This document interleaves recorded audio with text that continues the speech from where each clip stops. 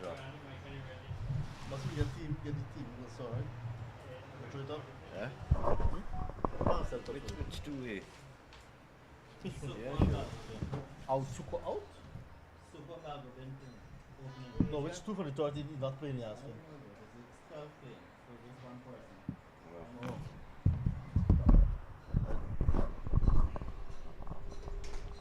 Alvin is a fatter one.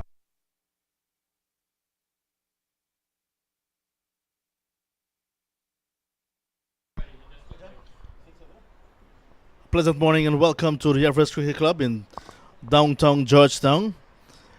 Cloudy morning, but getting ready for another riveting match as the American Cricket Society Everest continue their 2025 Standards Tour. John Ramsing alongside Naeem Chan, and we greet you with the news that ACS, through their captain Tristan Carmichael, won the toss and they're in the field. They're up against Everest side that knows the conditions, but could be a bit tricky this morning because of some moisture, not only on the pitch but on the outfield. Conditions not necessarily scorching hot to dry this outfield, but Everest typically fast. So ACS again bowling first, similar to what would have happened yesterday against Lusignan. Lusignan in their opening encounter for ACS, winning by 25 runs. Lusignan the home side. Now another home side getting an opportunity to bat first. And Adrian Sukwa is on screen, opening the batting for Everest. Alongside Ushadeva Balgabin, we'll see him in a short while. And alongside me, like I said, Naeem. Naeem, good morning. Not ideal conditions for cricket, but we have a match on hand, 20 overs aside. Yeah, good morning, people. Well, if you're a lazy guy, like some of the groupings here in the commentary box, you would welcome and relish these conditions. It's hazy, nice, windy morning, cool sort of. So ideal for cricket, not exactly murky, not that dark. It's still pretty bright, so a lot of people will relish conditions like these. So we greet you with the news, as John said, that the ACS, they won the toss, elected to bowl first. Yesterday they started their tour of Guyana, as they have grown accustomed to do for over 2 decades.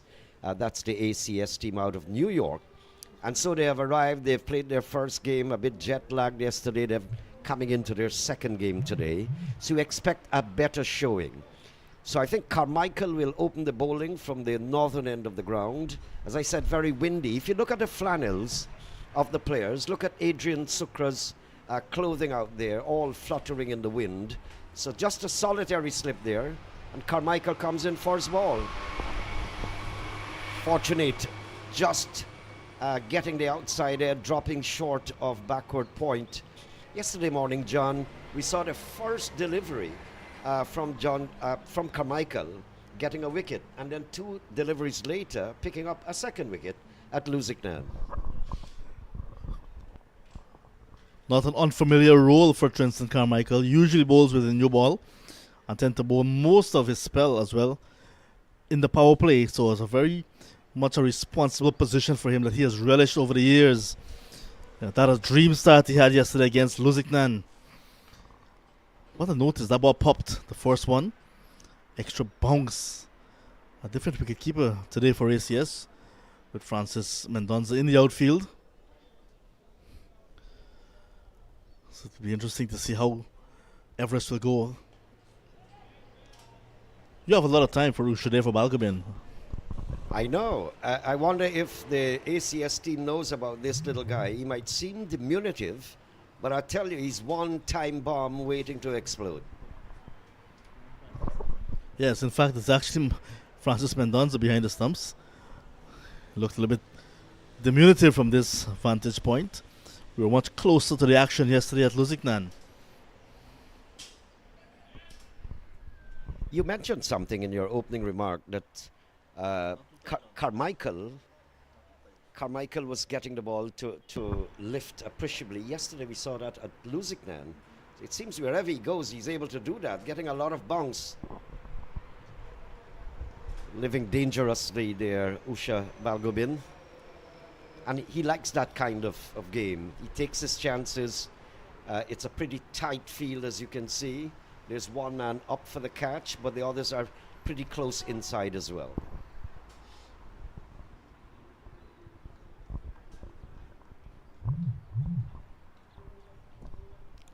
So they've got games practically, John, every day. Tomorrow is it Enmore, you said? Enmore. We're coming there. Tomorrow is Pagua, of course. That's basically a Hindu celebrations, but in Guyana it's pretty widespread. Short runs here for Balgobin down to backward square. So they're off the mark there, Everest. 2 runs, 2 without loss over number 1 in progress. 25 overs. If you just joined us and just want a little insight what's happening. And the man operating, that's the squad there for you. Yeah, some adjustments to the squad. Kevon Bodie and Karen Ganesh. Answer is Danai right down at the bottom of your screen, getting their first opportunity on tour. Ganesh actually landed after the main squad yesterday, so playing his first game. Kevon Bodie with local experience as well. So this is the Everest team. Some pretty familiar faces for Everest, but also Jonathan Van Lang in the middle order, getting an opportunity as a guest player with an Everest debut. Looking forward to see how Christopher Harry will go as well, Naim. Well, all eyes on Christopher Harry, one of the very important links of FL Sport. So all eyes will be focused. You'll hear all the biased descriptions of, and when I say bias, in a positive way, not in a negative way. So it's going to be Suresh Danai who's going to be sharing the new ball. Danai running into this wind. There's a wind today this morning. We're right on the edge of the Atlantic coast here at Everest. Open field, so you will feel that wind. There's Danai. Burbishan. Rushadev Balgaben on strike. Loosener there from Danai. Well, yesterday also at Lusignan there was a heavy wind coming into the ground, but I don't think that the opening bowler for ACS capitalized in any way. He didn't have the pace, I think, Moin Khan, but could not use the heavy wind to get the ball to move appreciably. And incidentally, the persons that got the ball to bounce rather than instead of the pace bowlers were the spinners, Carmichael being one.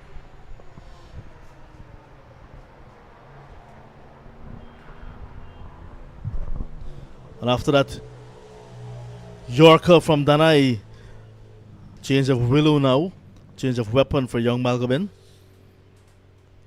I saw him yesterday in that rained out game at LBI, which would have been the second fixture for ACS on tour. And he has a bag. A minimum of 5 bats, Naim. So he's already called for his second today.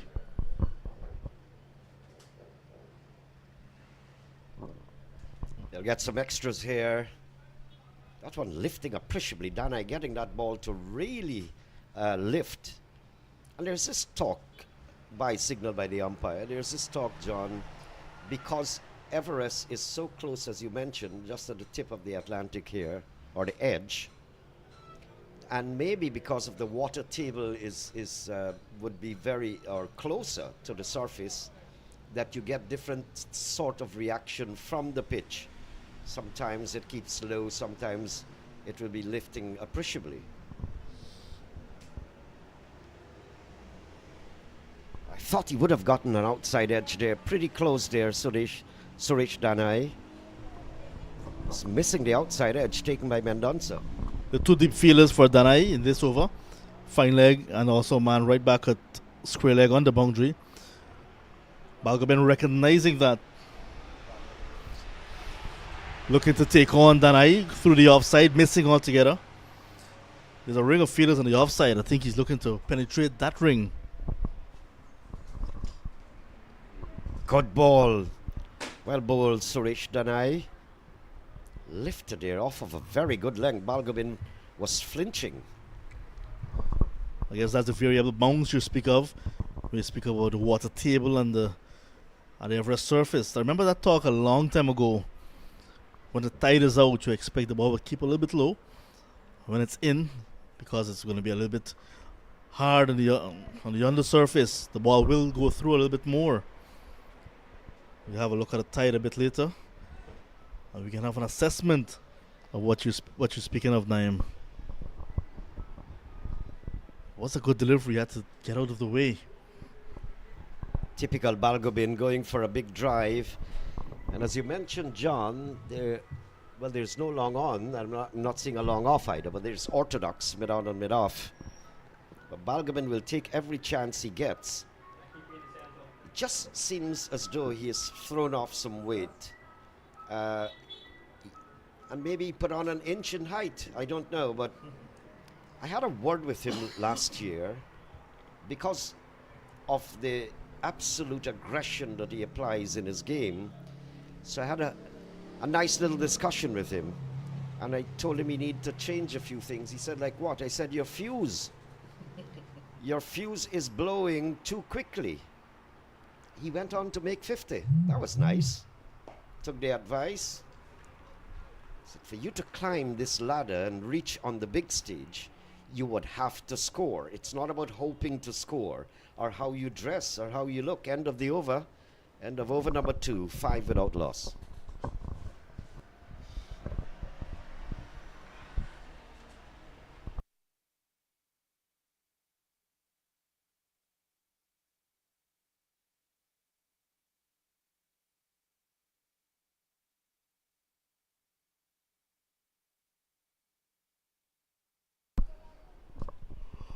ACS second match on tour of Guyana. Played yesterday against Lusignan, lost that encounter by 25 runs. There was a game scheduled for LBI last night. It was washed out. Carmichael continues. This is his second on the trot.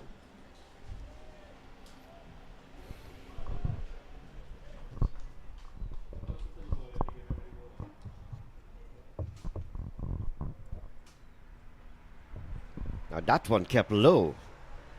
Carmichael is unpredictable. He's getting some to bump. Long ago we called it a slow bumper. Abdul Kadir got a few of that, as well as Shane Warne. Good ball there, Carmichael. Balgobin not reading all of them.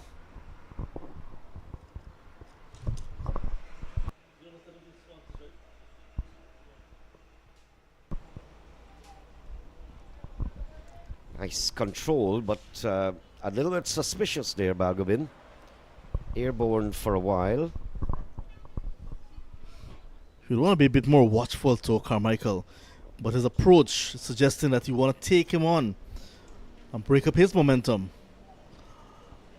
While the old fox, Carmichael will not have any of it.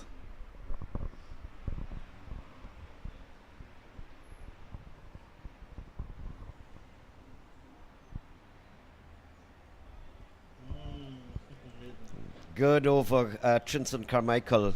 He reminds me a little bit of Anthony Adams, his stature, his style, intelligence, and Neil McGarrell, former national player. End of 3, still 5 without loss, of course, a maiden. ACS Tour of Guyana made possible in part by Shanta's Bakery. Let's take a look at what's happened in the tournament, well, in the tour so far. Nigel Durat, 5 wickets. Damien Jacobs, 3. And the ACS bowlers there, just a couple each. Danai to continue.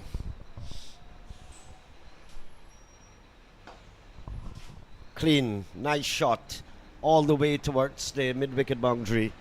And that's gone there. First boundary, I think, for the morning, John. Yeah, Sukwa getting into his work. That was a ball that was pitched up. Just on the line of the middle and leg stump. And he cleared the infield. There's a field at mid-on who was right back on the circle. But he cleared him nicely and got the rewards.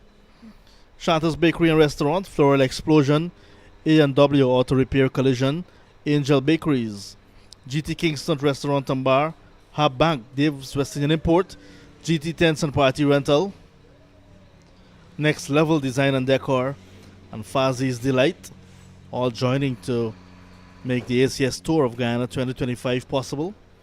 So good morning and thank you to all of you. And one person who has played for Everest and ACS, Chris Patterson, is actually glued to his monitor back home in the US of A. So hello Chris, hello to everyone. I had the privilege of seeing that youngster play. I think I described him once. That was in the teens. And he was very, very interesting to look at. I thought that he would have been one of the youngsters that would be moving and making the transition from young time cricket to big stage cricket. Yeah, quite an attacking opening batter he is. I saw himself and Chandraka, I think he's from Lusignan. The two of them were, simply put, in my books at that time, two for the future. But there's so many players that are extremely good and either don't make the transition or they were born at the wrong time. Like in the case of Clayton Lambert when Greenwich and Haynes were.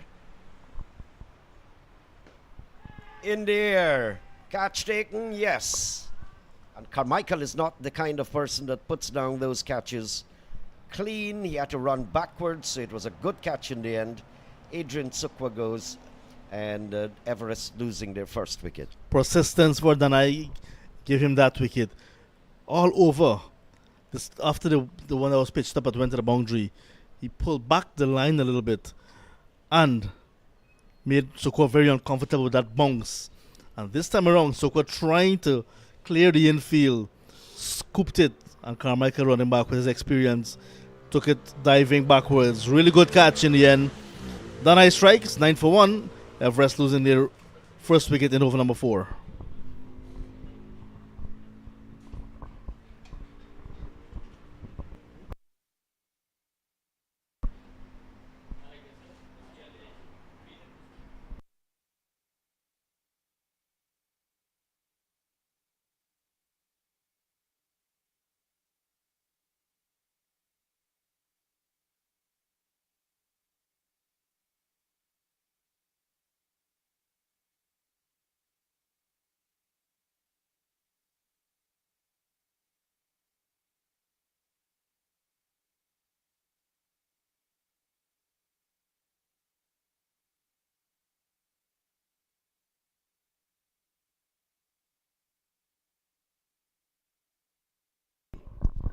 New batsman, Varun Mangal. And he's coming in at quite a precarious time. 3.5 overs, 9 for a loss of 1. And they're playing at home, and that means the Everest Cricket Club would be looking forward for not only for retaining your wicket, but also have the scoreboard ticking. It's sensible cricket. Limited overs, especially T20s. Now this is 25 overs. Beaten outside the off stump. Good ball, Suresh. But limited overs cricket, especially T20, in this case 25 overs, the time is so short, but then again the time is so long, because you'll be surprised that 20 overs now constitutes a match. And look at the big stage how they play. It's quite lengthy. Eventually, that's how we see it. There's so much to learn, so many adjustments to make during that 20 overs. So much of strategies, utilizing power plays and all of that. And you add them all up, it's a lot of things. And there is enough time for them to maneuver.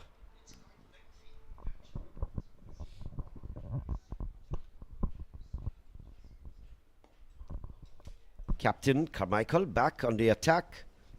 He's always busy, calculatingly moving, making decisions, and I think he's a good captain. I've been looking at his field placing. He's kept it tight, blocking the loopholes. That's what I'm talking about. how Carmichael gets this ball to pop. I know that the likes of Warren and the likes of Abdul Kadir, they have a way of getting the ball to hit on the seam and it bounces on the stitches. I think Balgobin must have probably feeling very relieved, just getting off the batting for a while he simmers down and works this out, but he's not having a good time out there. He's faced 19 deliveries for his 2. Just trying to play too many shots. Cricket is still a fundamental game. You can hear the likes of Roger Harper and so on speak about getting the basics right. Pretty close to that off stump. Again, Carmichael asking questions of these batters. Impressive stuff. He's spinning webs around them. Might have been a chance as well for the wicketkeeper to take a catch. Floored.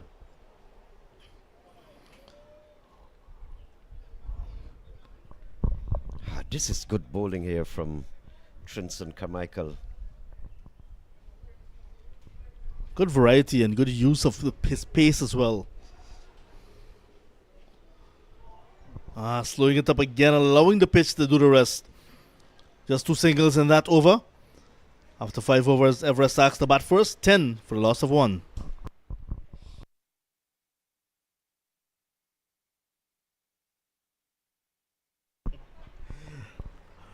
Oh, no doubt they're discussing what happened 305 years ago. 2 pretty old pals, good friends. Mr. Muniram, physical education teacher at Mays School. Oh yes. That was just gutted by fire. And his mate. But what they have in their hands and in the bag, I wonder what's in the bag. It's sweet meat. It's sweet because of the wall. Pagwa is around the corner. It's the sweets. I thought it's Pagwali actually.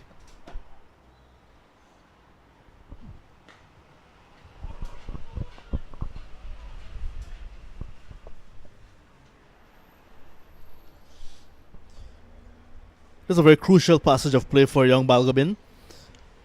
Realizing that he's bogged down, looking to free his arms, but will he be able to do so against Danai, who is bowling pretty well, using his track and new ball nicely?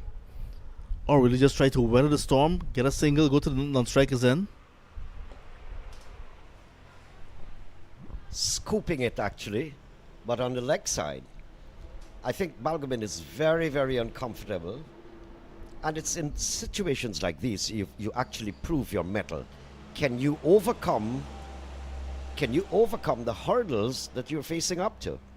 And so he has a point to prove here. He actually had a short ball that he on another day would have dispatched, but he just ride it basically, finding the gap. Beauty of a delivery. That's a pitch of a delivery from Danai. What I like about Danai, John, he doesn't hustle for pace. He is medium. He lives within that limitation, but he moves the ball around and his line and length. I've seen him a few times. Well, I think he's a very stable bowler.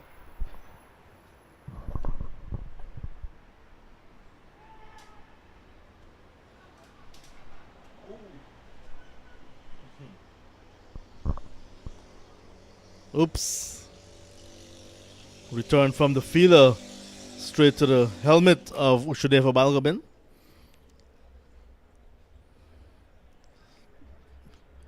He's standing for the 8 count, so doesn't seem that bad after all, but they tend to take these hits pretty serious.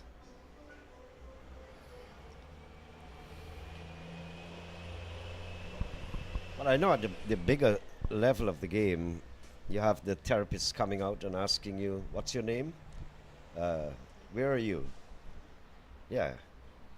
And they ask you questions to see if you're functioning mentally. Yeah, what day of the week it is, what's the venue, and perhaps what you had for lunch. Pretty basic stuff. But depends who gets knocked. That you apply that question. You've got some fellas in here. That one question will regurgitate all the time. Lunch.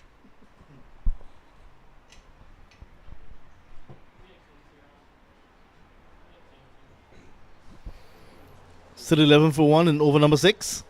Danai continues. And again, Mangal fishing outside his off stump. The extra bounce. And that is something around the region not a lot of batsmen are able to handle. Extra bounce. Francis Mendonça cheering on his teammates. Karen Ganesh and him having a discussion.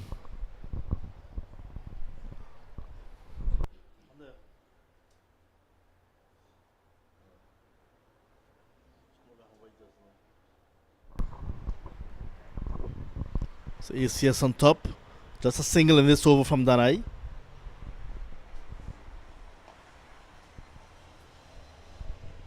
And that's all it will be. 6 overs completed. Danai has bowled 3 of those 6, 1 for 5. After 6, 11 for 1. Everest batting first. Coconut palms there. This morning I mentioned, John, those coconut trees, I know when they were planted. I saw them growing. I haven't come here in about a year. And look at the height already. I thought it has grown far faster than Ushadeva Balgobin is growing. Then look at this again. 6 overs gone. That's at least 36 deliveries. And only 11 runs. 21 balls Balgobin has faced up to for his 3. 8. And Mangal is not yet off the mark. Tight stuff here. And it's not getting any better. With Carmichael to continue, it will not get better. Based on what we've seen, this one is cut away nicely. And it's going to run away. Oren Williams giving chase, but just to retrieve. Finding the gap nicely, Balgobin. Delaying his stroke and not playing it backward of point. Using the depth of his crease. It went forward of that point fielder. Nicely placed. And there's no doubt when he gets going, he hits the ball around the place, both sides of the crease, and he looks extremely good. Still very young, on the fatter side of midnight.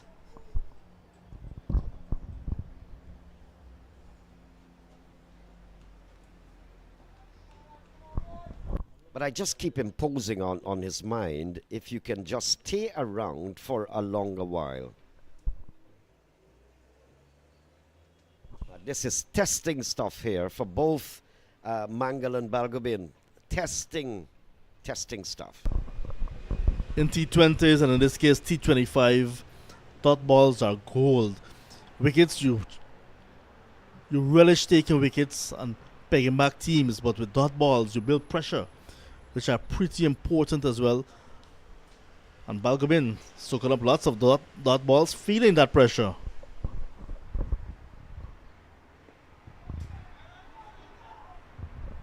Quick single.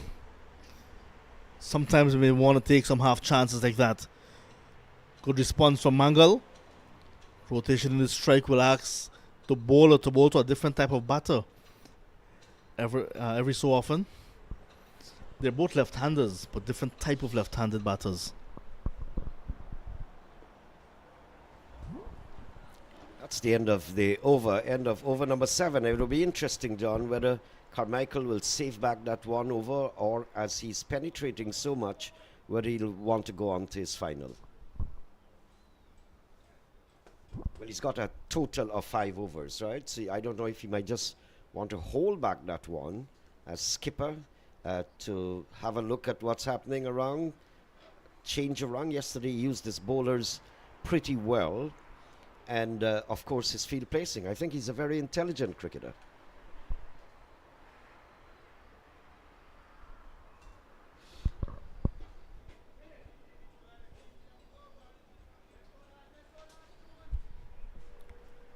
Sun battling through the clouds. Very cool conditions here at Everest this morning. And a young man who's played for Everest before migrating. Now with ACS team, Keon Lake is into the attack. Loves to come home, loves bowling at Everest. Had a significant match the last time these teams met, right here. With both bat and ball, more known for his bowling, of course. In fact, he's been home much longer than most of the guys that are on his side. And has played recently a club match for Maltinos, Keon Lake.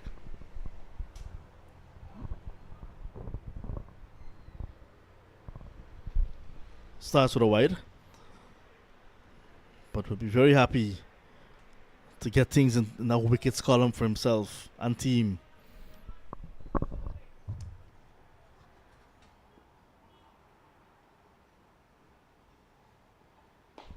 Nice flight here, Lake.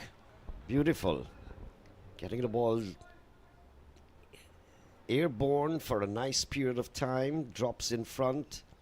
Right on target.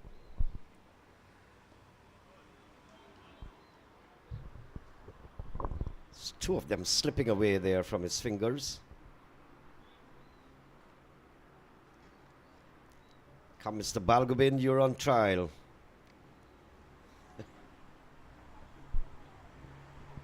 Another wide. Might have put the commentator's curse on Lake, saying how much he relishes to bowl here at Everest, but has yet to get it right in his opening over. Bowling into this wind, might have preferred to bowl with the wind behind him. That's an ordinary delivery, but Balgobin did not take advantage of it. There is a sweeper in place in Kevin Bodie. It's good to see Kevin Bodie playing here today. I like to look at Kevin Bodie, even if it's at this level of cricket. I'm so sorry. I think he's getting big as well, that he is not on the bigger stage.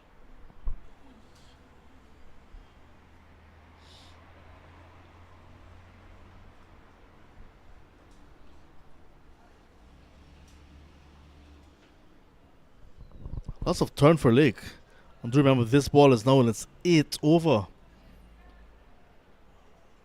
It was not belted around the park, just 20 runs on the board. So it's relatively new and hard. Look at that. Good control. Lots of turn. This track with that preparation moisture will have these batters and bowlers double guessing themselves. Yeah, we're seeing the effects of that actually.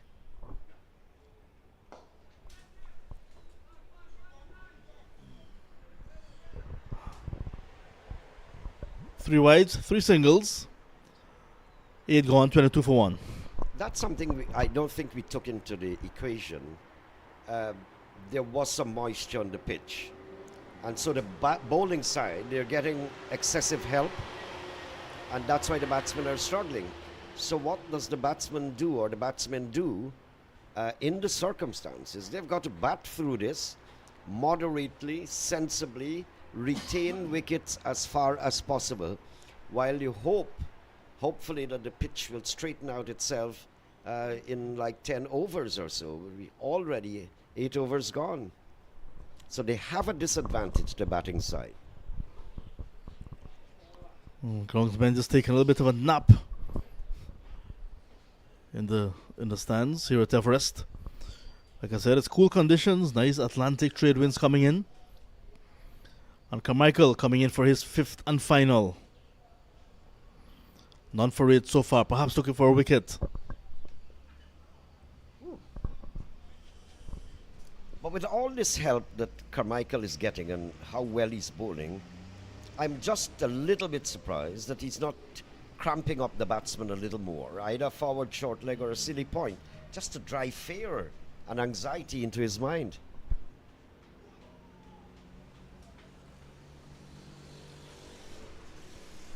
That was pretty close as well to the off stump. And here comes Harry.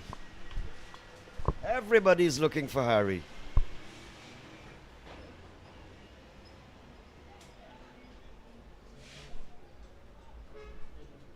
Strange enough, Harry played a game for ACS a few seasons ago. and is looking forward to this contest. Playing against ACS, he's suiting up for Everest today.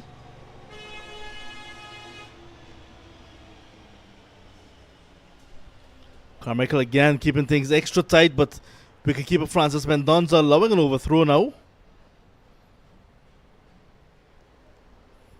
Karen Ganesh was a bit late to get to the stumps where the return came in.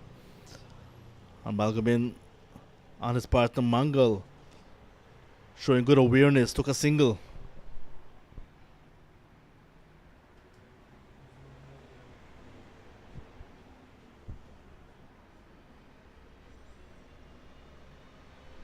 Yuvraj Dayal there without his ACS top, doing umpiring duties.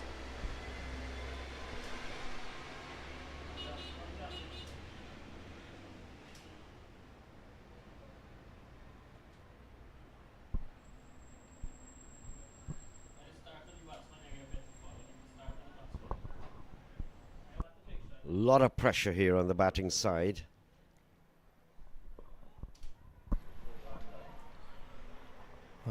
Easy single, but when you bat yourself into this hole, even easy singles become very difficult.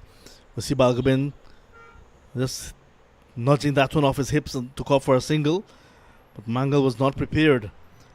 Carmichael's spell has come to an end. 11 runs from his 5 overs, 9 gone, 25 for 1. And the overall picture, 9 sixes 54 with a few wides, going closer to 60 balls faced up by the batting side, just 25 runs. And I don't want to put and stick a lot of blame on them. The pitch is giving a lot of help. There's moisture inside. And also the bowlers have been bowling well. So a lot of pressure on the batting side because of those factors.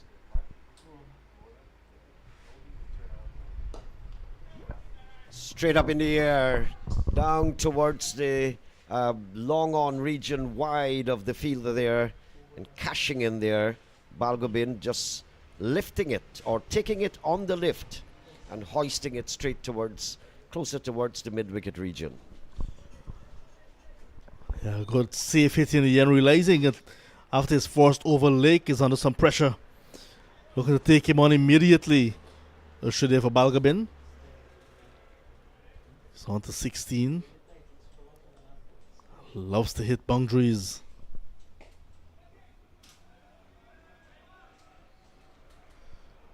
Nicely flighty delivery with pace off. Asking Balgobin to reach for it. Intelligent stuff from Keon Lake.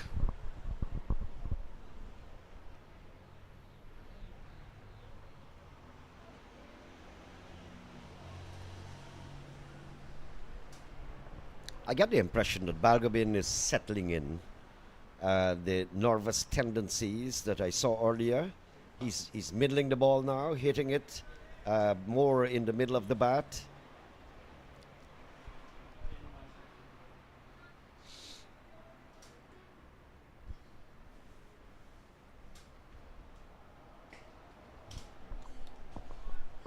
Finding the gap on the offside, but there's a sweeper in Bodhi who comes around to his left on that deep extra cover position. They tend to say that you're just one innings away from your old brilliance, but sometimes in that innings you're one stroke away from finding that nick. And Balgobin, maybe with that boundary in this that started this over, maybe now beginning to find his rhythm. What's happening there with Keon Lake? Return to Everest. Seemed to have hurt his toes. I remember at one time we were on a school tour to Bartica. Went across the river to one of the resorts, and some of our classmates at the time were playing volleyball, and one of them broke his toe in the sand. So I'm not sure what's happening with Keon Lake. Flat surface, good Everest outfield, no cow holes, and suddenly he has an injury. Exactly. We were playing football at our community ground, quite young boys, teenagers, and one fella, in attempting to kick the ball, kicked another friend's foot on the back, and his big toe went inside. It like folded in. Amazing. Nobody goes to see a doctor in those days. You pull it out back. Yeah. Seems well now. He continues. Touch and go, borderline there. Chavez Mohammed, who's actually standing as an umpire as well. Almost called over. But the statisticians around the ground said no, one more. So that boundary a wide and a single. 6 runs conceded in Lake's second over. Flighted again.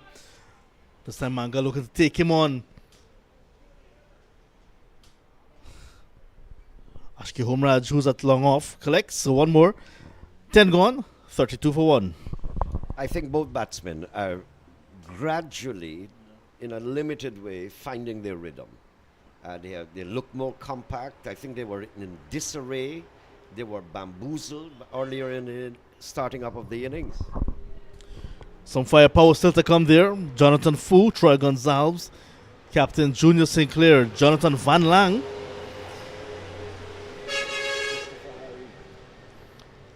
So if you look at that firepower to come, this pair perhaps realizing that whether they get going or get out, maybe. So 10 gone, 15 overs still to go. Yes, good rationale. I think so. One of the boys in my club would say 6 or sticks. You either go in there and hit it or get out. New bowler and force change. Damian Jacobs.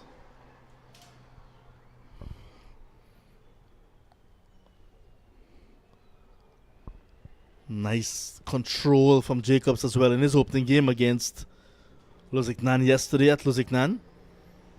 First class experience under his belt. Now 40 years old. Former Jamaica Scorpions player. Played for the Leeward Islands Hurricanes as well as one of their franchise players towards the back end of his career. Short and leaking some runs early on. Wearing number 43, the number he wore when he was playing first class cricket. But 43 as well. Another leg spinner used to wear that number, Mahendra Nagamutu.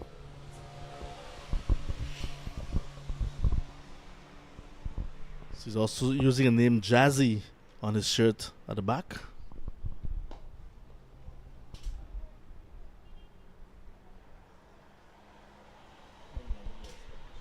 And it's a funny old story with the name Jazzy. He said when he joined Melbourne Cricket Club in Jamaica, there was a guy already with the name Jacobs. They called him Jazzy Jacobs. So when the original Jazzy departed, everyone called Damian Jacobs Jazzy Jacobs. He felt it was just a cool name, and he ran with it.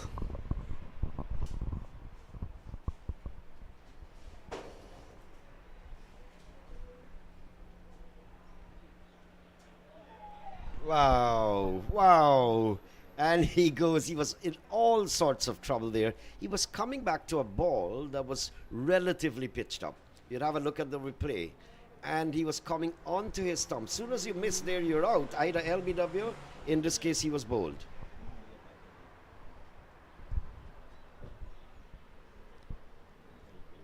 Obviously, Johnny should have been pressing forward. Long forward. Yeah, but avoid LBW.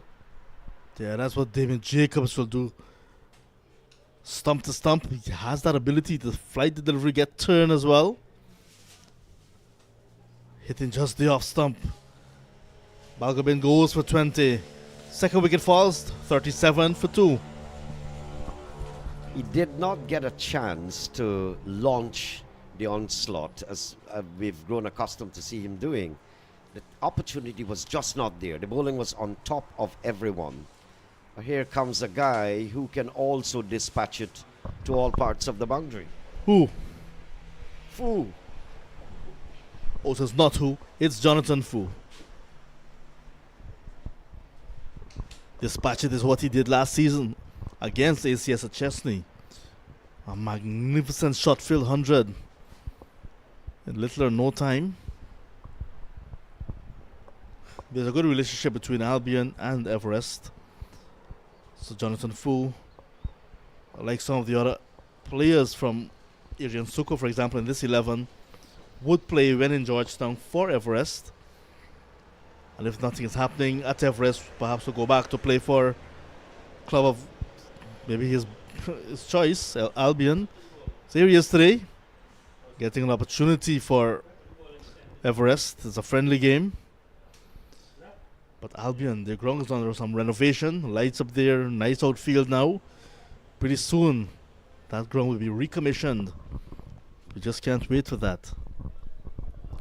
But if I'm passing there, I must stop to see what's happening because a feeling of nostalgia comes to my mind every time I see Albion.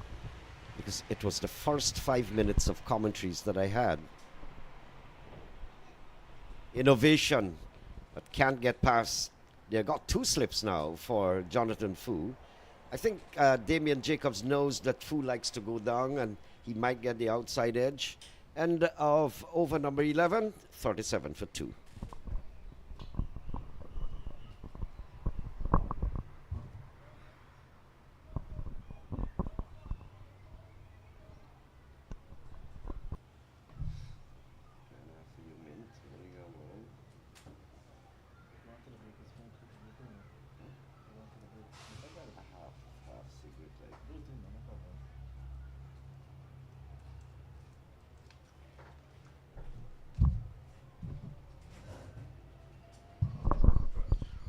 Special morning to Harish Raghunath as well, coming in on the live. As Lake continues. Not sure which part of the world Harish Raghunath is at the moment. Be certainly in tune with what's happening in the middle. Not a good delivery from Lake. Mangal cannot say a watchful start because he's been trying to his level best to get the ball away. Unsuccessfully so far. Even a ranked long hop like that is finding the fielders. Carmichael and a ring of fielders on the offside. Not quite in the 30-yard circle. This time he finds the gap. Body's at the sweeper position on the boundary. It's a good control from Lake. Good bounce, good turn. Everest track like Luzignan yesterday. Getting extra bounce.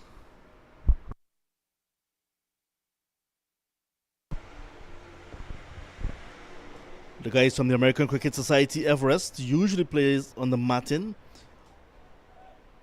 Not lots of turf wickets available in the US of A. Jonathan Fu taking on Lake. And this one is with a lot of power. That's the first 6 of the game. First 6 of Jonathan Fu's innings. A shimmy down the track. And greeting Lake on the full. So Lake, third over coming to an end with that boundary. 44 for 2 after 12.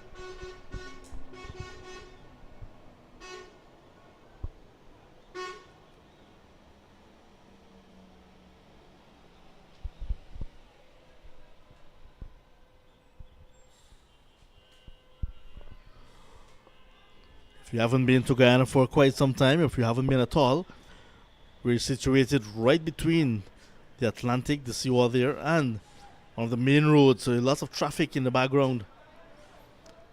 Mangal gets this one down towards that backward point position. Ronaldo Rennie comes across and collect. Lots of construction noise behind Naim. Construction is one. I was looking at the kids in athletics at the ground behind us, YMCA. And a boy and a girl running. The girl is like quarter of a pint, no more than 2 feet tall. Wide of cover. They should be, well, they're not challenging for the second. And the boy is like 10 tons. And the girl outruns him. That was hectic out there. Beautiful. I'll tell you a story about a nursery school. I was helping to coordinate the athletic event. Where we set the tape, they did not run to the tape. They ran to the side of the tape, and they ended up in the cemetery. Not stopping, passing the tombs and all of that. That's Jonathan Fu for you. You're not going to get it. Over his head. Randall Wilson's right back at long on. And he really made a good effort. But Jonathan Fu with that extra strength. Just getting it over that fielder. To bring up the 50 for Everest. 53 for 2 in over number 13. Yeah, they've got good batting to change the complexion of this innings around.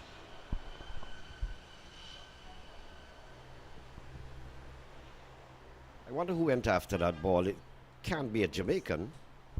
Guyanese Randall Wilson. Because Jamaican would have found that in the grass. Wilson was searching all over the place. Good morning, Jamaica. If you're logged into us, you're my favorite Caribbean country.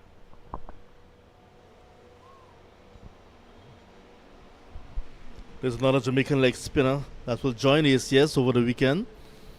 Akeem Jor, one with lots of experience as well.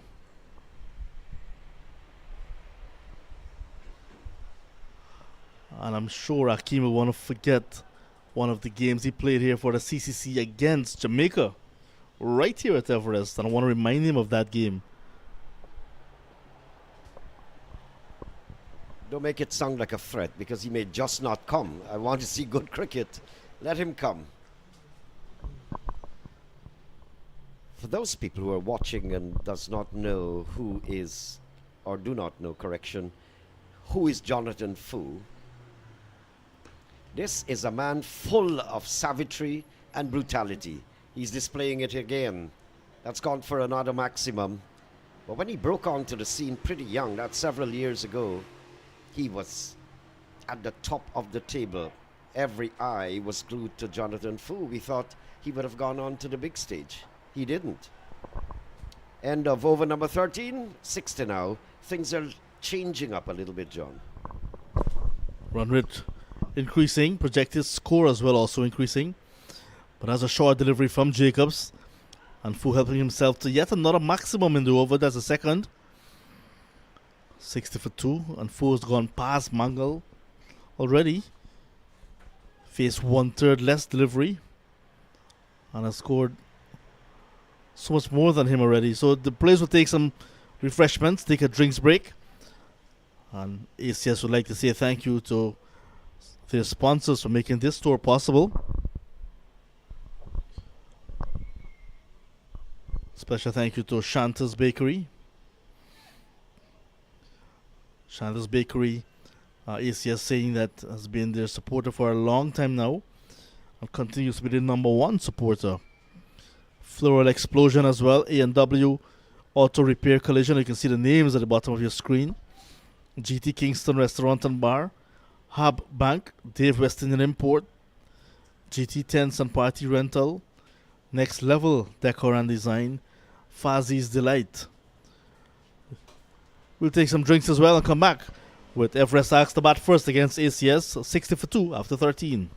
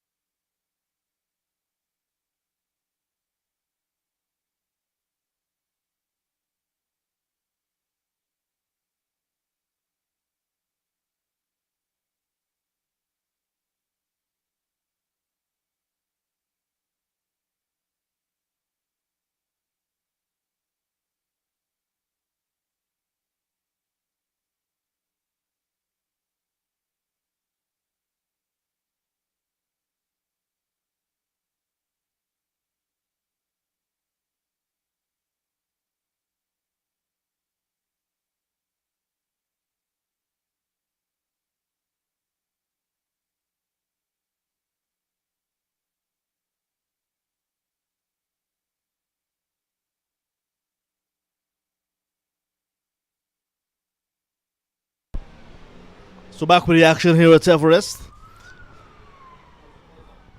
Much brighter in terms of sunshine at this stage of the morning. 13 gone. Jonathan Fu already with 3 sixes. Looking to put some impetus into this Everest batting after a very ordinary start. Lake to continue. And that is what Mangal will be looking to do now. Pick singles up, keep the scoreboard ticking over, but more importantly, get Jonathan Fu back on strike. Fu the aggressor.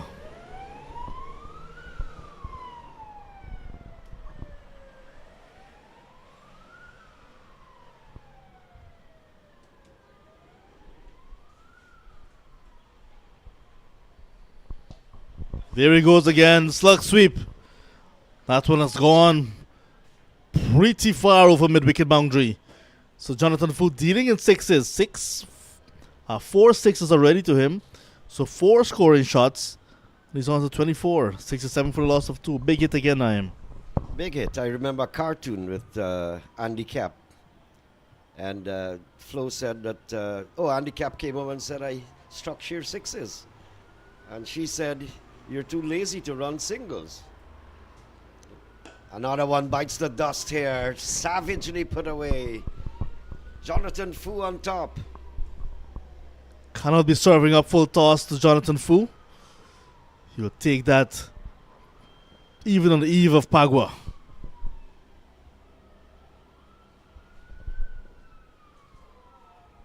He middles the ball, there's no doubt. And he has left the cricketing scene for so many years, but still has the ability. I saw him play a blistering innings last year within the local tournaments. Fantastic. Started at the regional scene since 2011 after graduating from the under-19s. Many felt could have played more than just 13 List A matches for Guyana and 20 T20s. Also played Caribbean Premier League with the Jamaica Tallowers. Has a championship with the Jamaica Tallowers. I think Varun Mangal is doing the right thing also. Support at one end. You're not losing wickets. It's okay now. You can take your time, Varun, but just allow Jonathan Fu keep rotating the strike.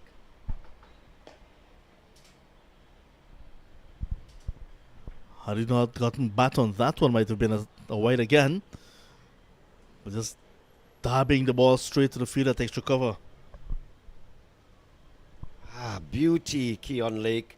And Varun is not going to use his feet to come down and greet you because he's afraid he might be stumped. Varun is still not settled up to now. I think he's still in a bit of disarray. He's taking 24 balls to get 10. So the openers have been dismissed, Sukwa and Balgobin. Now Mangal and Jonathan Fu looking to step on the accelerator with 14 overs gone of the 25 already. But still more firepower to come. Jonathan Van Lang, the guest player for Everest. Junior Sinclair, who can give it a good hit as well. Christopher Harry slated on this card to come next. I rather suspect that's a big mistake. Not going to bat so early. I'm thinking it's more like a beefsteak. 2 sixes in the last over that Jacobs bowled, and he's continuing now. Bowled with a breeze behind him, a high wind this morning. Come on, Jacobs, you've got to do a little better than that. Either come around the wicket or something.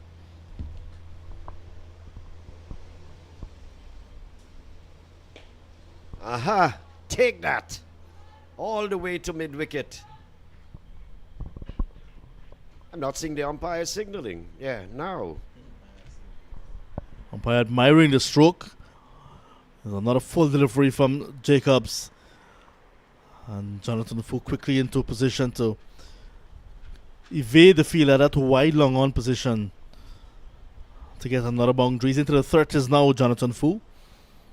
Just 12 deliveries.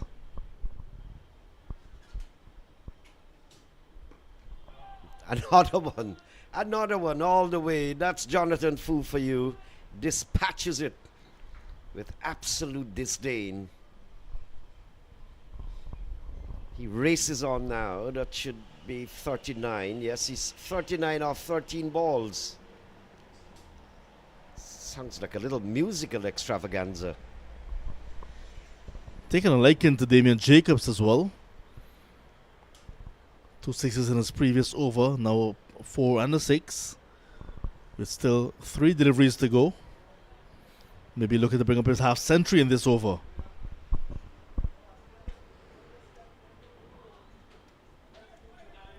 Jacobs is predominantly wide, well, for almost this entire over. Good afternoon, team.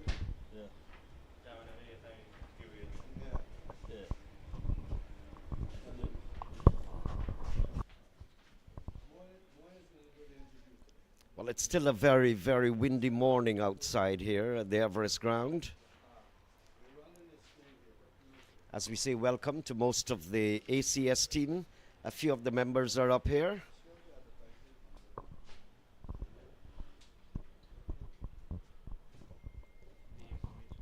Fu has raced to 39. Short. He's in behind again, but didn't get hold of that one. Simply because the ball was far away from his body outside the line of the off stump. Just did not get the reach to tug it onto the leg side.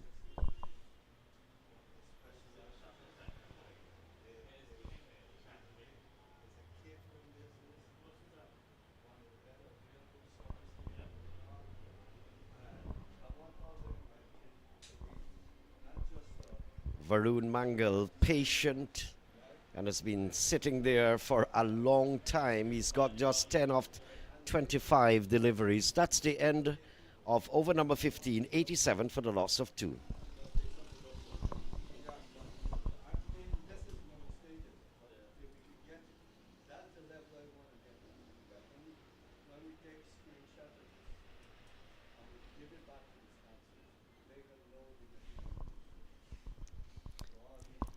Well, as we said, Christopher Harry is slated next, but you've got a lot of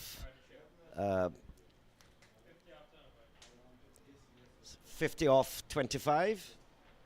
That's the partnership between Varun and Jonathan. Of course, you know who scored more, or most of the runs, if not all.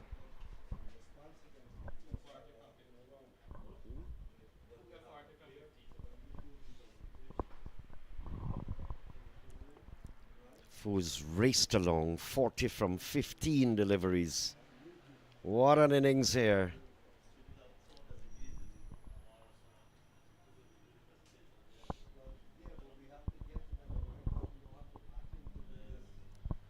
So we're seeing a change from the commentary box end. Orain Williams has been brought into the attack.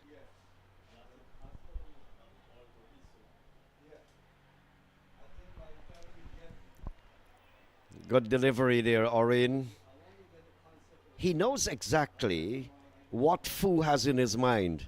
And Fu was coming down the pitch to greet him. And all he did was to just pull it down earlier and put Fu in thinking mode. Had to halt the aggression, the approach that he had.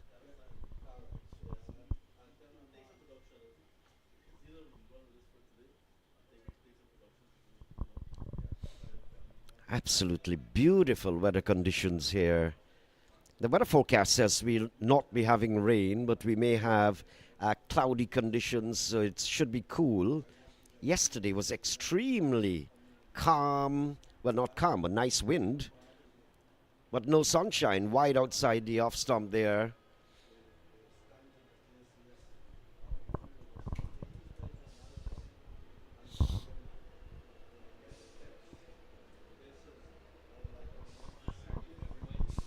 A projected score of 147. I think they'll get past that once Fu sticks around there for a while.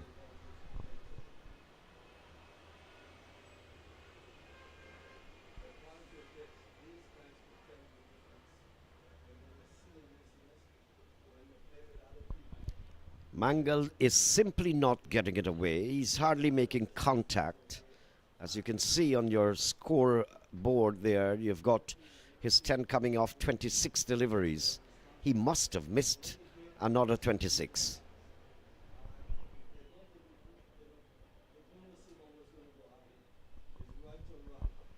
Yeah, that was bordering on another wide. I'm surprised a little bit, but the umpire is there. He is very close to what happens. Sees it right in front of him.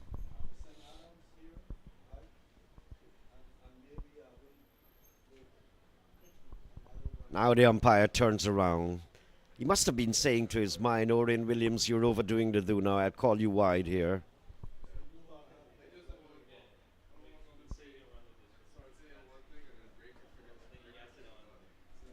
So he's had 2 wides in this over so far. And the one ball that Mangle touches in this over, the single solitary delivery, he hardly was able to get it away. He was actually flinching and got that outside the line of the off stump.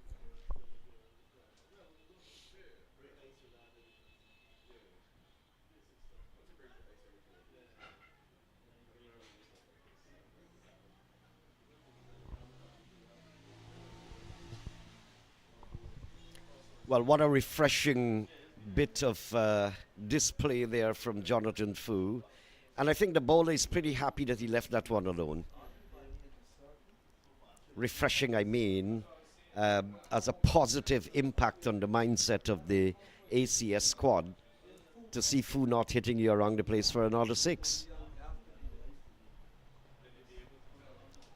Single, he knows that's the last ball of the over, so I'll ride that, take a single, and get the strike in the next over. Not a bad over, except for the fact that Williams must have sent down, I think it was about 3 or 4 wides, then a leg by came off. So not a good start there for Orion Williams. A recap on your screen, the ACS Standard Tour of Guyana. Yesterday they had their first match, today match number 2. They moved to Enmore Community Center ground tomorrow, match number 3. So they've got some 12 matches on their tour of Guyana.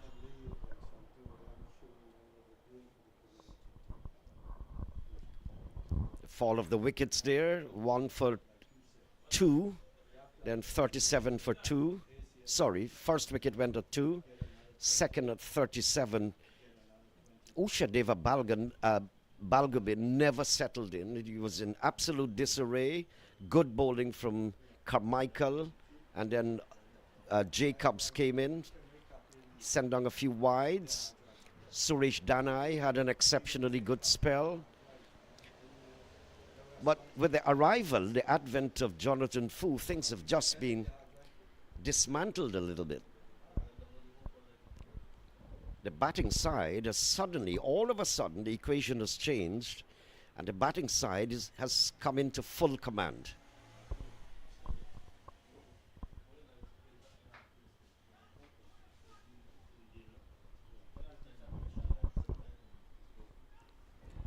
So there was a projected score of 144. I think that figure will change once Fu remains in there for a while.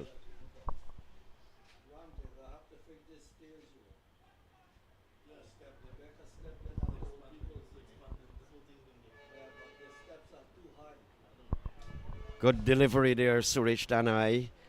Getting Fu to flinch as he came onto the back foot. Just played it down gently down towards third man.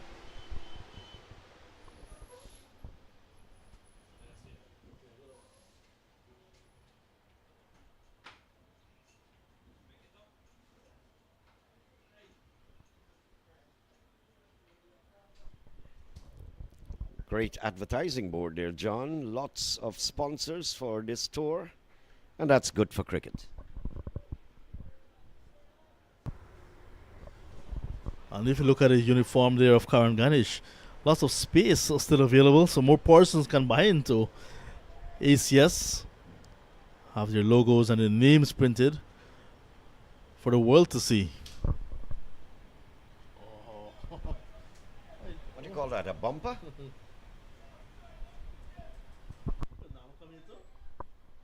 That's a bumper to the third degree, actually. Not seen a high one like that in many, many years.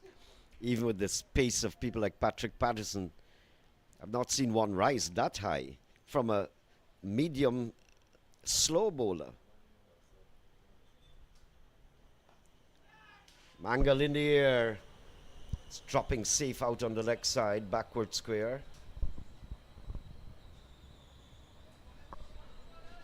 Short delivery again on the body, well directed from Suresh Danai. You saw him picking up his first wicket in similar fashion, cramping the batter, using the deck nicely.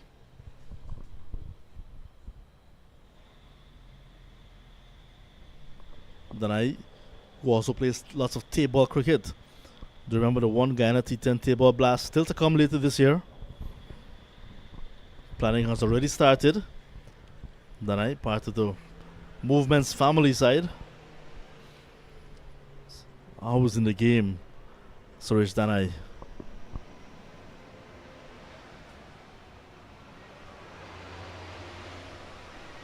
Fu has gone a bit quiet by his standards. And he's bold. Advancing to Danai, realized he's not to the pitch of the ball. Wanted to get into a defensive shot. I was beaten for pace. And sent back. Danai sticking to his guns, sticking to his plan. Look at Fu walking down the track, not to the pitch, and is dismissed. A quick fire 42, but nonetheless 95 for 3 Everest. If you see him lurching down, I want to suspect that the ball also kept a little bit low. And he was taken by a bit of surprise there, but excellent bowling from Suresh Danai. And that's the breakthrough that they were looking for. So that projected score of 144 might just remain there for a little longer while.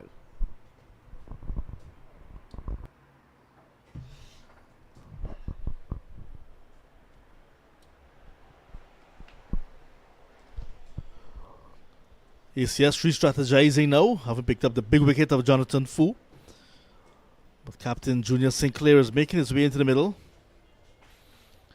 Sinclair must say stand-in captain for Niall Smith. Niall Smith recently been appointed First Division captain for Everest. Niall Smith in action, but not at Everest. Playing for the Guyana Harp Eagles against the Windward Islands Volcanoes at Providence in Cricket West Indies 4-Day Championships.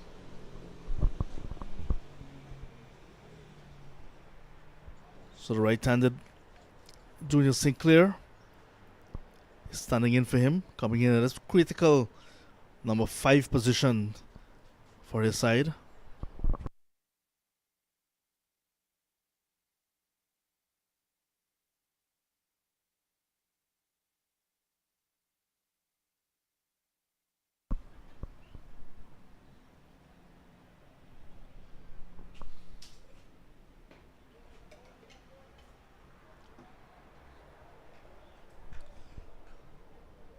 Consistently good use of the short ball from Danai.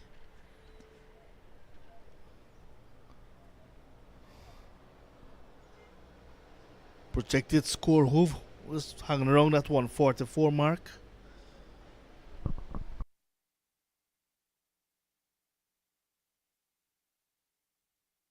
Flicked away, but in the air. 6 runs. That's another big hit to bring up the 100 for Everest Cricket Club. So we get in the over. 6 runs as well. On the line of a leg stump of Junior Sinclair. Hit that one powerfully with that E4 willow of his.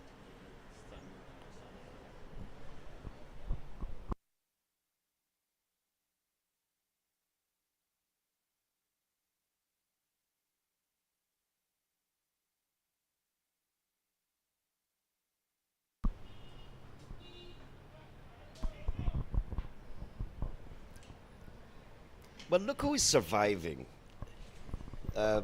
Jonathan Fu has gone his way in peace and harmony. But Balgobin has gone. Varun Mangal, 12 runs, 29 balls, still not connecting. But he's existing there, surviving.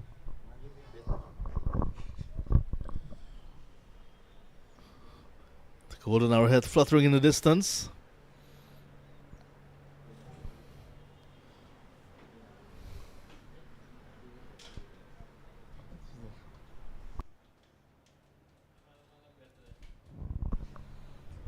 The parking lot as well of the Marion Academy School, which is behind us. You were looking at some of the athletics a short while ago. Naim, was a busy area, the Carifest Avenue.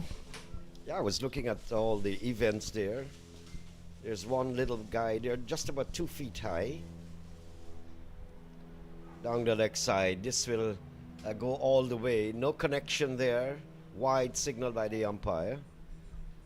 Just telling you about the last event I looked there. Every time you don't hear me on the air, I'm peeping over there. 3 of them were running around the ground, the parameters there. But one decided he's going to cut halfway and run across the ground. And he ended up first. No tricks, no living. He's learning it from a very, very tender age. Like my cousin, he told me he brought first. But 2 other guys who were running in the event, they fell down. He alone left. And he just walked into the tape first. Williams looking to get it right. Junior Sinclair looking to take him on. 6 runs. Very full delivery. In the slot. 130. 130. 130.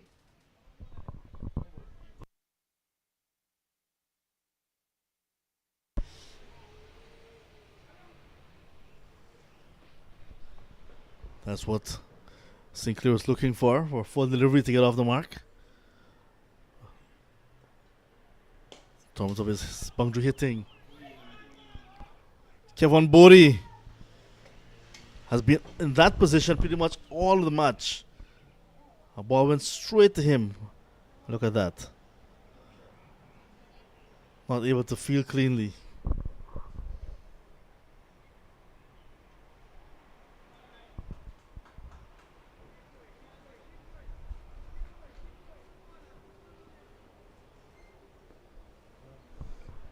Just couldn't make it into a catch, apparently. Yeah, real good effort nonetheless. Nice slower change up from Orion Williams. Williams as well with first class experience. Played for Jamaica Scorpions.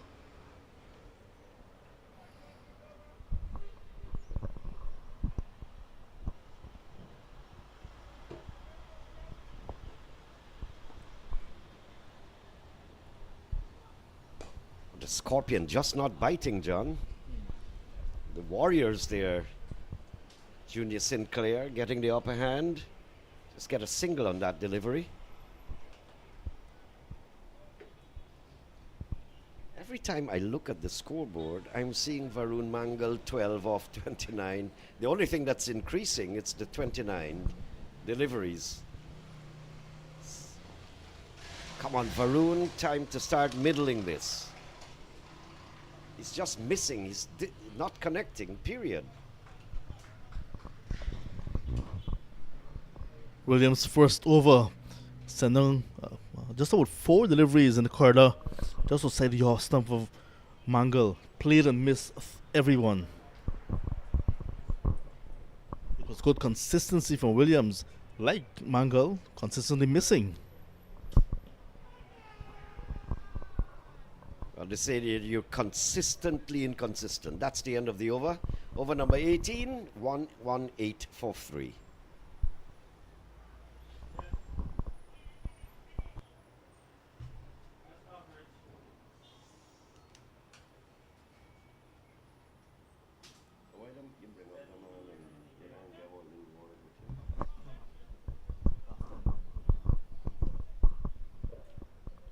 Some of the spectators coming out as well. I mentioned tape ball earlier. These guys have been playing the tape ball trade.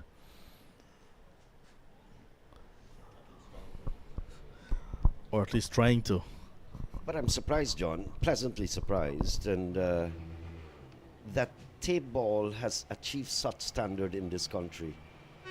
It is simply magnificent because we did so many tournaments at the National Stadium with tape ball, and I was pleasantly shocked to know that the standard I was looking at, whether it was fielding, bowling, or batting, they have gone a far way. Danai now for his final over. Lots of bottom hand, no timing really from St. Clair. Good running, Mangal. 12 from 31 now.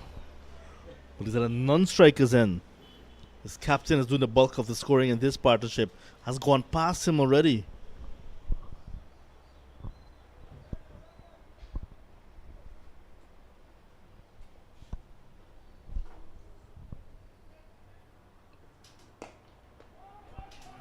Good bowling here, Suresh Danai, to restrict Junior Sinclair.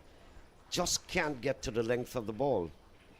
I think this is superb, controlled bowling. Yeah, see as well. Sinclair looking to go through the onside. But Danai with stock delivery moves the ball away from the right-handers. So in order for Sinclair to actually get the ball away, we'll have to get close. So that's why he's actually advancing to Danai. 122 for 3. Projected score now 166. So you see a late push now from St. Clair. And the projected score is increasing as well. But a 170 will be very challenging here. A good bowling attack that Everest has. We'll be looking to restrict ACS to well below whatever is posted. ACS want to bounce back from defeat from the opening game against Lusignan.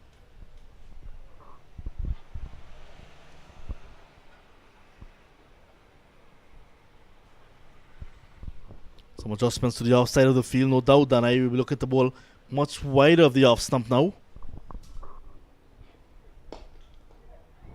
Good effort, Suresh Danai. That was a stinger there.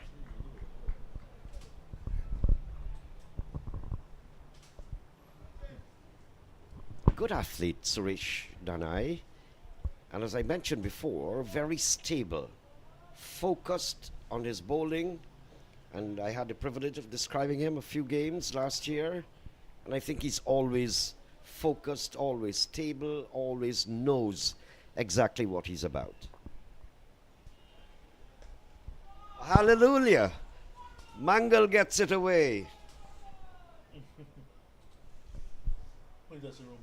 And you can hear his teammates as well applauding the effort.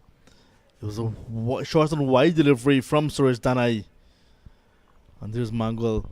He loves the square cut, I must let you know. Slashing hard. Got the toe end of the bat. So he was beaten for pace. But he went through the shot and got a ball into the boundary. Let's hope that that's the first of several to come. Inside edge. Onto the pads, into the offside.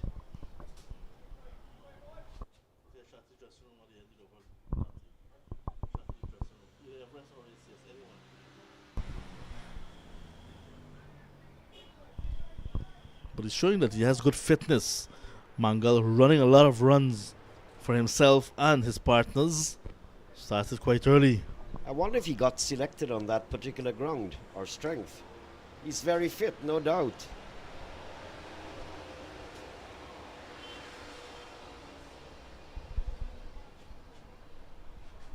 So that's the end of 19 overs. Danai as well has completed his spell of 5 overs. Picking up 2 for 26. 129 for 3. 6 overs to go.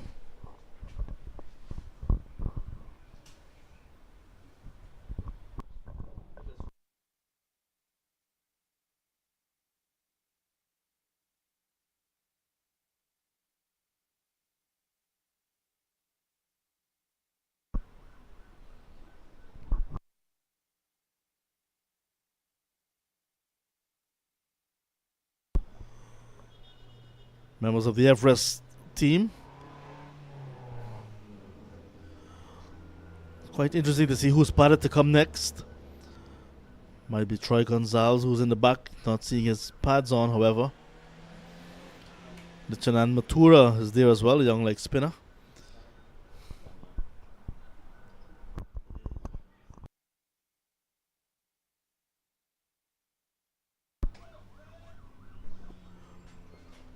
Van Lang there, who's a guest player, is in the forefront and is padded. Williams to continue. The 20th over of the innings now. To remember, Everest was sent in by ACS. This one is hit off the outer part of the bat. Karen settles, takes it. Breakthrough again. Junior Sinclair, none of the hard-hitting batters for Everest, perishes. Looking to go for broke again. He goes to 24. It's now 129 for 4 at the start of the 20th. Well, I think that Junior knows his purpose out there, looking at the scoreboard. This is over number 20. You've got 5 more. You still got some hitters in the pavilion, and I may well try to change this around and put Everest on top of the table. In doing that, he got out. So I think he knew exactly what his role was. He still did quite a good job to up the ante after the departure of Fu. And he has done that and done it successfully. What's all these police cars and sirens, John? I told him not to come for me now.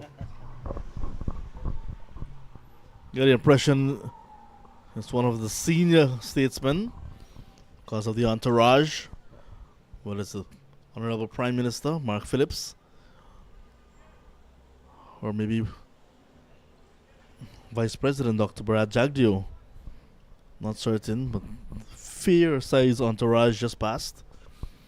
And a fair-sized Jonathan Van Lang is now into the middle. Guest player, that's why he's not in an Everest uniform.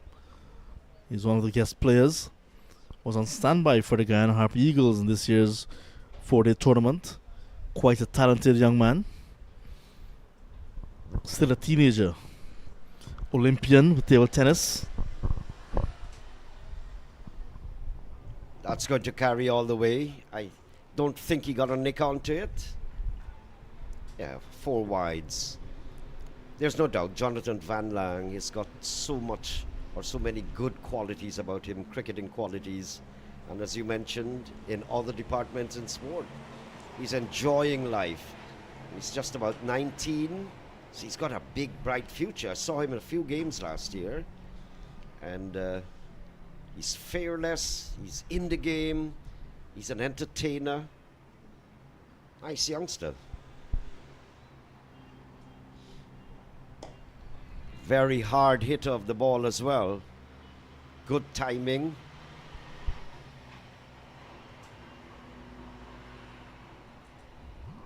But I think the ACS team, John, they had things under their control starting. Had the 2 opening batters just searching and wasn't finding their rhythm. So the pressure was on, and then suddenly it fell away a little bit when Fu came in and then Junior Sinclair.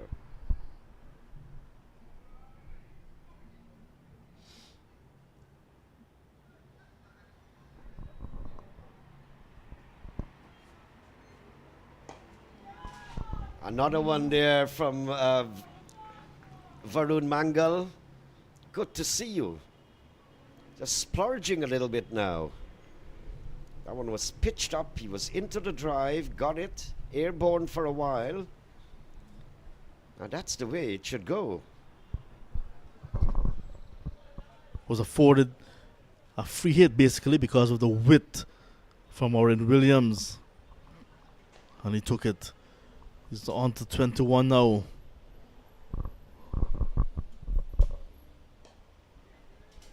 This one is speeding off the outer part of the bat. There's a field at third man. That is pretty deep. Karan Ganesh not be able to come in to complete that catch, but it was that type of delivery again from Williams just outside the off stump. On a wild swing, going hard at it, Mangal. They say that's what the coaches always say. If you're flashing, flash hard.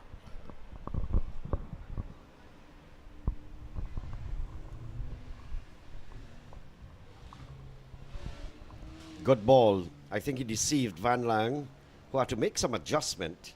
It was coming in faster to him and at a height Van Lang is a tall young man, but still that ball was very high, bordering on the chest. So he had to make adjustment to fend it off. Controlled it well in the end, I think.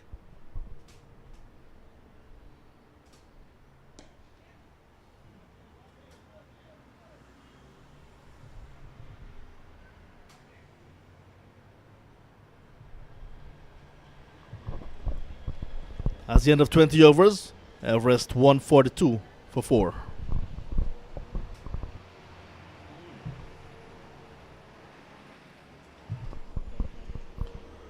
Some heavy clouds building up towards the south of where we are, perhaps hanging over the Queenstown, the Albertown area.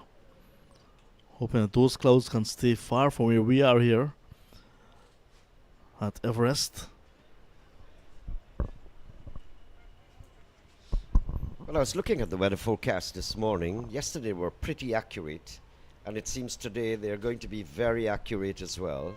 They're not any prediction of any downpour, so it's going to be mild, it's going to be kind of humid, as it is here. No absolute threat of rain. There are some dark clouds, but they're very far away from the danger spot. And there's a high wind that can blow those clouds over. So I don't think, based on the weather forecast, that we expect any downpour or interruption, lengthy ones. Change of bowling. Danai, who finished his spell of 5, making way now for Karan Ganesh. Coming in from the seawall end. Nice loopy off break to begin with. Ganesh, one of those old-time type of players.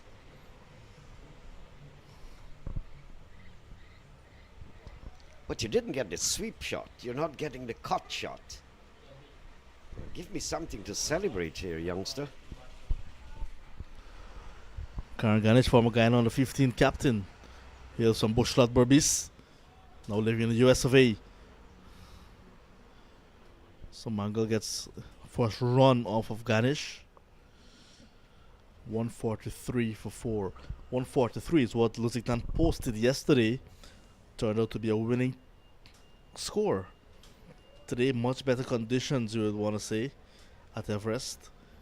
That's why Everest now has the opportunity to post at least 160. With lots of time still to go. Van Lang still at the crease. 175, 180. Quite possible. Well, Varun is very nippy at the ground, right? He charges and he moves very quickly for his height. There have been some diminutive people that have run extremely fast. I recall Sheikh Mohammed. He skids with his shoe, no pegs on, when he's batting and running singles. And when you're competing with people like Roger Harper at the other end, with long legs, he competes. I don't know how to describe that shot. He was onto the back foot looking to whack it through the offside. Must have gotten an inside edge, on the edge. It just trickled away into the offside field for a single.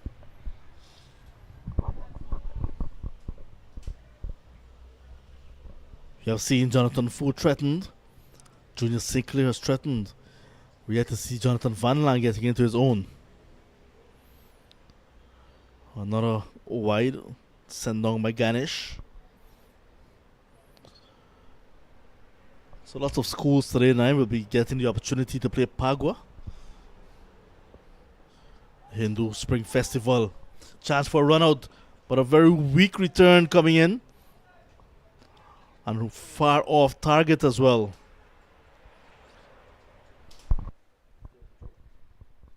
Yes, the kids countrywide will be participating. The school that I attended, actually, you're surprised to hear that I attended school?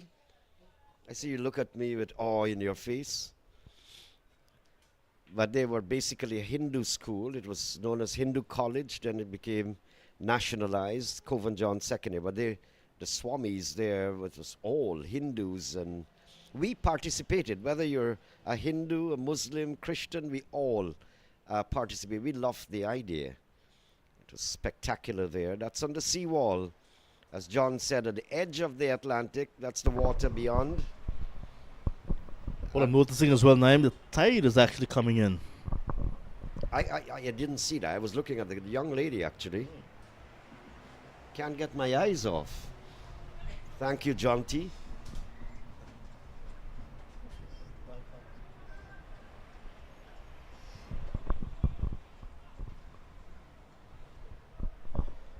Yeah, school's playing Pago today. And tomorrow's going to be public holiday for everyone to play Pago. Growing up in Campbellville, everyone would come out and play with each other. Miss again. Williams around the wicket this time. He started over the wicket to Mangal, but changing his line of attack. Looking to be more consistent just on that fifth stump line, maybe. But if he's going to do that, I think he should have had a slip in place, waiting for that flashing shot from Mangal. And thank God he wouldn't get the edge because Mangal misses everything outside the off stump. Oh. That's confusion galore. He premeditated the shot, found that it was nowhere to be played because the ball was wide outside the off stump and he's going outside the off stump. So he couldn't have played the shot that he wanted. I think he's a bit frustrated too. But give him kudos for staying around a long time, giving moral support even to the other batters. That's it. A little bit of that would do. Leave your crease for a short while. The wicketkeeper is standing back. It's a golden opportunity to come out and meet some of the deliveries. Van Lang had a word with him after that attempt of a scoop. Perhaps saying to him, just play it on its merit. Play straight, look at the V's, work the gaps. Or just find a single and get me back on strike. So Van Lang is on strike. I think he's just going to get a single here. Mangal must be very exhausted. He's been there from the beginning of the innings.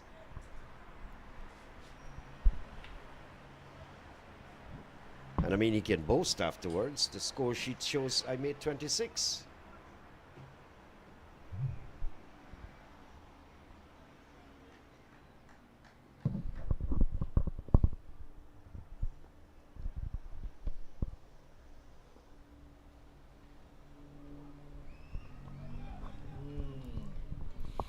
Extra bounce this time. Cutter from Maureen Williams. Mangal knew little about that one. Misser. Cutter, misser. Missed that one again.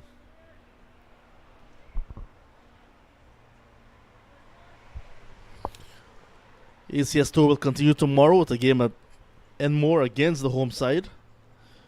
Looking for 11 a.m. start.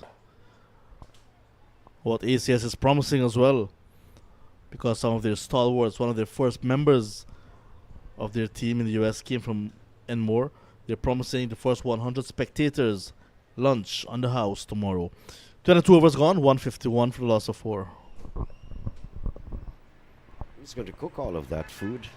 It's a lot of catering. Enmore is another ground that brings a lot of nostalgia. I described Albion as the most nostalgic ground for me.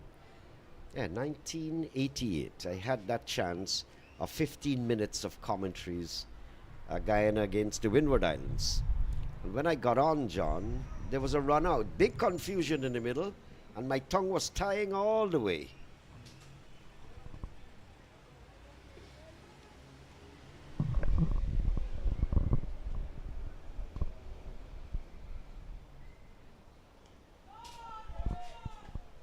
Good connection, and it goes over the rope. 6 runs. Varun Mangal quickly into position for that slug sweep. And he gets the rewards. 157 now for 4. Well, it's refreshing. Good to see him do that. He connected well.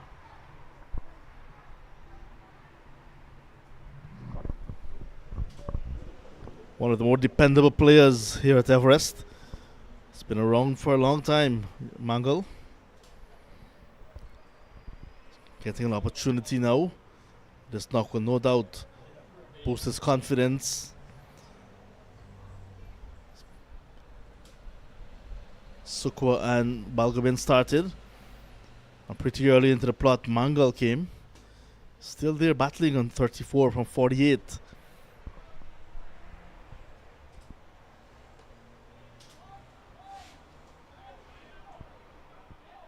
Square of the wicket on the offside. Just a single, so that'll bring back Mangal in strike.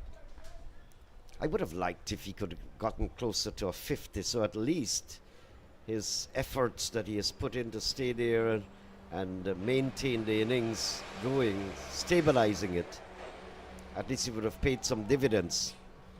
Van Lang is anxious to come down back. Just one delivery left, so he might as well stay there. One piece of the action, Jonathan Van Lang.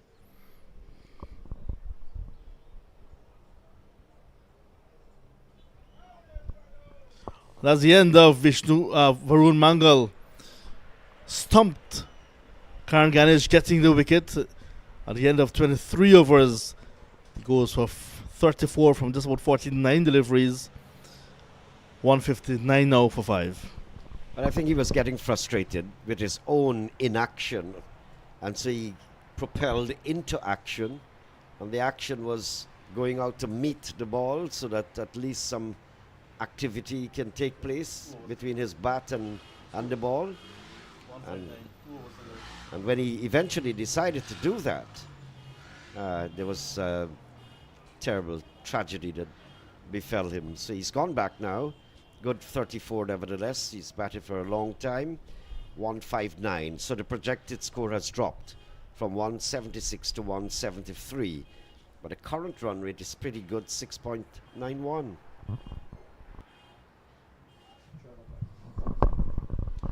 New batter, former Guyana on the 19 player, Troy Gonzalez. With just 12 deliveries to go, himself and Van Lang, I'm sure, will be looking to at least 15 runs and over. They're very capable. I want to sing a song. We want Harry. We want Harry. Are you hearing us out there?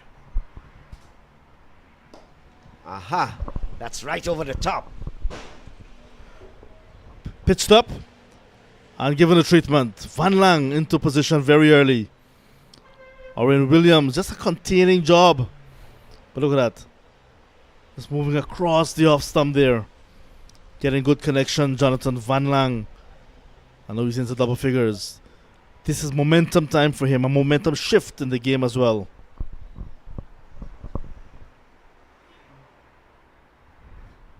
Cleanly struck there by Van Lang. He's very strong. Strong young man. Little bit of a threat here. I think Jonty is going to take his cameras across just in the Atlantic Ocean.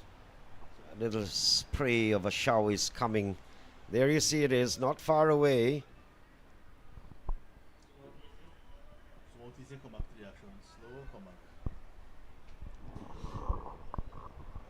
Oh yes. Pretty much on its way. Look, someone running from the rain on the seawall. Van Lang awaits Oren Williams. He tried to hit that over the head of cover point. And took the inside edge.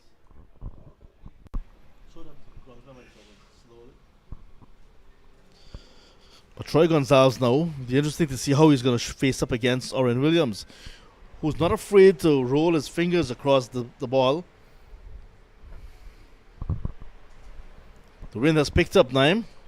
And I'm surprised that the umpires, they know the conditions here. You don't wait until the pitch gets soaked. And they should have just halted for a short while. In the air. What Floored. is happening there? Floored? Ashke Humraj coming off the boundary at long on. Couldn't hold on. I see the covers are being summoned now.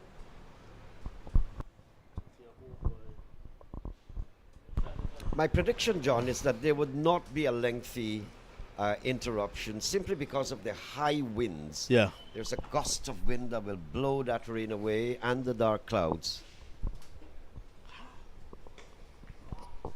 There goes Van Lang again. And that one has cleared the ropes by some distance.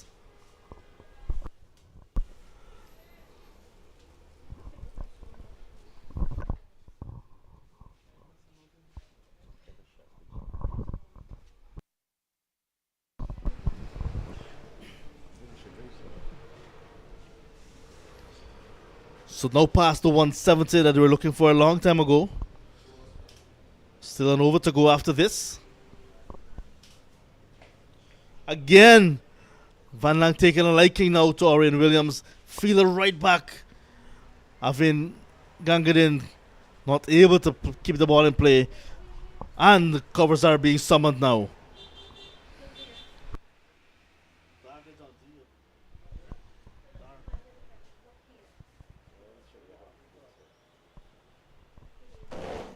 So it's rain outside. I don't predict this will be for very long. And while there's rain outside, there's Pagway inside.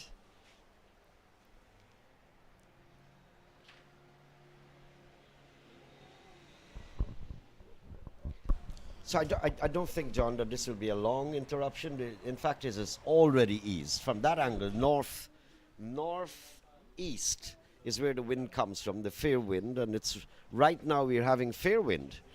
So it's very, very likely that because of the high winds that will be blown away. And already there are signs of that.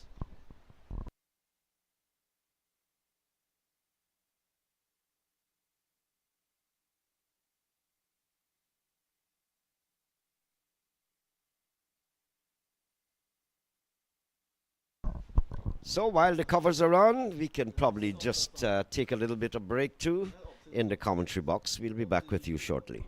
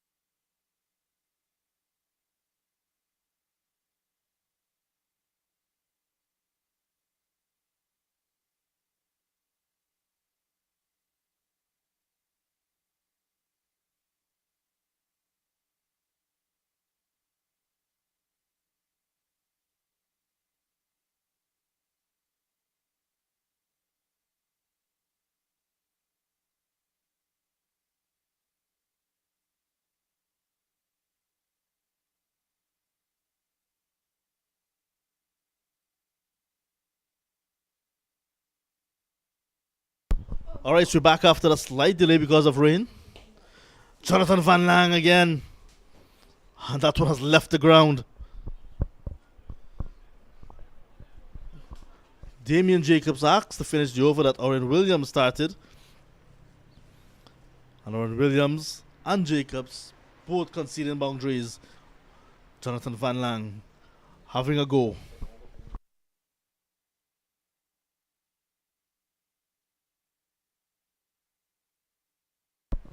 So we're down to the final over of this Everest innings.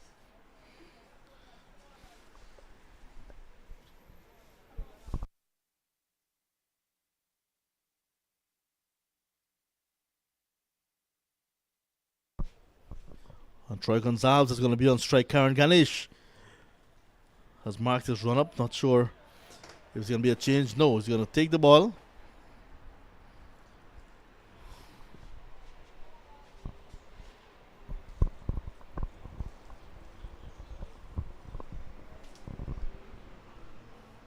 Right, Troy Gonzalez to face up to Karen Ganesh. We'll have to reload that one. White signal by the stand-in umpire.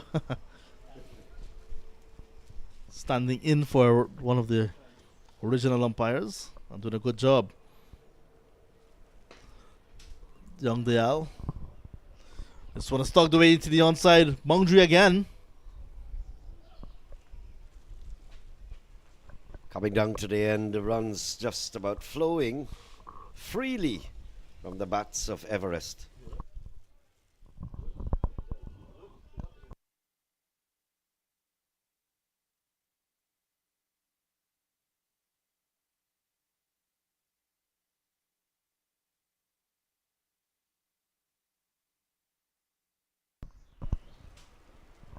So cricket in the middle, and there's our producer John Ramsing and his little beauty, and another beautiful shot all the way. Good attempt there on the boundary ropes, but it evaded him. Into his hands and out again. 6 more maximum. Yeah, good attempt by the fielder down on the boundary. Looks like Randall Wilson is out there. Not able to keep it in play. 200 almost on the board now. You should be making like 200 children, John. Beautiful daughter. Hello. Well, thank you, Naim. I guess you know where the good looks come from. I was coming to that. This could be the 200 now.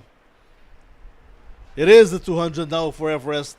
Courtesy of another massive hit from Jonathan Van Lang, who's closing in on a half century of his own. Everest now 203 for a loss of 5 in the final over.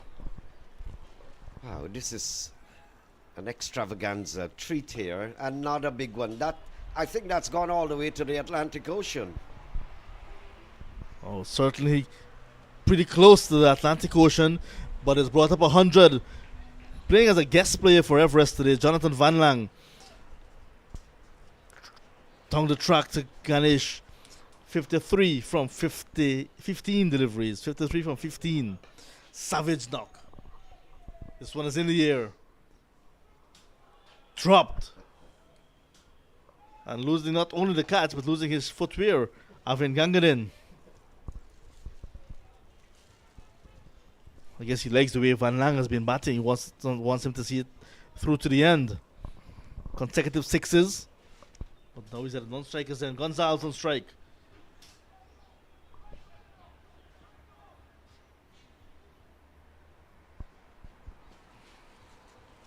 So 220 innings and quite a total now being posted by Everest. Everest asks to bat first against ACS as they continue their standards tour of Guyana. 212 for 5. Van Lang 54 in the end from 16. Gonzalez 3 from 2 and a mammoth total being posted. Karen Ganesh 3 overs 1 for 40, taking a little bit of a beating in his final over especially. It means that ACS will need 213 to win. An uphill task, Naim. Very uphill. It's going to be a very, very hard ask for them to get to those runs. Yesterday they could not get 143.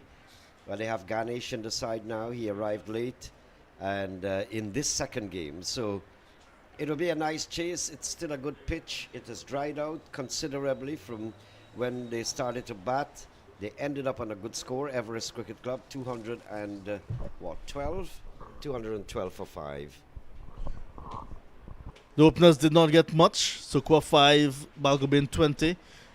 But Mangal stood around for a long time. He stuck there for a long time to get 34. Jonathan 4, quick fire 42. Sinclair, the captain, 12 deliveries for his 24. But look at Jonathan Van Lang. 54 from 16, 1 4 and 7 sixes. 212 for 5. And the ball in Carmichael, economical as ever. None for 11 from his 5. Keon Lake, the other off spinner. None for 33. Wickets now for Suresh Danai, 2 for 26. 1 apiece for Damian Jacobs, Orion Williams, and Karen Ganesh, despite being expensive. 30 extras in the innings as well. At this point in time, we'll have a chat with Moin Khan. Moin has been looking on at the game for a long time. Moin.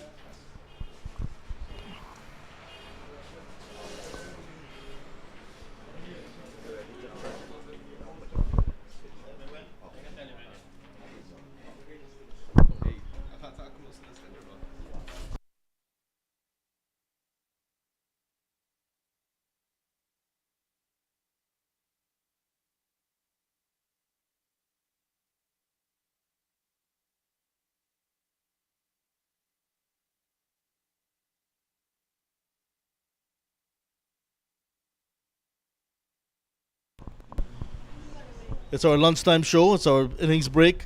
We're taking the opportunity to chat with Moin Khan. Moin, I know you've been part of the ACS team, but ACS now in their game against Everest, 212 posted by Everest. Your thoughts on the total that Everest put up here today? It's definitely going to be a fighting total for them. That's a lot of runs, especially in the back end of the innings. A lot of loose balls, a lot of boundaries to score throughout the end, especially in the last over there from Van Lang. Yeah. He scored a lot of runs in the last over there. Made a quick 50, so that turned around the whole innings. So yesterday, 143 is what Luzignan posted. ACS unable to get 144 for victory. What do you think are your chances here today at Everest? Well, the second innings hasn't started yet. If 212 could be posted by Everest, I don't see why we couldn't be able to contend. We have the batting for it, just more so of us to click. Once we click as a unit, it should be possible. All right, so let's talk a little bit about ACS and yourself. Tell us about, first of all, your roots in Guyana. Let's hear about that. I'm from Barbies, Hampshire, to be specific, the village. I left there when I was 4, and I've been living in New York ever since. Yeah. So all of your cricket basically is in the US of A, not in Guyana.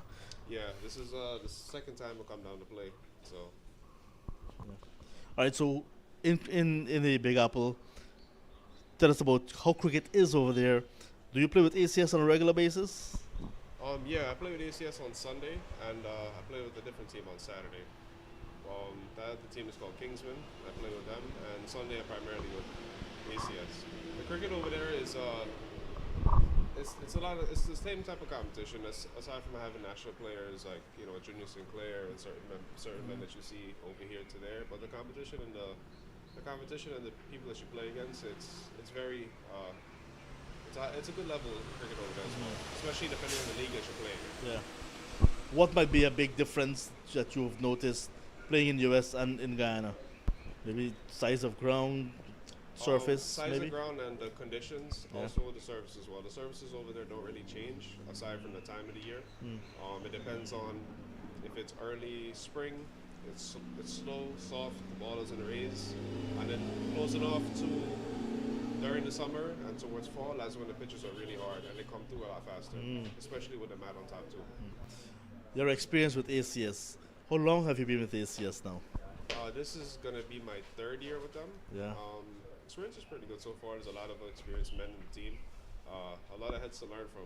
A lot of guys such as KG, even Uncle Terry, Zaman. Those are guys with a lot of experience that I like to grasp around to pick their brain and know, what they know, because they have an old school cricket mentality. Trying to combine it with new school cricket mentality is a that you could do if you use both at the same time. Right, right. As long as defensive and attacking mentality as well. There's a lot to learn with the game when it comes to being around Yeah. ACS. Right. And I know ACS has been perhaps the team that everyone is looking at, especially the feat that was performed in 2024, winning the double. Were you part of that historic moment? Yeah, actually, I was. For the Sunday Championship, it was me and Trinson that brought it home toward the end. It was a pressure moment, but at the end of the day, you got to hold your composure and get through it. So it was nice to lift that trophy, knowing Yeah. that throughout the pressure moment, we lost 2, 3 quick wickets, and it was just up to me and Trinson to win it. Yeah. So speak on behalf of the other guys. What was the mood like when the moment came? It didn't hit me, Yeah. it didn't hit me until probably the next day. Mm. Yeah, it was just Just a, jubilation for everybody else. yeah. Maybe just another moment for you in your cricketing career. Yeah, definitely a learning moment too. Yeah. To learn from that type of situation how to carry yourself for Yeah. the next time. And in terms of the professionalism and so on with ACS, how do you see that really changing or affecting your life? Yeah, My life is yeah. um, I knew what I was coming into, so I just knew that I would adapt to their standard. There wasn't much that really had to change for my aspect of things. It's just more so of gaining the respect and letting them know what I'm capable of Yeah. when the time is there. Right. I know you mentioned you left Guyana when you were just 4 years old. I'm not sure how long ago that was, but who's still in Guyana for you? And I still have some family there, but I have a lot of family that moved from here to go to America as well. Yeah. And it was roughly 19 years ago, I think. Yeah. So yeah. yeah. So what is it like coming back home now? Oh, it's beautiful, man. I love coming back all the time, especially the weather and the cricket, especially too. Yeah. And it's nice to see the change. It's Yeah. a lot of change from all the years. Every year I come back, there's something different. Yeah. So that's what I love seeing. Yeah. What about the food? Oh, I love food, man. You can't get me wrong on that. The fried rice is the main thing. Yeah. I know sometimes it's a heavy dose of curry. Have you ever get fed up of the curry at home? Nah, you can never get fed up with curry, man. Yeah, it's always good. All right, so let's take a moment because it's a long tour. Just the second day of the tour. It's a long, 12 days, hectic days. 10 days, 12 matches. How's the body? I mean, are you physically fit and ready for this? Yeah, of course, you have to be. If you can't manage, then that's on you. Because Yeah. we had a lot of time to prepare for this. Yeah, And 12 games does take a toll on you. I'm not Yeah, of gonna lie. course. And that's why we have days where you rotate in and out, give other people Yeah. opportunities and whatnot. Yeah. But you always come out to try to play and win. So yeah. And there's an opportunity as well on this tour to have a game at the National Stadium at Providence. What's the mood like, leading up to that one? Are you guys excited? of course, that's a national stadium, man. It's gonna be good competition, a beautiful ground. Yeah. Definitely looking forward to that. Right. All right. So I'm going to know yesterday against Lusignan. Not the best of days for you, but I want to wish you well in the rest of the tour.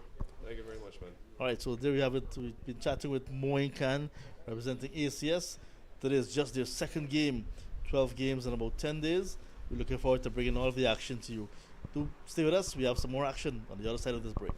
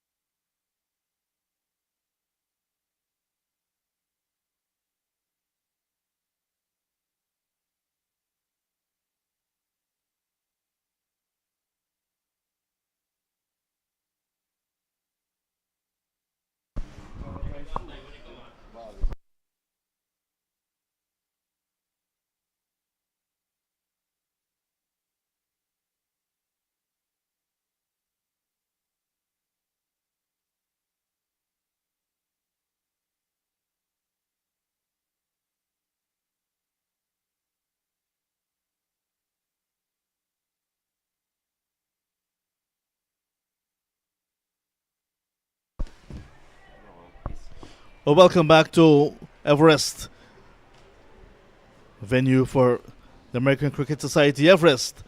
Match number 2 of their Standard Tour 2025 to Guyana. Looking at the partnerships when Everest batted. Remember, they were sent in by ACS on a sticky wicket in cloudy conditions. And this is the reason Everest got to 212 for a loss of 5. Jonathan Van Lang, the guest player, 54 from 16 with a 4 and 7 sixes.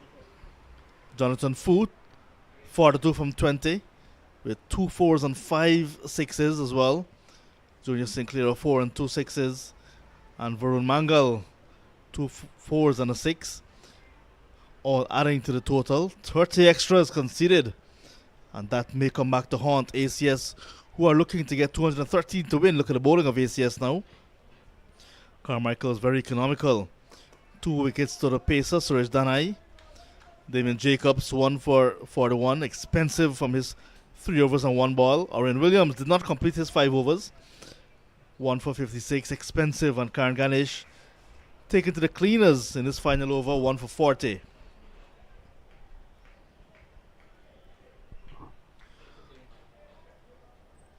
.213 is the target from 25 overs.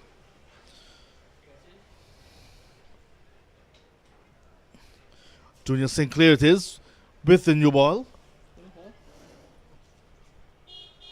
He's going to be bowling from the southern end, the Cardiff Fester Road end like we know it, on commentary box end.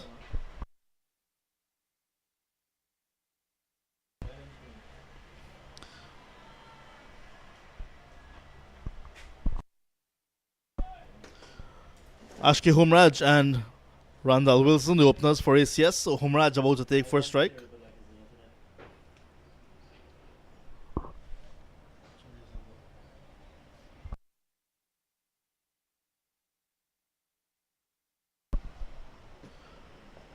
Oh, look at that. Pace and bounce. Uncomfortable for Humraj. And he's floored. Right-handed young batter from Port Morant, now living in the US of A.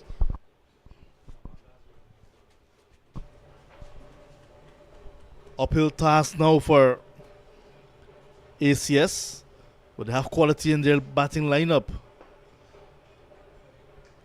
A little bit of rain wetting the pitch during the luncheon interval.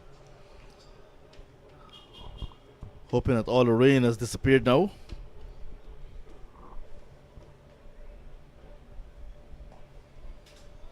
Off the mark, Humraj nicely steered backward of point. Naim's favorite cricketer, Mangal, is after it. Varun Mangal. So 2 to Humraj. ACS off and running. 2 without loss. The target 239. Windy conditions. The tide is in. Good afternoon, Naim.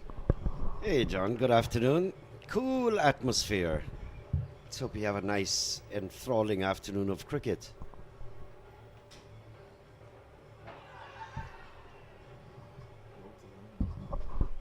Big appeal. This new ball on a pitch that is a bit wet will skid, and in the damp areas will be able to stick as well. That's why they tend to call it the sticky wicket. When Everest batted, they got 25 extras from wides, 25 wides, 2 leg byes, and 3 byes. 30 extras helped Everest 212 for 5. Stayed away nicely again. More runs for Humraj. With the rain during the luncheon interval, making this ground a bit heavy. It would not carry to the boundary. 3 to him. All runs in this over. 5 to Humraj. End of the opening over in the run chase. ACS 5 without loss. Well, I see Humraj looks pretty settled and compact. I had a look at him yesterday at Lusikna, and I know he was out of sorts. But he has certainly come back in this game. He's looking fluent, flowing, and handling the bowling also of Junior Sinclair quite simply. So I hope that he settles there, gets a nice innings. They've got to have resounding aggression before they can get anywhere close to 208 more in 144 balls. Uphill task for them. And of course, the ball just swinging around. We're going to see Christopher Harry. Yeah, he looks extremely good with that run-up, John. But Christopher is one of the personnel, may I say, of FL Sport. He works along with John. So he's a cameraman. He's all sorts of things, except a pacer. Is that right? We'll see him again in action today. He's been trying on the cricketing circuit, hoping that someone recognizes his skills as a left-arm seamer.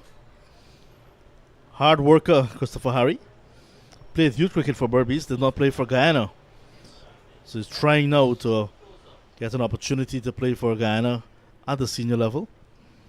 Has been playing for Everest for quite some time now, since journeying to Georgetown. Still plays for Rosignol for Blaymont Blazers in Berbice.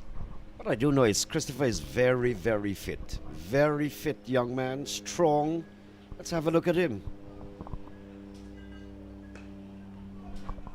First ball, chance for a wicket. Junior Sickley running back, can't take the catch. Started on target, which is very good to see. Sometimes this new ball in some damp conditions, not easy to control. But Harry almost picked up the wicket of Humraj. Yeah, Wilson trying to go up and above outside the ring.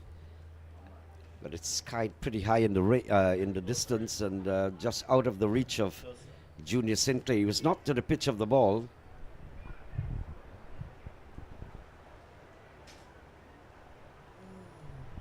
Nice save there. Good work behind the stumps.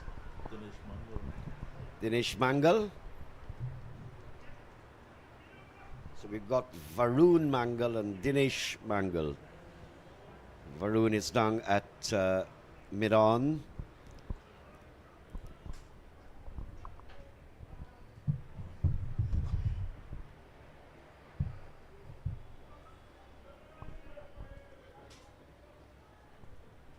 He's pretty fast. That's going to come down the leg side for 4 byes. While down the leg side, he's concentrating on a lot of speed. That's what he wants. Without direction there, Harry. So he's checking back his mark, his run-up, refocus, and let's see if he can get it straight to the stumps. Yeah, there's no issue with his pace at all. Just the direction. ACS and Humraj wouldn't mind at all because free runs being given away. The wicketkeeper sprawling away to his left. Could not pull it in. There's a short fine leg in the circle. Adrian Suko had no chance as well. Once he's on target, he gets the batsman into motion and struggling to defend. Good ball. And Humraj just coming onto the back foot. He's wearing a helmet now, Humraj. Onto the back foot and was barely cramped actually for space. Good delivery. Good strong approach to the wicket, Harry. Bowling left arm seam, something that the Caribbean needs really. This one's flicked away by Humraj. Runs for the right-handed batter. Good work from Jonathan Van Lang. Had to cover some distance from square leg to deep backward square. Saved the boundary. Good work there from Van Lang. He's young. He's pretty bulky, but moves with a lot of agility. Had to come around very quickly because that fired off of the bat and had to cover a lot of ground to save that from going into the boundary.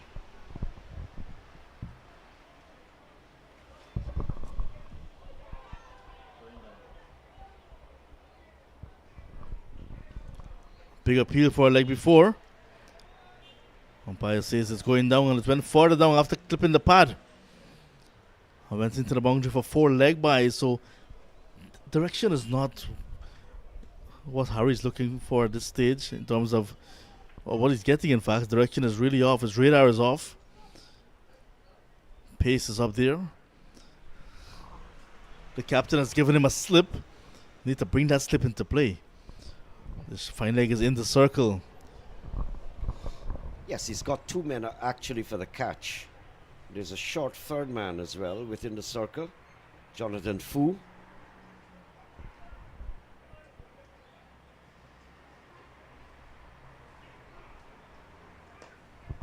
Great shot there, super shot. Actually, Hamraj, just a blistering cover drive, beating the gap there. Beautiful shot, 4 runs. Full and wide. Overcompensating because he was previously down the leg side. Overcompensating and giving the treatment. Finding the gap nicely is Hamraj on the offside. But Hamraj didn't impress yesterday at Lusignan, but I dare say he's a kind of flowing, nice, fluid stroke play here.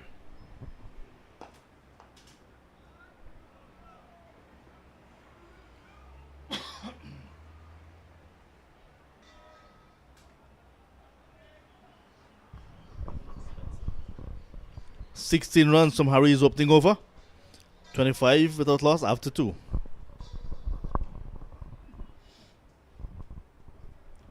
Well, anxious moments here for Harry. I don't know if we'll see him again. He works at nice description, John T. He puts a lot of energy into his action, whether it's fielding or otherwise. But it was absolute energy in the first over there. Not necessarily getting the direction right. 16 runs coming off. Some spectators in the stand enjoying the afternoon action. Parents coming out.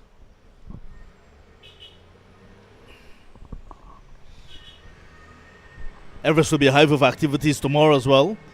The Guyana Hindu Dharmic Sabha will be having their Pagor event on the lawns of Everest tomorrow afternoon. That's a tradition that has been going on for a number of years.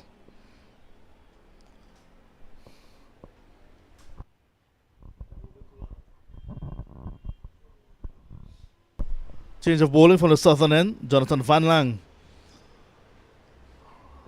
Good youngster. Good control he has shown over the years as well with the ball. Yeah, he's an athlete. And I hope he works a little bit on possibly just shedding some weight. Get trimmer. He's a batter. He's a bowler. He also is an Olympian. So, interesting youngster, 19, shedding some weight and put more body into the system, so to speak. Get more results. He's got time on his hand. He's got ability on his hand.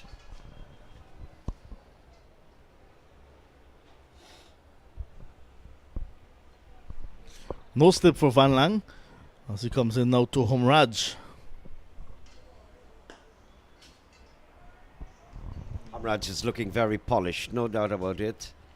Looks compact, he's flowing. Oh, it's time for you. It's your time. Chasing quite a hefty target there.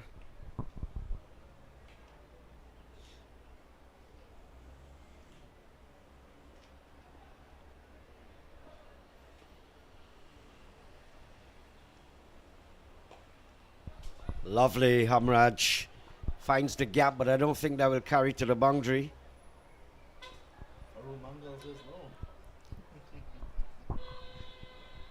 Arun is pretty quick on the field too. He's short but dapper. He moves with a lot of agility. Batted for a very, very long time in the Everest innings. Well, all the time, actually. You mentioned of his fitness when he was batting. He's showing that again in the outfield. Varun Mangal. Oh, what a beauty from Van Lang. Beautiful. Just tempting the batsman outside the line of the off stump. Mangal was caught in two minds. And once a bowler gets you into that mode, where you're decisive about which stroke to offer, it means it's a good ball. Right on target. This youngster can bat. Got it on the bounce there, steering it between cover point and cover down to the boundary for 4. Beautiful shot, John. Yeah, using the width that was given to him and just steering it nicely. Good use of the risk. Had to reach it, but got good connection from the middle of the bat. Homraj represented Guyana on the 19 level in 2014. Brian Sattar was the captain of that side, but Homraj, along with Kimo Paul, had to come and stabilize or even rescue the Guyana middle order, the Guyana side, after the top order was blown away. Done so on many occasions. Got into the 70s pretty often, along with Kimo Paul.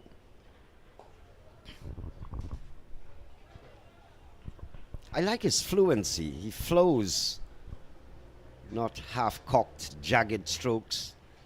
But you can see the full flow of the bat. Nice batting there. He's gone to 22 off 17. Wilson, just one delivery faced. He got a single. So I don't know what you make out of this. They need 108 in just over 100 balls. A lot of runs to get with limited time.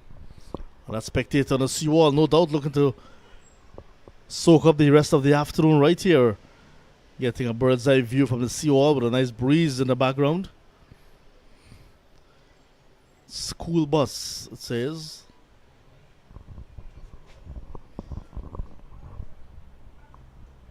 He's not a schoolboy, though. Adult education is a real thing. There's a youngster with him. Maybe he's just a driver. Gotta keep an eye on that youngster. He looks wicked. So after 1 over, 16 off of that over, no more hurry. At least not for now. Troy Gonzalez at a youth level. Troy would bowl some leg breaks. He's actually running in now, perhaps trying to utilize this new ball. Harry did not make use of the new ball. Let's hope he gets another stint coming down later. Junior would have a word with young Troy Gonzalez.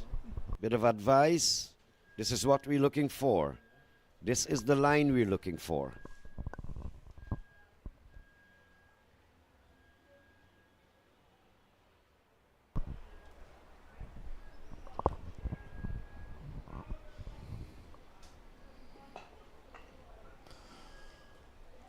Right up. Beautiful delivery to start with. Gonzalez. So you've seen 4 bowlers already being used by Everest. ACS used 6 bowlers when Everest was batting.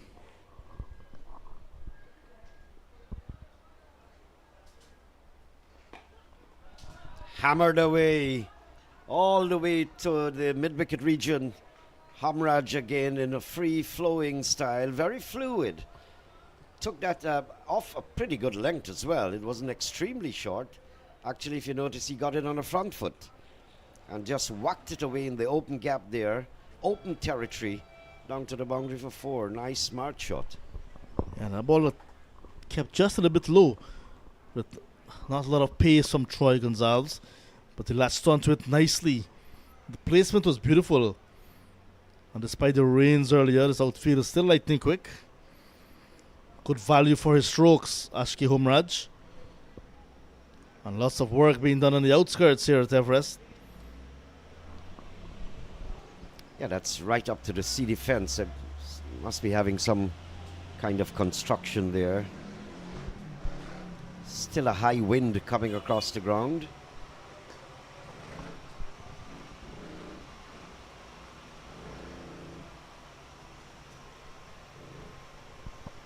Just look at the bottom of your screen.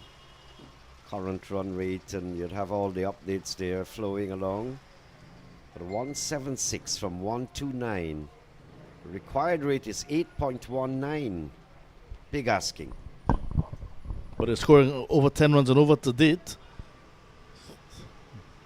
But if if a few tight overs can be strung together, that equation will change quickly, drastically.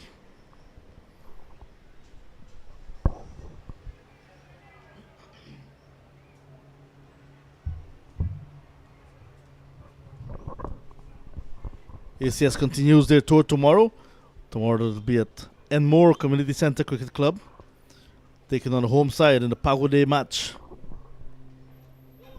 Inside edge. That will come close to the boundary. Sukwa is after it. Just pick it up inside of the ropes, but he was not in absolute control there, Hamraj. Looking for the off drive, took the inside edge, just a bit wide of the crease. Quite fortunate it didn't go onto the stumps too. Good bowling from Gonzalez, forcing Humraj to play a rash stroke and a false stroke. Almost resulted in a wicket.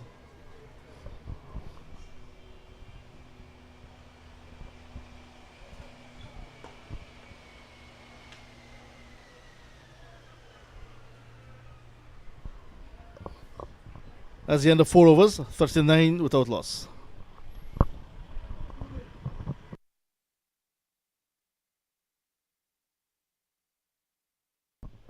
In preparation for the Pagwa ceremonies and Mela tomorrow right here at this ground. And all the preparations starting there, the tent men just about getting their stuff together.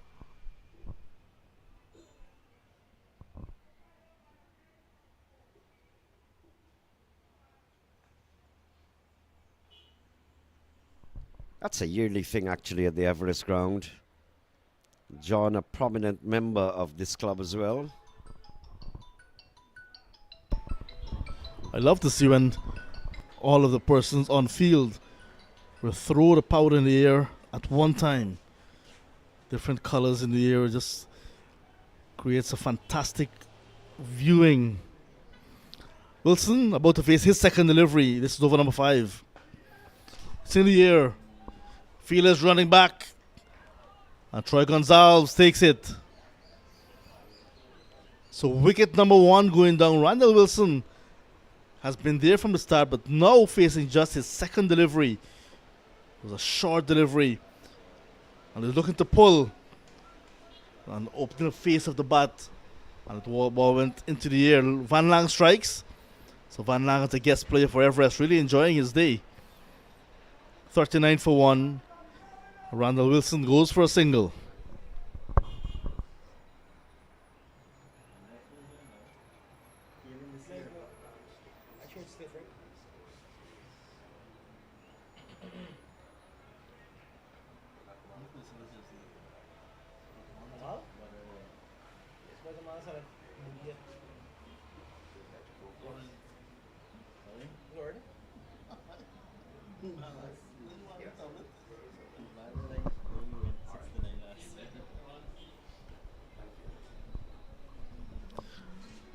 It says Benny 22, but it's not Benny. It's Orion Williams, former first-class player for the Jamaica Scorpions. The 32-year-old making his way into the middle to join Ashki Humraj. This is over number 5.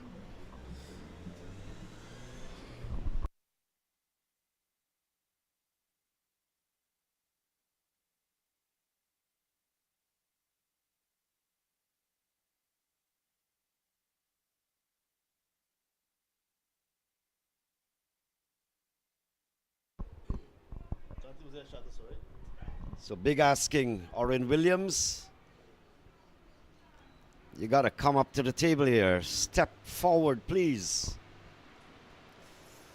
49 for 1 is not by any means, in any standards, a comfortable position.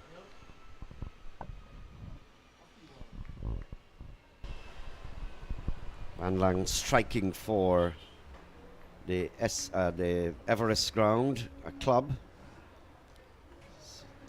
So that is what you need, because there's a pending cloud just accumulating there on the northeastern end of the ground. We'll have to wait the signal of the umpire. So Williams off the mark on tour. Yesterday he went without scoring against Luziknan. While the weather forecast is saying there would not necessarily be great downpours, we're seeing a constant setting up of rain. A little flurry of showers came down just about an hour, 2 hours ago, and delayed the resumption of the game. And another set is gathering there. Wide. No signal from the umpire.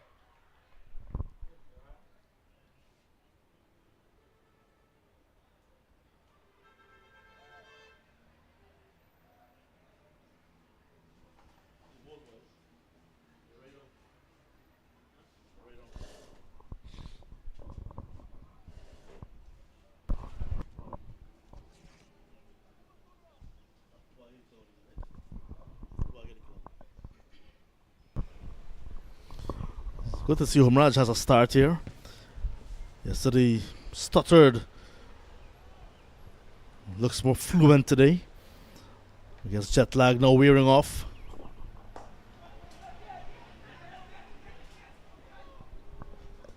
Quick single. That was a hallmark of when he was playing for Guyana at the youth level. Took lots of quick singles. Played all around his wicket as well. That one just playing around his pad. I must say that can be described as a smart single. There was a man down at Orthodox Medan. Hamrad struck it quite forcibly. You had to make that decision whether you're going for the single or not immediately upon striking the ball. And good response from his partner too, Oren Williams. That kept a little bit low. Very low as well down the leg side though. Wide. Yeah. Beating the keeper as well.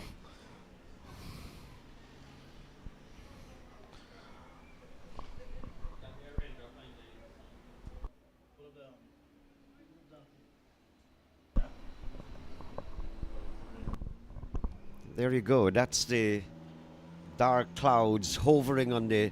That's a dangerous spot. Northeastern side. There's where the fair wind comes into land. And the fair wind is blowing right now. So if the clouds are dark there, hovering very low, it can possibly come again.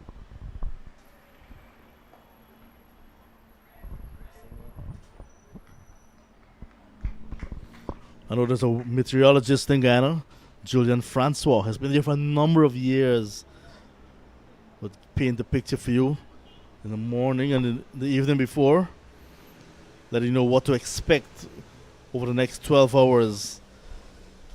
So your description there a moment ago, Naim, reminded me of Mr. Francois.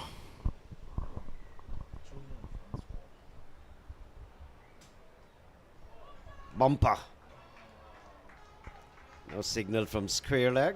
So there's a warning though to Van Lang. That's the end of the over. End of over number 5. 47 for the loss of 1. Yeah.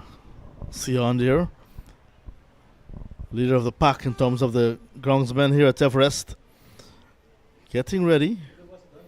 It's been a very busy day for the ground staff. Mr. Mack alongside, directing some traffic as well.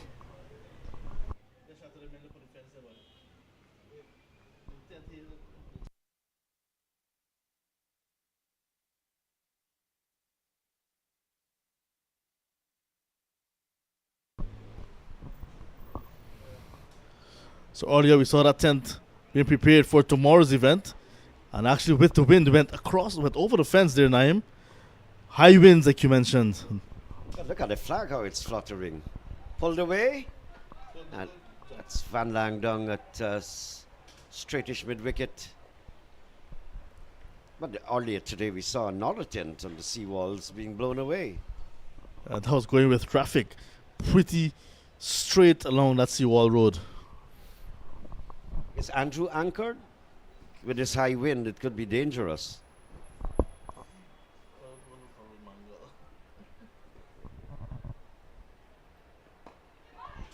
That's not a good offer there from Homraj. I think he was taken by surprise. It kept a little bit low as well, but he offered an airborne shot. Safely dropping, of course, but not a good offer there.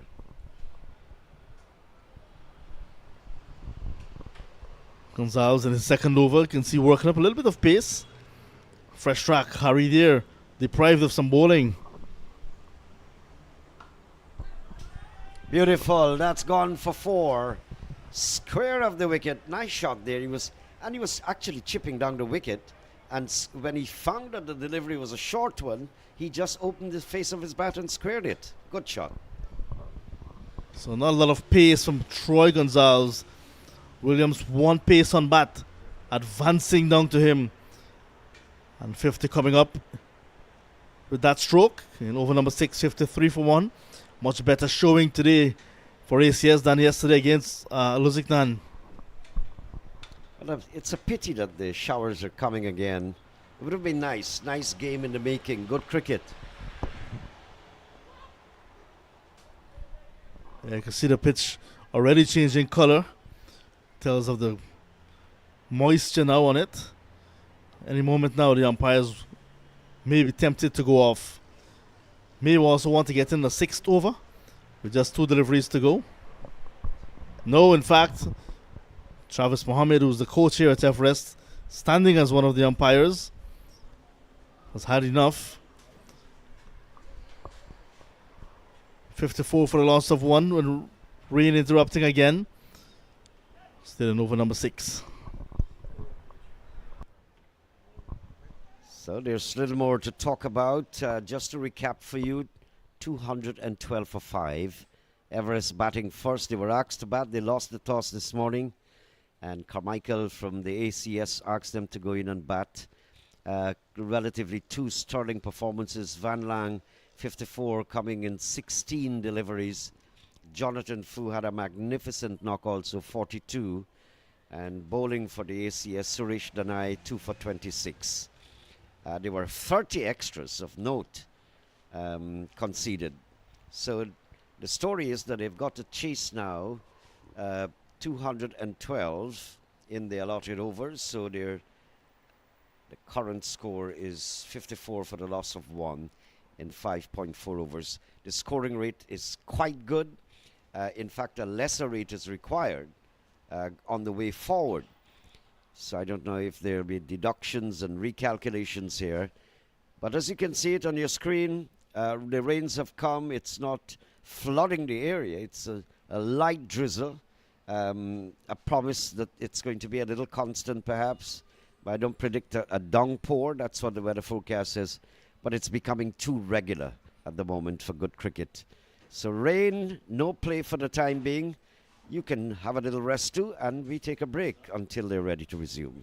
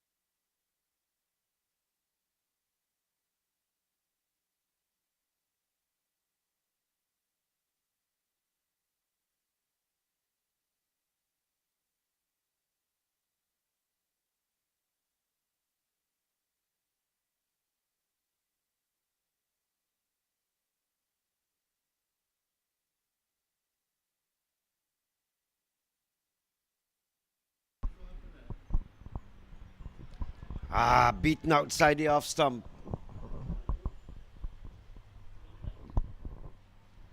Yeah, here is Harry. Harry has come back. Good delivery. And just swinging, beating the outside edge there of Hamraj.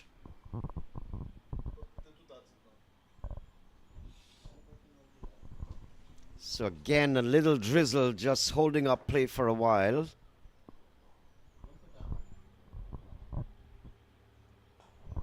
Beautiful shot, up and over, beating the circle there, over the cover point region, and down to the boundary for 4. Good shot there, Hamraj. 54 for the loss of 1. So Harry on the resumption. You're looking at a picture there, a back of our commentary box. That's our top school in the country. It's not a fire, don't get worried. All right, it's the Pagwa celebration, and apparently they have the water tender, and they're splashing water, and the children are having a bit of fun. That's our premier secondary school, Queen's College. Nice shot, boys.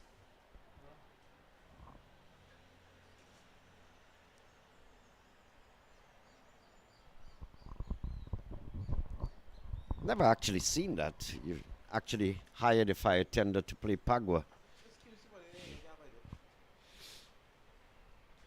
Junior Sinclair will continue from the southern end. He's bowling into the wind. Behind that wicketkeeper is the Atlantic Ocean. That's the northern side. And look at the flannels of Sinclair fluttering away. And you know exactly the kind of breeze that's coming into the commentary box and across the field.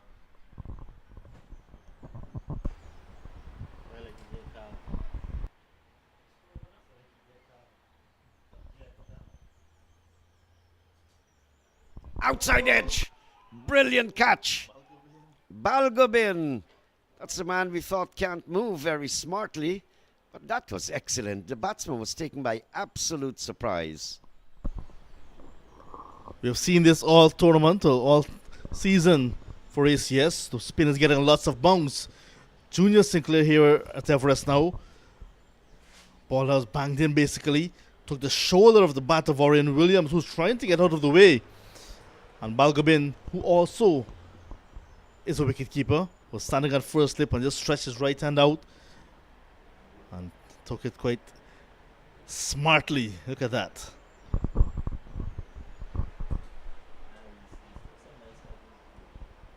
Yes, the ball popped on him, and he was in all discomfort there, Orion Williams.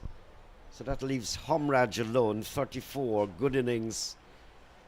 The wickets tumbling a bit here. 2 wickets gone, 58. So look at the ratio there, 155 in 113 balls. They've got to get someone who can do something. And that guy that is coming in there, Kevin Bodie, is capable of that. Teaming up with Hamraj, it'll be interesting to see how they wriggle or wiggle their way out of this problem. It's a good wicket for Sinclair to get as well, because Williams was beginning to open up his shoulders just before that break for rain.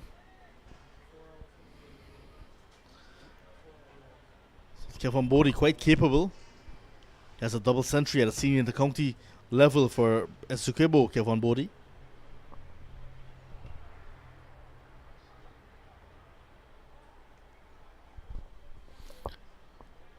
Pagwa, the Hindu Spring Festival, really is a big thing in Guyana and some parts of the world. Naim Chan as well, playing Pagwa in the com box. Yes, your little daughter. I thought she was actually going to slap me. There was no kind of emotion rubbing this thing on my skin.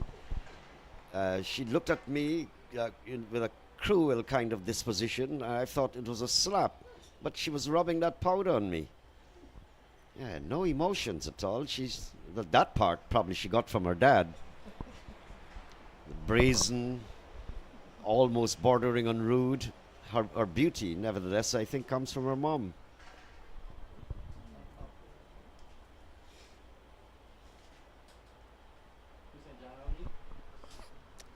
in cricket, leave alone, is actually a shot, then you ask yourself, does water have taste? Yes, it actually does. So no expression is actually an expression as well from little Alyssa. I guess there was absolute love in her heart. Shot. But there's a long off in Van Lang. He's going to come in there on your screen now. That's a single. Well, John, I'll tell you something. I absolutely understand how you feel. I have daughters, 3 of them, and nothing will separate me from them. It's just absolute love. There's a tenderness in that relationship. The boys are tougher. They can face things by themselves, but you're always overprotective of your girls.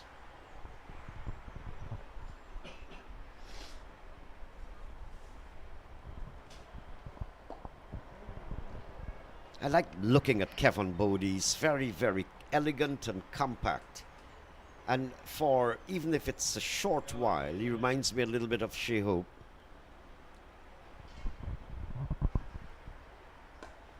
There you go. Powerful shot.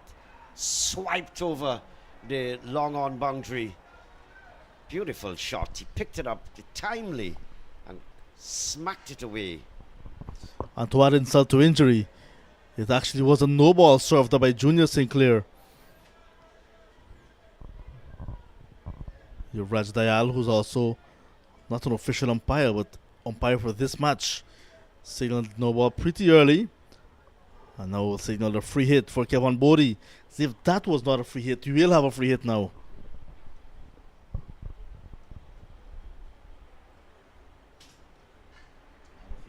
He'll get 4. Nevertheless, his side will get 4. I don't think he got a nick onto that. And actually doesn't have the legs to reach into the boundary. But there you go, wide. So free hit still stands. This time it will be Humraj who will have a go. Ashki Humraj beginning to look like his old brilliant self with bat.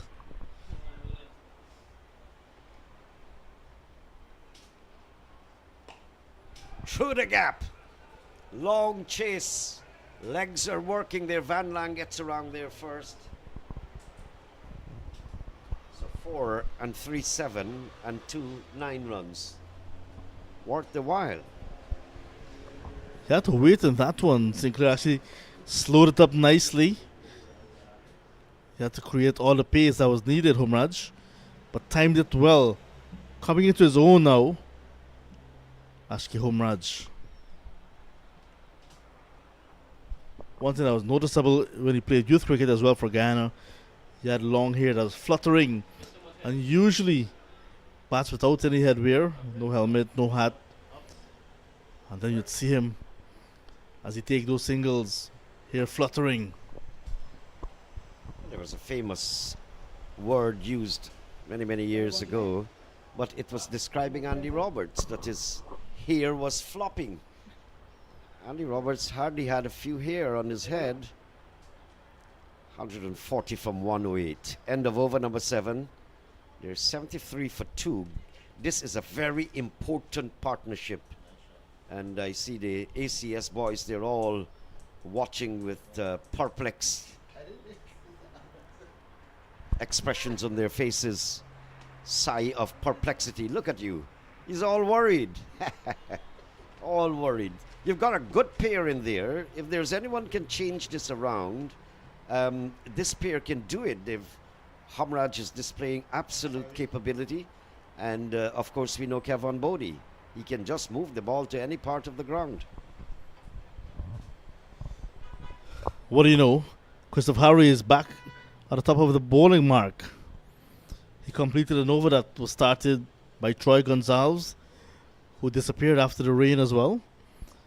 Harry is back. This is officially his, because of the way cricket has gone, this is his 3rd over. That 2 balls that were bowled there, actually count as an over for Harry. So now it's going to be his 3rd over. First over for him went for 16. The 2 balls went for 4.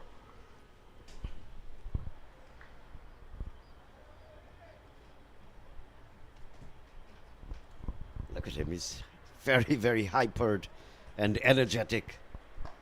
There you go, Kevin Bodie. That's a cricketer.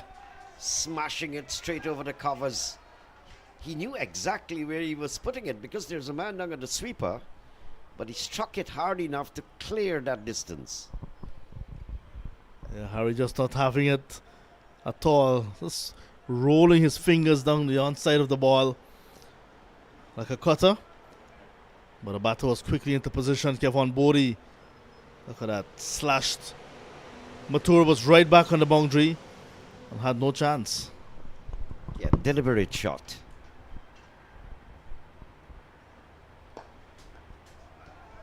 Excellent work, extra cover.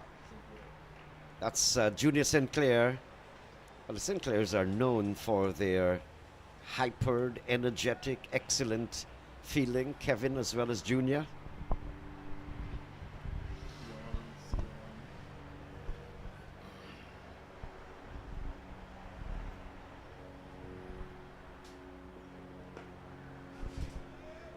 Bodie looks extremely composed when he's batting. That's what I like about him. And even if it's for a slim moment, as I mentioned, reminds me a little bit of Shea Hope. Stature, style.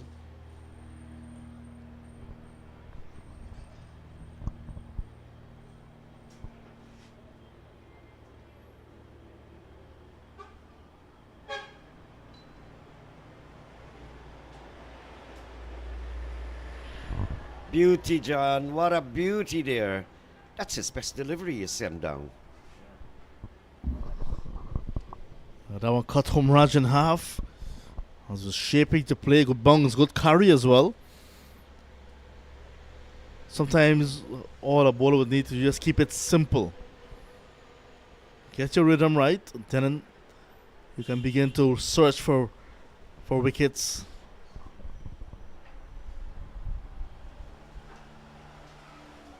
Nice fielding. This time from my boy, Mangal. Good work, Mangal. Too short this time and too wide as well from Harry. Maybe not the length, but the width that was afforded caused Humraj to really cut and cut hard. But Mangal said, no, not today. He's a trifle short of a good length, Mangal. Like so many of you fellas in the commentary box. I'm not talking to Jonty here.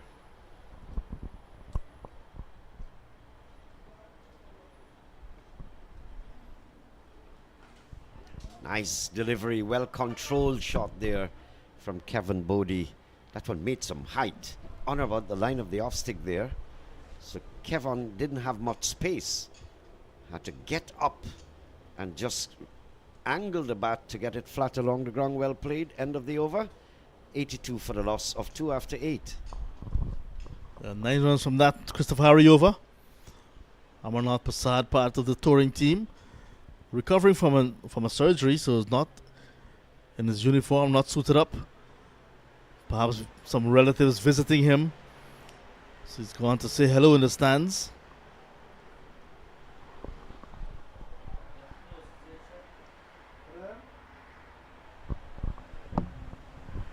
I like to look at the Guyana flag fluttering, and it's even in the background there it was.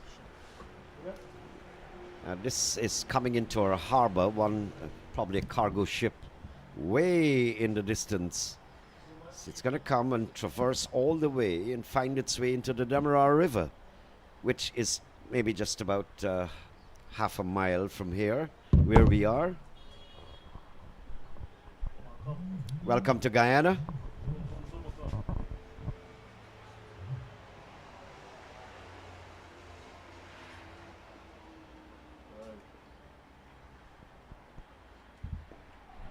Good ball, Junior. Well played too, Kevin Bodie. Show some respect. You've got a good ball, you have to show some respect. And I'm seeing here that Junior Sinclair is going to spread the field as much as he's allowed to, because both batsmen are in apparent good nick.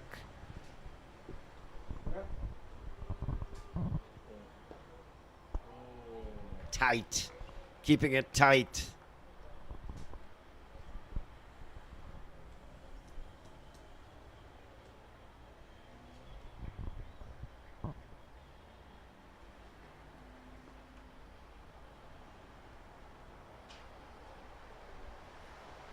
What a beauty there, Sinclair.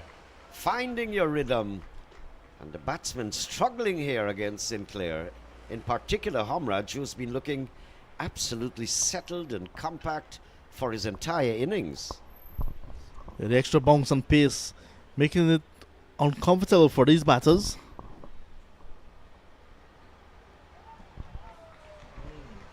Fat Boy is efficient there in the slip cordon.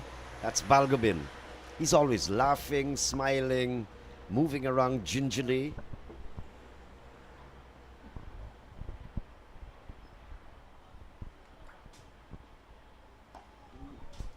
Absolutely good over here from Junior Sinclair.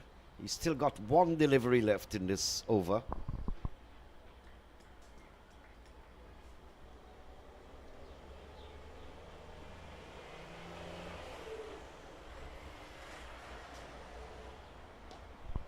That's gone all out of the circle there. It's a huge shot there from Hamraj. He picked up Sinclair. I like this battle. Absolutely brilliant cricket. Junior Sinclair having Hamraj in all sorts of trouble, and all of a sudden Hamraj gets one and he takes advantage of it. Lovely weather, lovely ground, lovely stroke play, lovely bowling. Absolutely great cricket. End of the over.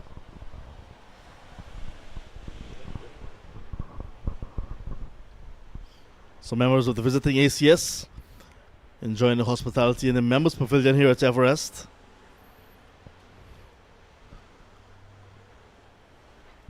Manager Terry Hastu and some of his relatives there as well. I can't see Terry Hastu's face, but you can tell that that's his shirt. I saw him earlier. Sets high standards, you know. Very high standards, I know.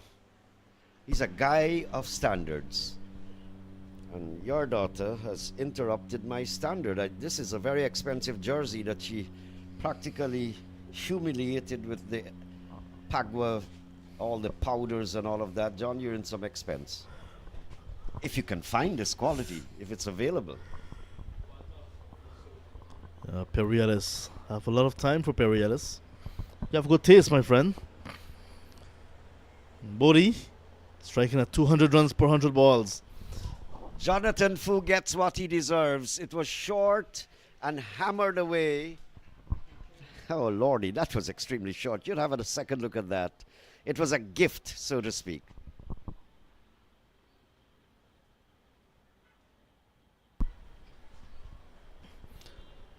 Take nothing away from Jonathan Fu.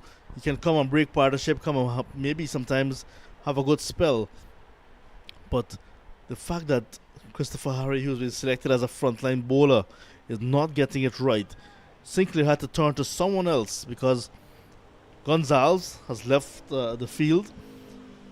Had to turn to someone else to get an over in or a few overs.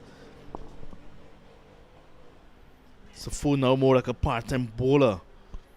Started with that ranked long hop and immediately Bodhi taking advantage. But he's very experienced, and that's what I like about Jonathan Fu. He gets into the game very quickly. He's going to work things out. He's got a lot of experience. And Kevin Bodie would have a job here to do. He's already did what he had to do with first ball 6.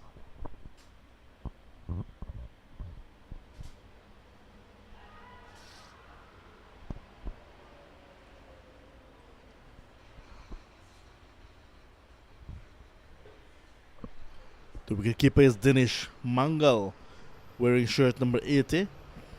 Former West Indies captain and wicketkeeper Dinesh Ramdin wore shirt number 80, but is still playing for West Indies Masters. And today is his birthday, actually. So happy birthday, Dinesh Ramdin. Cut away, well fielded. That's my boy. Varun Mangal again. But he saved a few well runs already. And he got into the 30s when he was batting.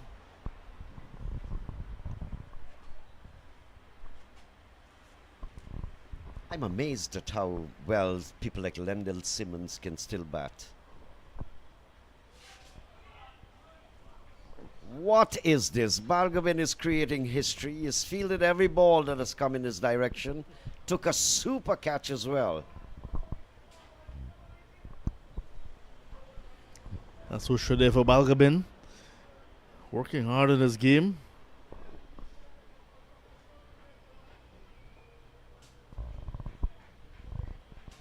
Sensible cricket. Jonathan Fu has tied them down. So what about nicking it around the corner? Getting a single here or there. End of 10, 96 for 2.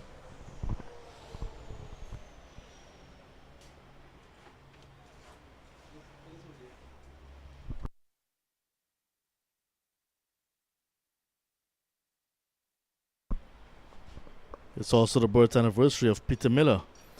Those of you know CPL, the media officer for the Caribbean Premier League.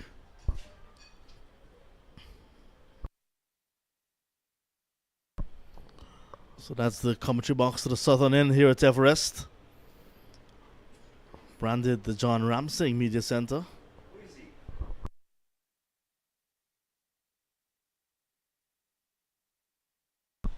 Time for some leg breaks as well. Nichinan Matura from canal number 2 will pick up the attack.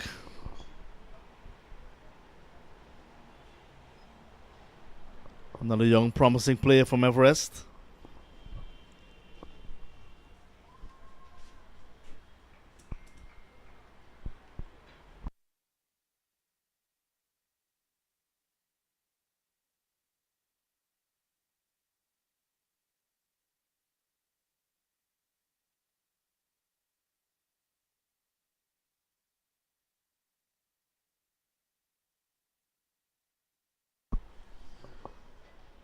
Matura. A leg break. Coming in from the southern end, the John Ramsey Media Center end.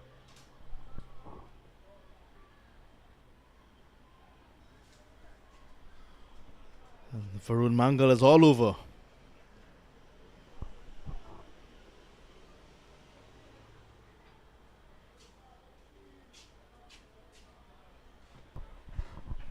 I was just Googling up who is John Ramsing. Well, I can give you that answer. He's Guyana's best producer of cricket. Fantastic work, John.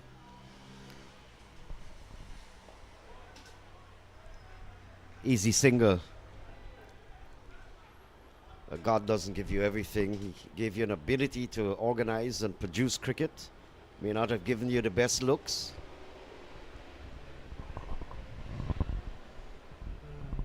You agree with that, Sean? Sion Bovell? He gets paid by you, so he's very adamant that's a wrong statement.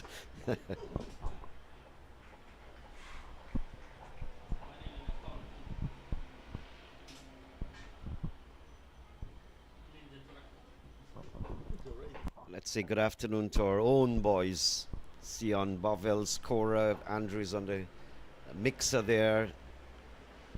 And we've got John with us on the camera as well. John T.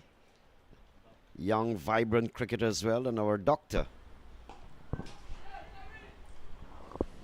Straight down the throat of Christopher Harry, who's right back at mid-wicket.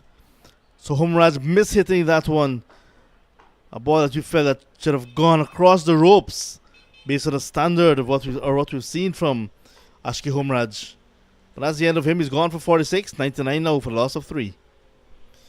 Got the leading edge, the top edge, and the ball ballooned in the air. There's Christopher Harry. Comfortable catch in the end.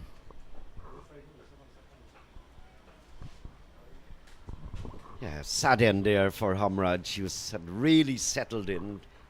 Really a magnificent knock from him. I'm very impressed with his style, his determination. It's a pity too. Kevin Bodie was looking forward. 23 off 15 balls, Kevin Bodie, and 46 off 41, Akshay Hamraj, just forming the connection there in the partnership.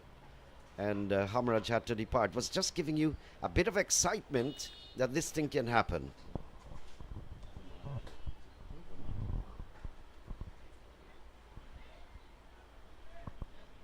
So another Jamaican making his way into the middle. Ramal Lewis, former West Indies under 19 captain. Lewis actually played when there was because of the franchise system, played for the Guyana Jaguars as they were then. So played franchise cricket, first class cricket, listed cricket for Guyana before playing for Jamaica. The Jamaican. I'm always pleased to give any option to Jamaicans. I like them. They're fair-minded people. Very, very fair-minded. And they can be otherwise too when they settle in on you. He looked pretty well yesterday at Lusignan until he got out. Yeah, given out like before. Might want to send that decision upstairs. But was given out on field, umpire Degar. That was the end of that. So the 100 coming up now in over number 11, 100 for 3. Lewis off the mark. So new partnership and now we will have to develop between Bodie and Lewis. So remember the target is 213 from 25. 11 gone, 100 for 3.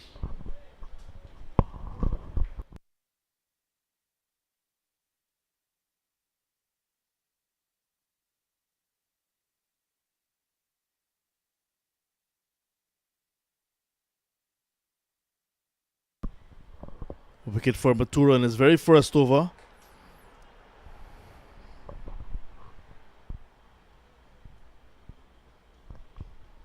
Robin Williams played against ACS yesterday, but he played for Lusignan. Got a first ball yesterday from Tristan Carmichael. He's having a look at the game today. Did not see much of it yesterday.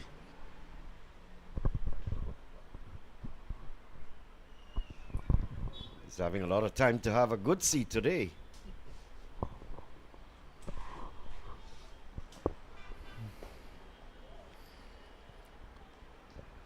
As we saw there, the Pago village taking shape for tomorrow. If you're not at Enmore, where cricket is being played, you're invited to Everest.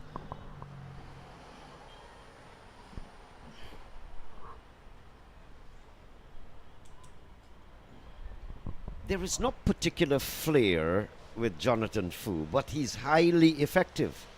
No big style, but very, very effective.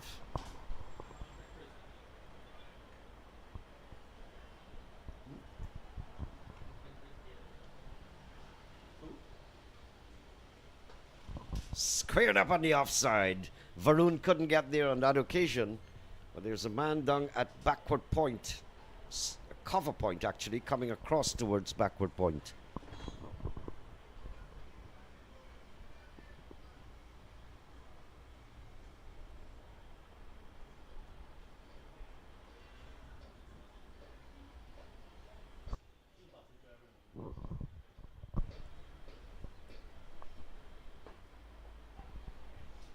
Getting towards the halfway stage in terms of overs for ACS.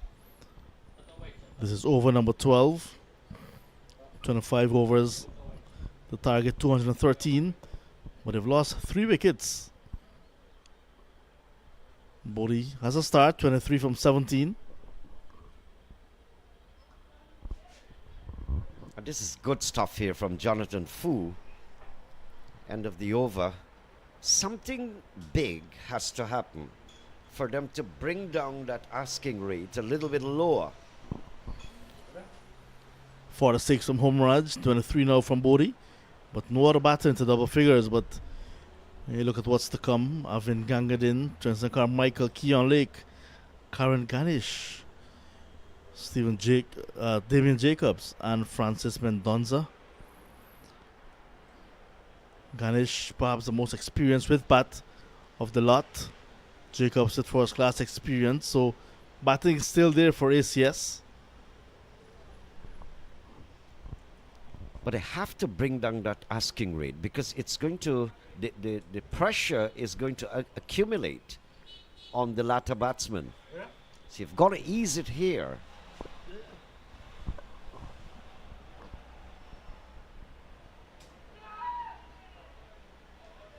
And the way to ease it is to bring down that asking rate. 112 in 77 balls. You must bring the 112 almost level. So the other batsmen coming in would have a chance. But to do that and achieve that, it's a bit of hitting like this one here. Over the top, past the square leg, and over another maximum there. Good shot, John. So the leg spinners are very attacking. So there's a short ball looking to get a wicket off Ramal Lewis. Lewis going back into his crease and hitting it powerfully over that mid-wicket region. Sometimes the leg spinners, either they get you or you get them, and like we see now from Ramal Lewis. They're so what we call attacking bowlers. Always something happening when they're in the attack. 108. Yeah. 14 bowling. But many leg spinners across the world, it's difficult to flight a lot. Long ago, they used to flight. Good, smart running, good batting here, good bowling as well. But nowadays, because of the limitation of the overs available, the leg spinners actually push it through. Another drizzle is coming while I talk to you. So the spin bowlers actually have to push it faster. Mahendra Nagamutu bowled at a very good pace, although he was leg spin. This is over the top. Good shot there, Ramal Lewis. Clearing the boundary rope. That's gone for 6. Now they need 104 from 74, but the rains are here again.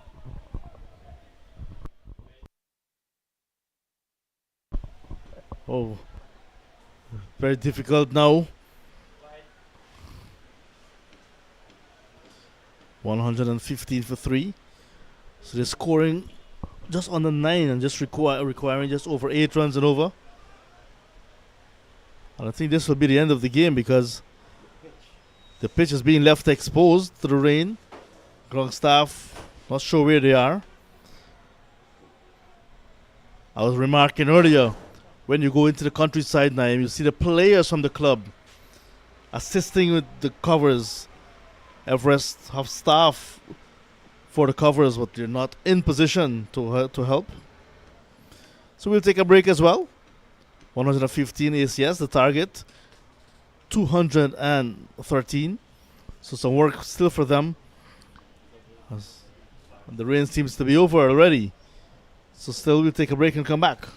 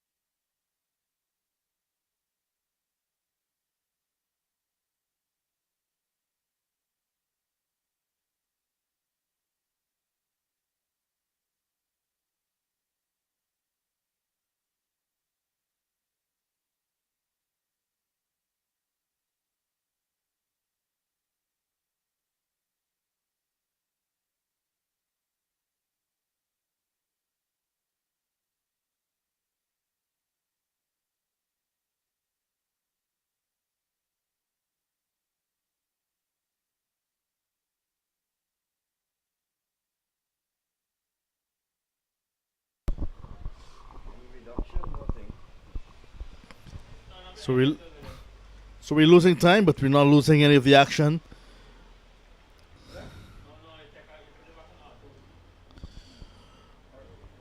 Maturo, 2 6s in its over. Rain, now. Ramal Lewis, after the rain delay, hits him down the ground, and that's 4 runs. So 13 overs officially completed now. 94 still to get from 72. ACS 119 for 3. The target 213. So they're well ahead of the runway that is required. Required just over 7.83 now. Ramal Lewis 19 from 10. And Kevin Bodie. I think both of these players now will realize that if rain should continue like this, it will get dark. Maybe the pitch as well will become a subject for discussion, maybe a bit too damp, and they cannot play. So I think now that they have an opportunity for some play, they really would want to up their scoring rate even better than what it is already. Exactly. And they're intelligent fellas out there, so it's reaching that stage where we've got to cater for these eventualities. We must have a very high net run rate.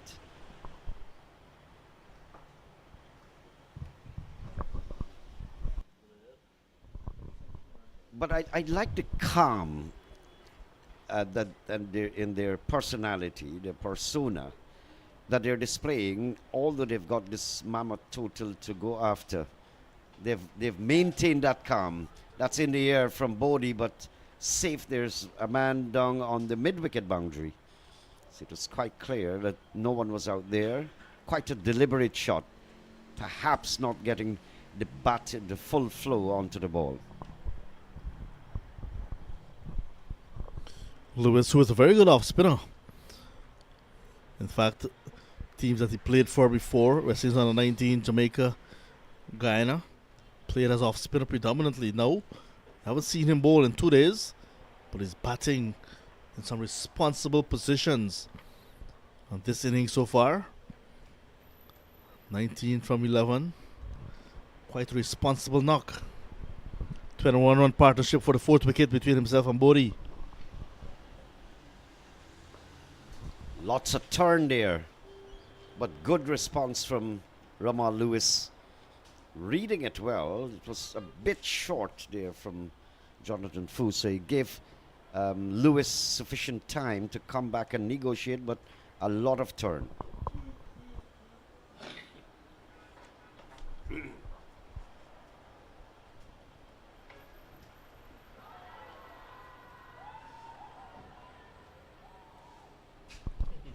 A big appeal for a leg before. Bodie survives that appeal. ACS on their tour has a match against the Guyana Police Force. Kevin Bodie actually plays for the Guyana Police Force, so you will see him playing against ACS. Last season he had a horrid time for ACS. Played against ACS, got some runs. Kevin Bodie.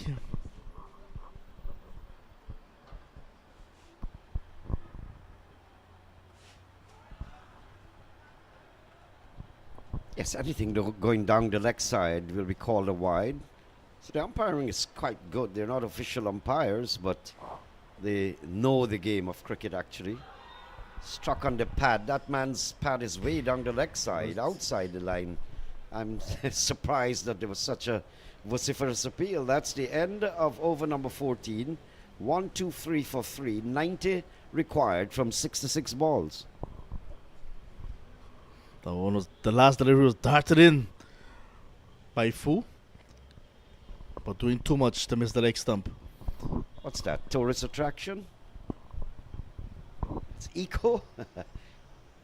Guyana's blessed with the ecosystem. For those people who are outside of my country and don't know it, you need to come here. One of the fastest growing economies of the world, transformation happening in our country. But come see the country, the physical landscape. Now that's the Atlantic Ocean, and 90% of the population lives along the coast of Guyana, right up to the stretch of the Atlantic. That's one of the cargo vessels there. I don't think that's oil. No, that's a cargo vessel coming into Port Georgetown.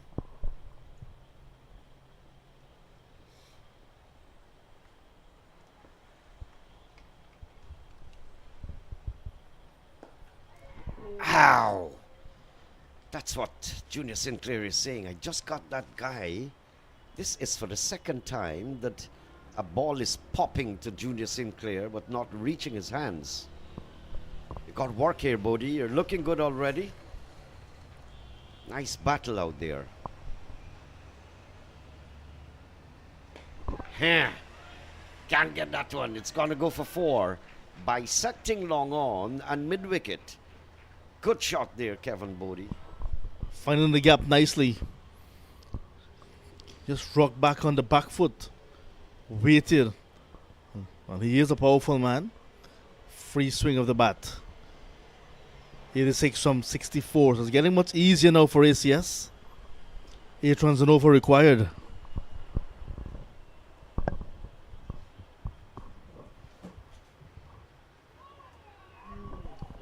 Well, he's quite fortunate there, Kevin Bodie, that you didn't drag that one onto the stumps. Close shave. And this is why I'm saying, John, I love the battle that I'm seeing. Kevin Bodie wins a ball. The next one, Junior Sinclair wins. Good cricket.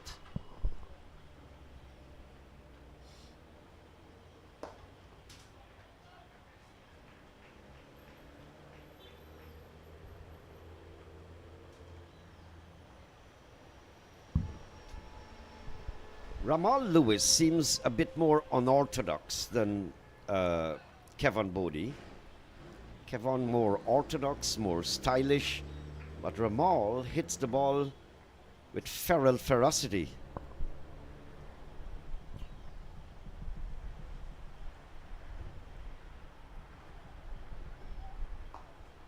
And he's watchful too, showing respect when it's due.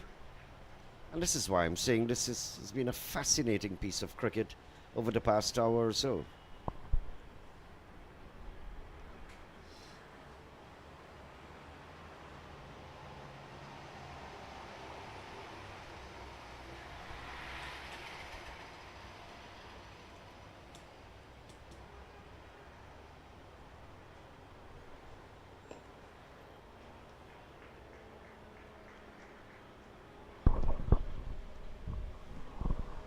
Dot ball to end over number 15. 129 for 3.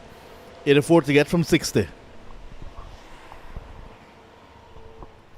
It's still relatively a good asking from the batting side, but what gives the ACS an advantage here is the fact that they've lost only 3 wickets. They've got a good pair inside at the middle, and they got some batting still to come. So I guess their colleagues sitting inside of the pavilion will be wanting this pair not to be broken, this partnership, to stay there as long as possible. They're in command, and they look like they can overhaul this easily. Getting ready for the afternoon action. Some trampoline set up along the seawall.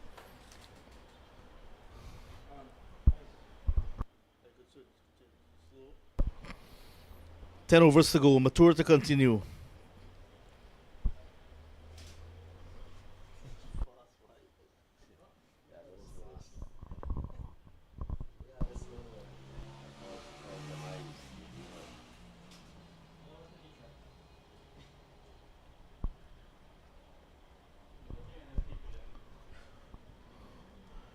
One for 22. He got a wicket in his opening over.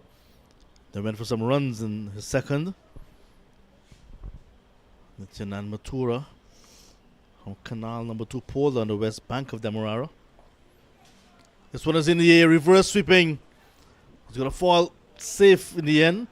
Jonathan Fu running back but cannot get there. Balgabin was coming in close as well as Adrian Sukwa. So Ramal Lewis starting over the strike. Bodie on 31 is back on strike. I don't like premeditated shots like that.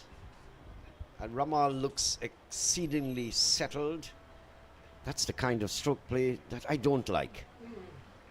You just decide. I see Kimo Paul does that a lot. He's deciding before you start to run in, I'm going down the pitch and I'm hitting this. Good control, but almost carried to short backward square. It's gone for 4, but quite an uncertain shot. I thought initially that he controlled it well, but then there was a man at backward square where the ball just dropped in front.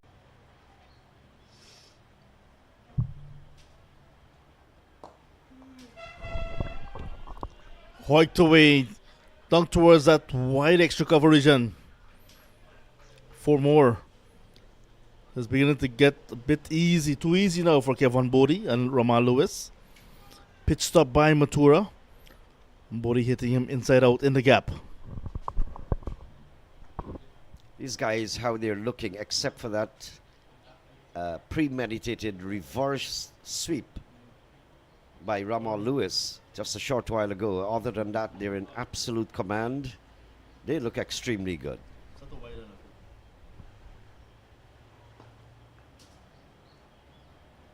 That's not what we're accustomed to see young Junior Sinclair do.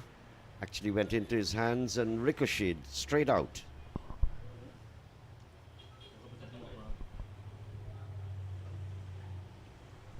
Ten runs coming from this over already.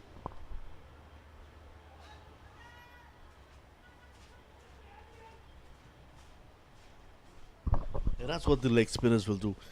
Because of their attacking style, they go for runs, but they also pick up wickets.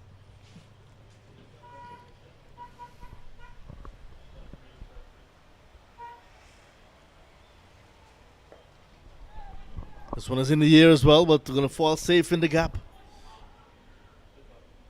Mid wicket coming around. So 2 more. 16 overs completed. 72 still to get. From 9 overs, it's 141 for 3.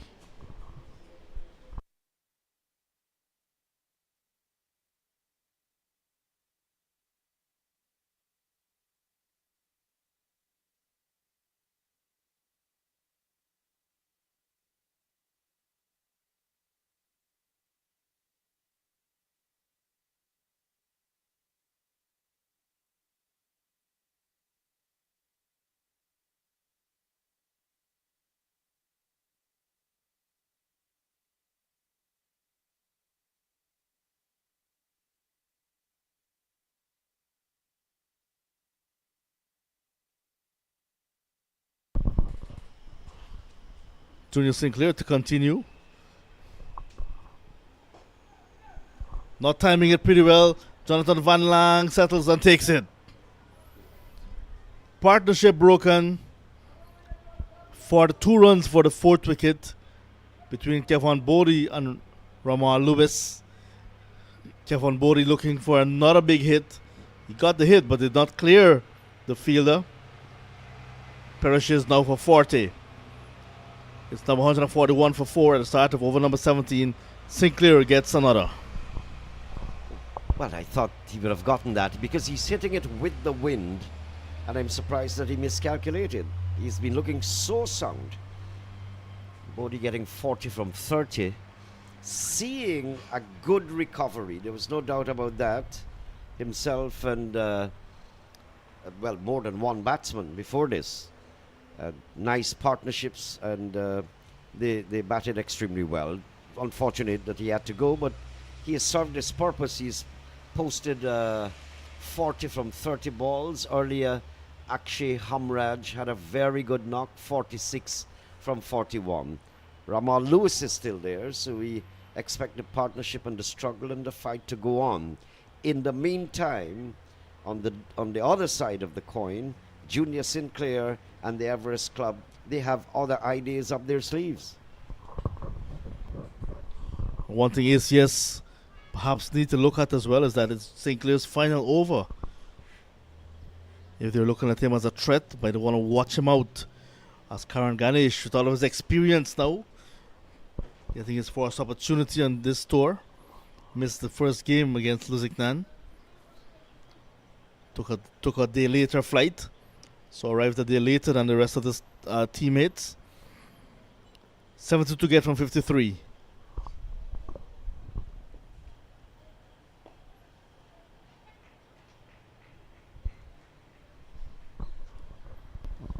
I think Ganesh is doing the right thing. He's just come, just sift it out and let Ramal Lewis, who has been in here and is quite settled, 24 off 17, let him do the handiwork while I get my eyesight in.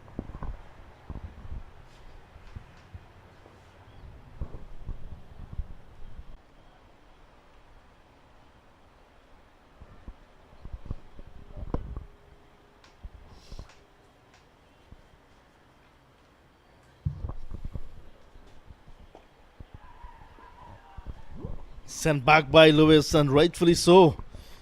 That would have been a suicidal single.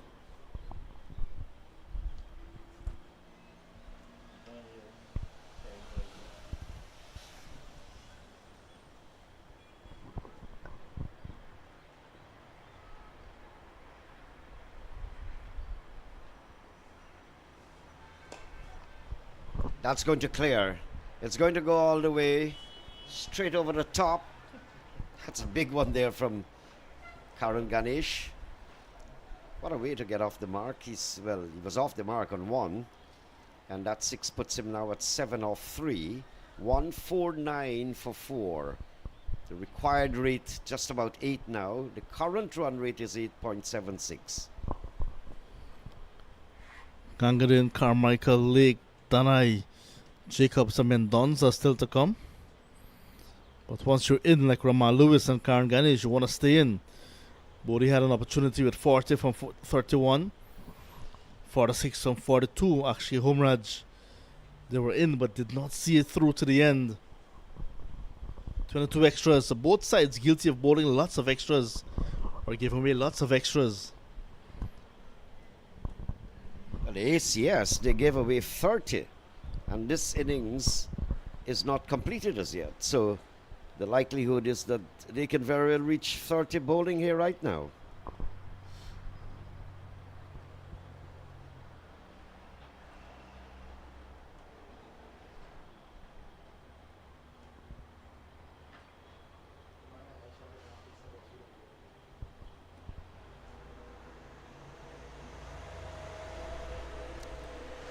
This is the hour where the traffic really builds up in Georgetown. Good ball, Mathura. Tucked around the corner, but just a single. Cheeky, well taken. Very well taken, because that ball came off the bat with quite a speed.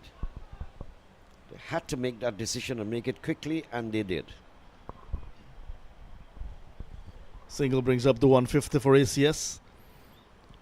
Yesterday they were asked to get 144. Just put on 118. Crashing to a 25-run defeat to Lusignan. Much better with the bat today. ACS continue their tour tomorrow with a game against Enmore Cricket Club. And that game is happening at Enmore at the Community Centre Cricket Club ground. 11 a.m. start.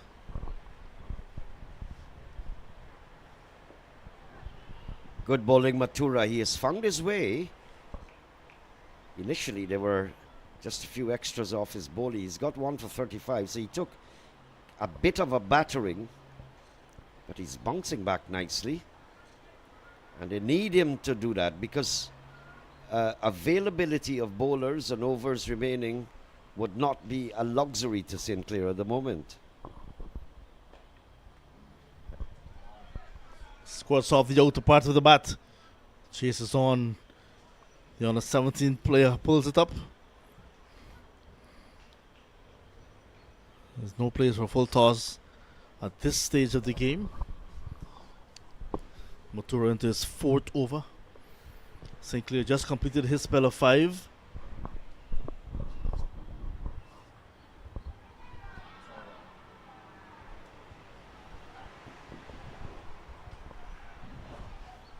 Well, I thought that was warranted a very big appeal. And there was an appeal, but I don't think it was one of conviction.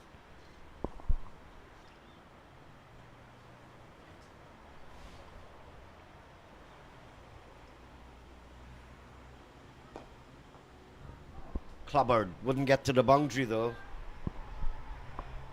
Long on comes around and misfields.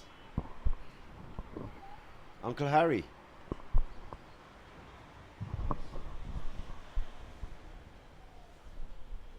It's the end of over number 18. So the batting in partnerships, wickets tumbling at 39, 58, 99, 141. So it means that throughout the innings, ACS, they've had some good partnerships being strung together. Sinclair, 5 overs gone for him. 2 for 41. Matur just finished his 4th. So lots of bowling options still. The seamers, Harry and Van Lang. I don't think Troy Gonzalez will have any more involvement in this game. We haven't seen him since one of the rain breaks. So 7 overs to go. That's 42 legal deliveries. ACS need to get 58 to get their first, to register their first win of this year's tour. And it will be well earned as well. I think it has been a good game. Just hold those children there, girl. The water is not very threatening. Sometimes it can get ridiculously violent. In that same area. So I guess she's the mother. She'll be taking good care. Perhaps the father is just somewhere around playing a little trick on us. And then he appears from nowhere. That cargo ship is getting closer, John. I think we, in a while we'll be able to get a better shot as the time goes by.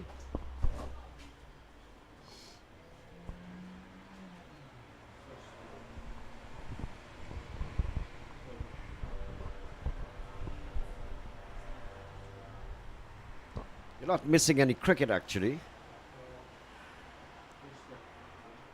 I don't know what they're doing, if they're evaluating the shape of the ball or what.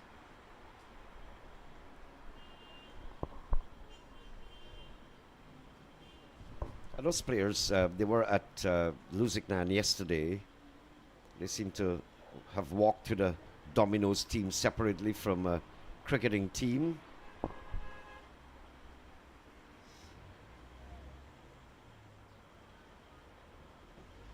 I don't think they watched a ball bowl yesterday at Lusignan. In fact, one of these guys, he's backing the cricket.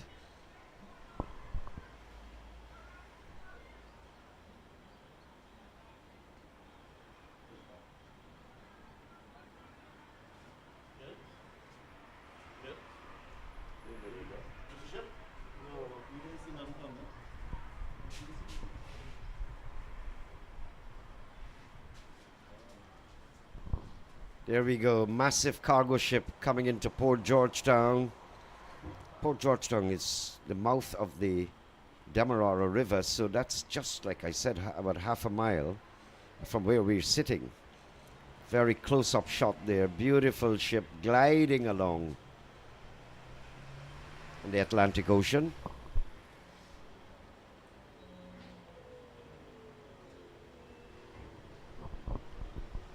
Oh, thank you very much. Beautiful, picturesque sight there. Let's look at Van Lang now. And that one kept a little bit low. Very low. Ganesh was in all sorts of disarray there. He was on the back foot, then had to lumber forward, pulling the bat down and the body weight to see if he could have blocked it. You see those ships coming into Port Georgetown now. It reminds me of Freddie McGregor with his hit song, Big Ship Sailing on the Ocean. I know you love affair with Jamaica, so that must have rung a bell as well.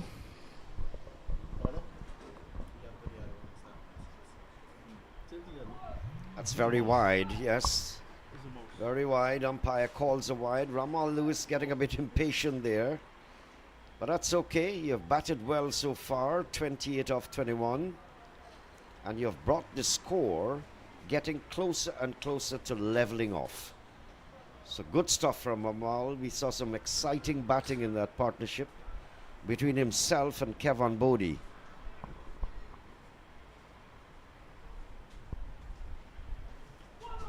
What a delivery. Ramal walks away and just flings his hands out, perhaps saying to Van Lang, I don't think I had the answer to that one. Not a wicket fall, vital wicket. 157 now for 5, 56 from 40. Cartwheel. Not happy at all, Ramal Lewis. But only himself to blame. He actually exposed his stumps. But Van Lang, very deceptive, very quick. On that occasion, very accurate. He was on target. And the ball kept just a little bit low.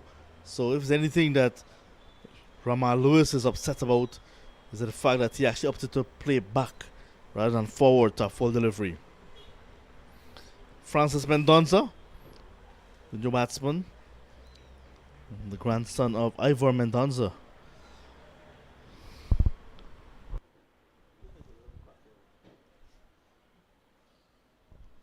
Well, Everest, they're having a little conference out there. Must be saying, listen, we can grab this here. We're in a good position. We just have to tighten up, save the singles, bowl as accurate as possible. Van Lang is quite capable of that. ACS from saying hallelujah a few moments ago. There must be a little twerk on their faces now, a sigh of perplexity perhaps.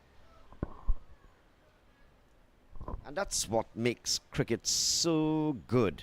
And this has been a good match. It's hanging there, it's coming towards one side, going the other way, stabilizing, downfall again. That's a good match.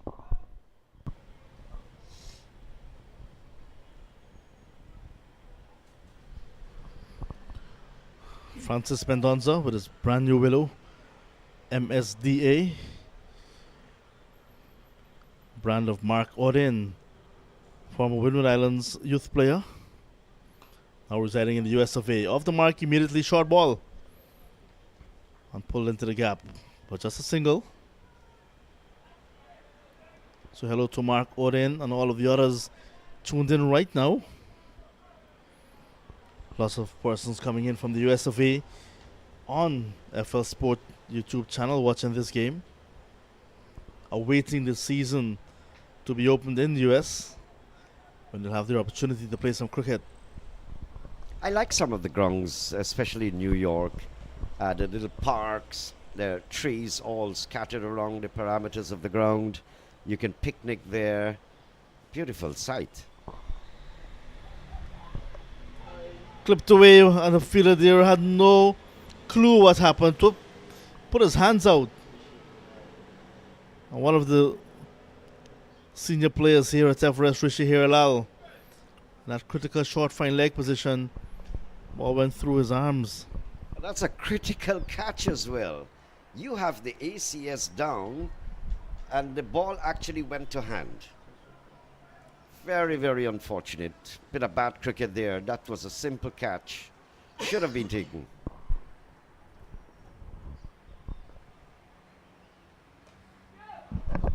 Short ball pulled away. And that bat of Ganesh making good connection. Van Lang really testing these batters with short deliveries. But Karan Ganesh, with his experience, has lots of shots, pulling and pulling well. 6 runs.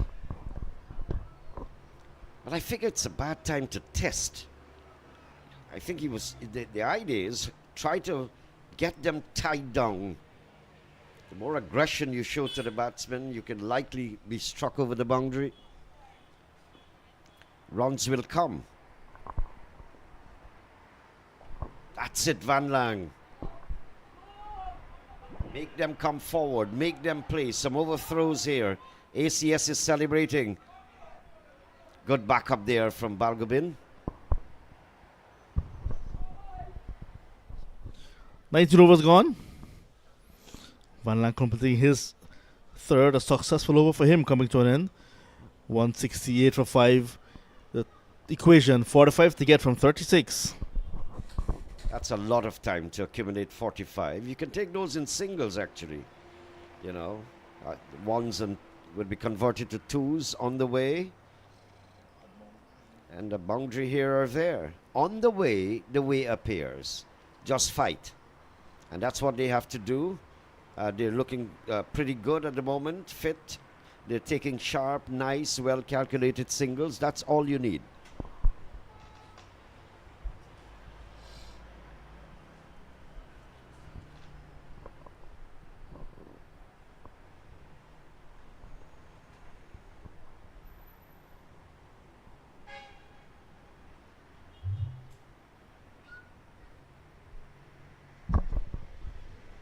Four is back. 3 economical overs before this from the right time off spin bowler. None for 11. The Barbician plays for Albion Cricket Club as well. From the quarantine, played lots of cricket in Hong Kong. Jonathan Fu. Maybe went across to China as well. Are you serious? Yeah? Why? Because he looks like a Chinese? He actually speaks a lot about his experience in Japan playing in Hong Kong playing cricket. I wonder what level of cricket they play there. If it's taking root.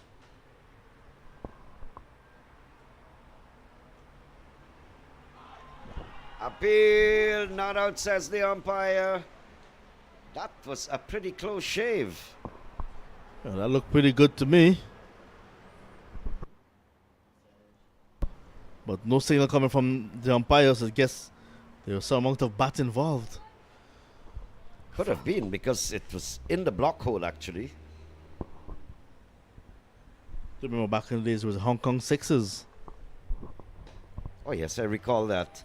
This might even carry towards the boundary. The outfield is pretty heavy out there. And so is Rishi Hirlal, who's giving chase. Managed to put it up.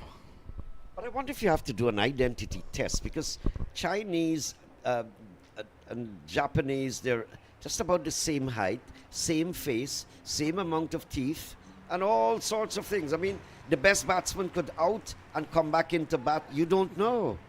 I think that's one of the problems, maybe, why they're not in international cricket. Beautiful. Well played, Karan. Any other ground, I think it would have gone for 4. The ground is slightly heavy, just a little bit. And by we had those showers, it is just holding back a little bit. But that was chopped away very delicately. Well played. And that's what I like about Karan Ganesh. He has that old-timeish style of accumulating his runs. His cricket seems to be centered around the 80s. And he's very calm, isn't he? Calm and collective. He's unruffled, as fixed as the Northern Star. And of another over 20 gone, 174 for 5.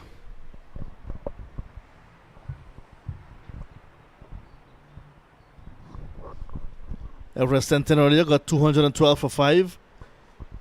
Van Lang, the guest player, 54 from 16. Starts for Fu and Varun Mangal. Nanai, the pick of the bowlers, 2 for 26. Damien Jacobs, 1 for 41. And Orion Williams, 1 for 56. In reply now, 20 overs gone, 5 to go, 174 on the board. Homeraj Bodhi into the 40s. Lewis just dismissed for 26. Guest play for Everest, Jonathan Van Lang. About to cap a wonderful performance today. Just a guest player. Plays for the Damara Cricket Club in Georgetown.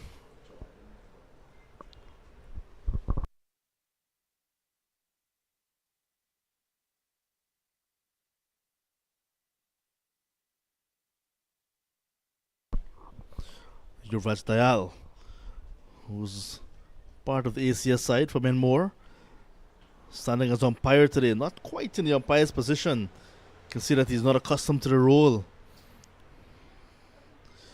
Oh, play and a miss. Extra bounce, extra pace from Van Lang.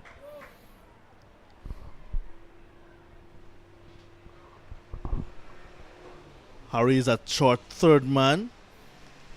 There's also Jonathan Fu pretty close in at that backward point position. So had that ball's gone past point or third man, would have perhaps gone to the boundary. So Van Lang got to be very careful with that line. Don't want to be too wide. Tokar Ganesh who's just going to steer the ball away.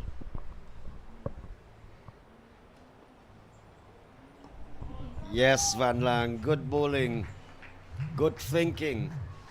You could have seen the calculation on Ganesh's mind that he was going for a shot. Van Lang bowled a slow one. Good work. Yeah, well disguised as well because he came in with his regular action. Just took all the pace off of it.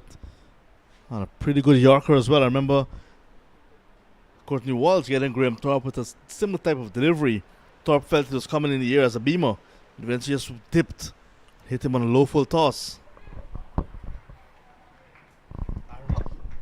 Christopher Harry diving away and saving some runs for his side.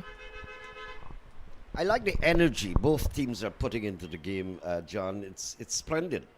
They're diving around, taking their catches, saving boundaries.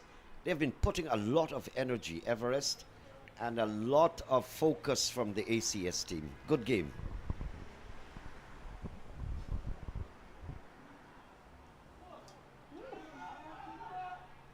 They're going to get a boundary anyway. And it's going to be byes. That was so good. It beat the keeper as well, Dinesh Mangal. Extra pace from Van Lang. So he's varying his pace. Not only making it uncomfortable for the batters, but the keeper as well, his own teammates. And you can see a bit of this accustomancy. Dinesh Mangal, not used to keeping to Jonathan Van Lang, like I said, who plays for the Denmark Cricket Club. So they'll play against each other. First time perhaps playing with each other. Good hostility, good aggression from the 18-year-old Van Lang.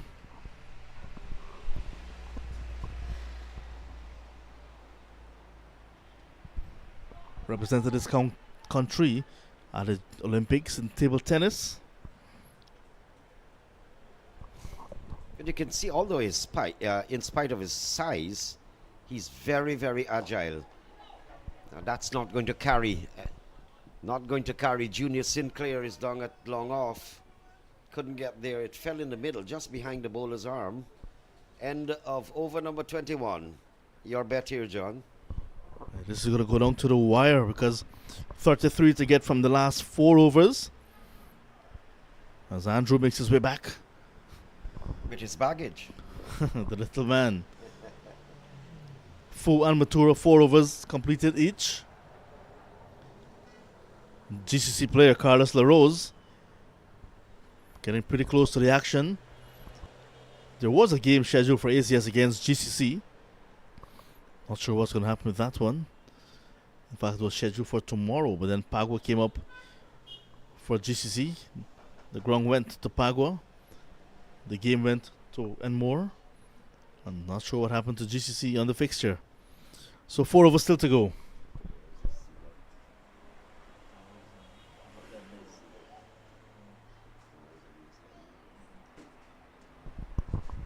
It would be interesting to see what this select 11 for the Guyana Cricket Board would be, and if we'd have some of the really popular stars. Yeah, that game is slated for Thursday at the National Stadium. Next Thursday, that is. Fu for his final over.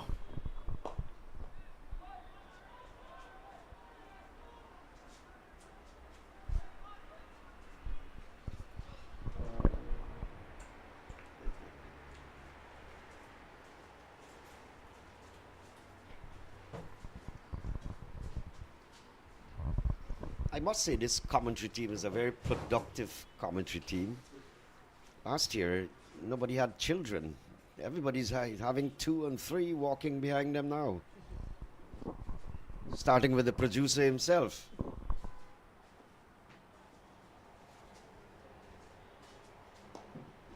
Straight over the top, over the head of Jonathan Fu.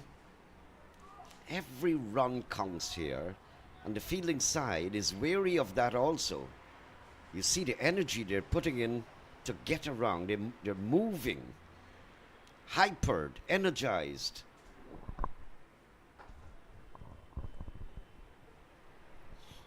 And this is why I'm saying it has been a splendid match.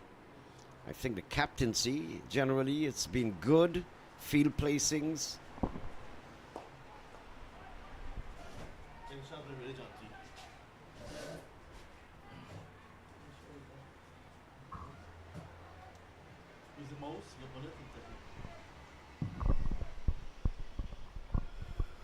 So no boundary yet in this over. So it means Jonathan Fu enjoying his bowling as well. And these batters not able to get him away. But they still got 5 actually off the over, which is still good from a batting perspective. Asad Furadin, former West Indies players here. ACS looking pretty relaxed at this stage.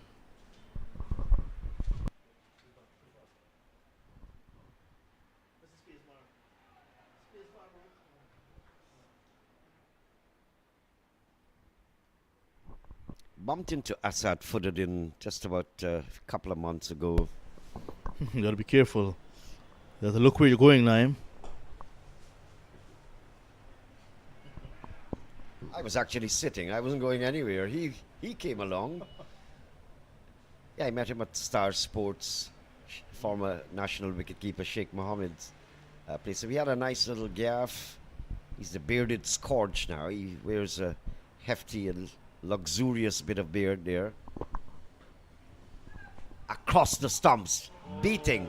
I think the ball spun away from the fielder because he was heading in one direction, but it spun the other way. Mangle there just couldn't negotiate that. He was attacking that one. Usually when you're a deep fielder on a boundary or a boundary rider, they call it, you hang back waiting sometimes unless it's a catch or a critical moment in the game. But he was attacking. He was coming in very quickly. And that one went past him. 3 overs still to go, 23 to get. Anybody's game. Well, I think it's ACS game at the moment. That's how it looks. They've got the advantage here. They still have got 5 wickets standing. I don't think it's difficult. And the 2 batsmen out there are pretty set. And Mendonça is giving support to Karan Ganesh, who has moved on to 31 off 21. Good knock. We had seen some splendid knocks. Akshay Hamraj, 46 from 41. Kevin Bodie, 40 from 30. Now, Karan Ganesh, 31 from 21. Good individual support and knocks. And good partnerships too.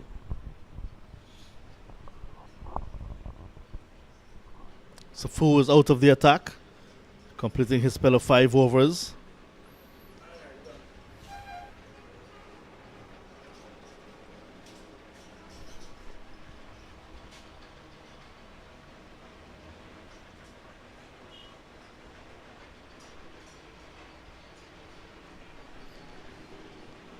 Van Lang now will be looking to finish well. 4 overs, 2 for 31, the guest player. Now for his final over. 23 to get from 18. Can he keep things quiet?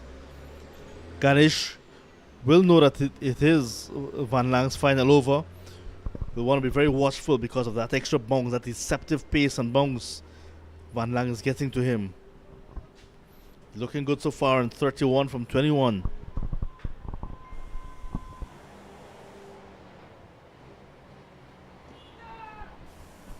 That's a bit high, I think. They didn't worry. No conviction in that appeal. And Van Lang isn't wearing the uniform of the Everest squad, maybe because he's the guest player, or they couldn't find a uniform to fit him.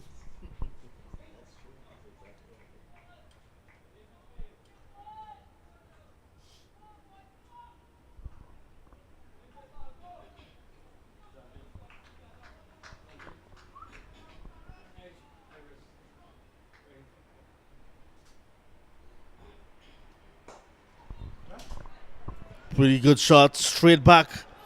Slight fumble from Sinclair, but Suk was there covering for him. Beautiful shot for just a single.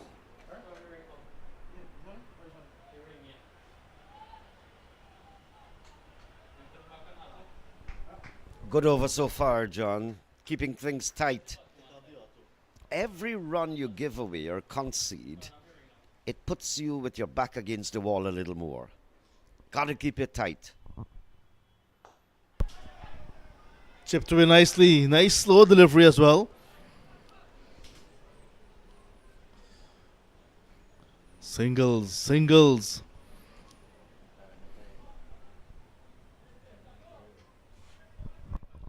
Well, you actually said it right when you said that this might very well go down to the wire. I think it's nicely poised. Advantage, in my opinion, ACS by far. And by far the best weather conditions we've had all day. Sunny conditions now down the track. Adrian Sukwa at long on. The sun is coming out towards the end of the day's play in Heim. Really brilliant sunshine now. But that's what the weather forecast had said. I lamented it earlier on. There wouldn't be downpours, but there will be brief passing showers. That's exactly what we had. 4 singles in the over. Not a well pitched up delivery. And again, Sukwa called into action. So down to the final delivery of Van Lang's spell. ACS bordering around that 200 mark now. This is a very good reply to 212 for 5 made by Everest.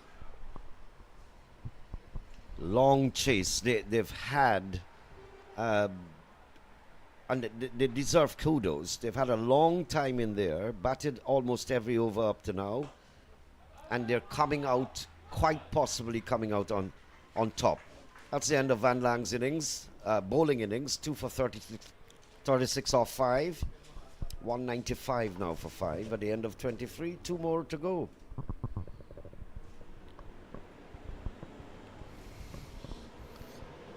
Really have to look at the options now with Van Lang, Fu, and Sinclair out of the attack. Will they chance Matura? Will they look at bringing in Christopher Harry again? Gonzalez not available. So definitely it will be between Harry and Matura. Just 2 overs, maybe 1 each. Rushadeva Balgabin can actually bowl some very nippy medium fast deliveries. These 2 overs will decide what is the outcome of the game. And so, from a bowling side perspective, this has to be tight. Now, Matura has been bowling there. He's sent down 4 overs already. He already has his sight in. It will be exciting to see what Sinclair does with the final over, because there is where ACS could take the game and win. And they're on their way to that, actually. 3 hits away, 18 runs required. Carlos Brathwaite is not here. Karen Ganesh will say, well, I am here. Nothing strange to these guys. I'll tell you what, sometimes when you look at the fields in New York that these guys play on, the grass tends to be a bit high, so the shot that they get most production from, it's in the air. And there he goes, Ganesh in the air.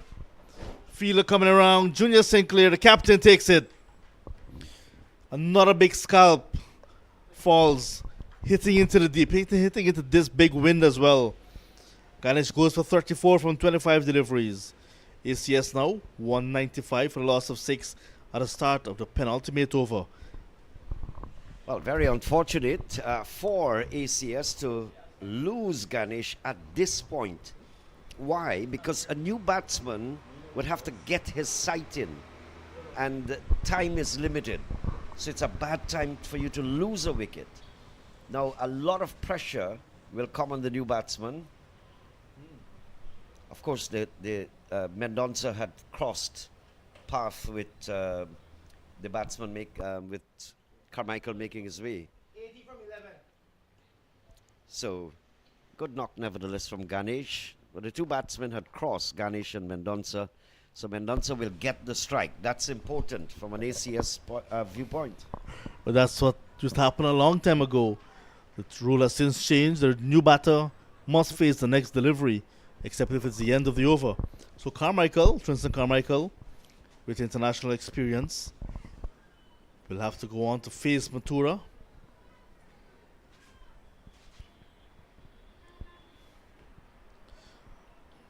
$18 needed from 11.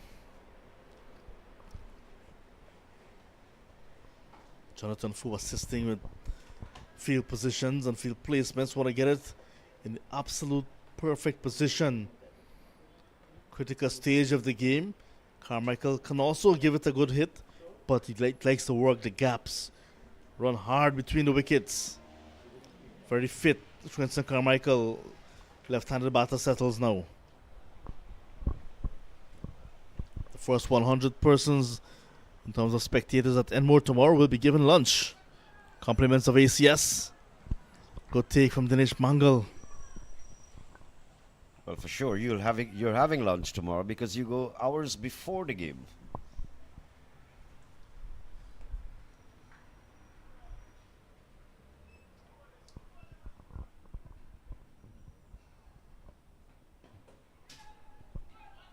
Every run counts. You got to make this, put the pressure on the fielding side.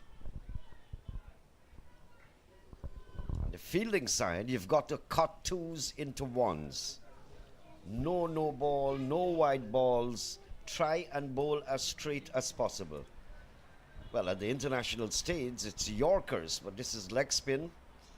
It's very tedious to be bowling at the second to last over in any limited overs game, and you're a leg spinner. 17 to get from 9. Almost 2 runs per ball.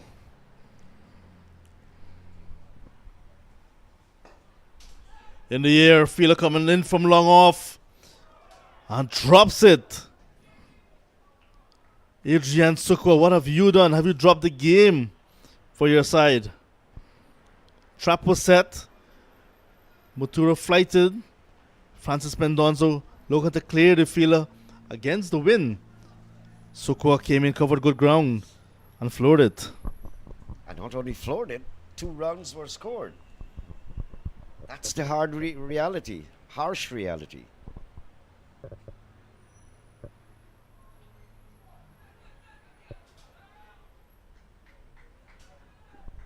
Mr. Mendonson, this is not the appropriate time to play a reverse sweep.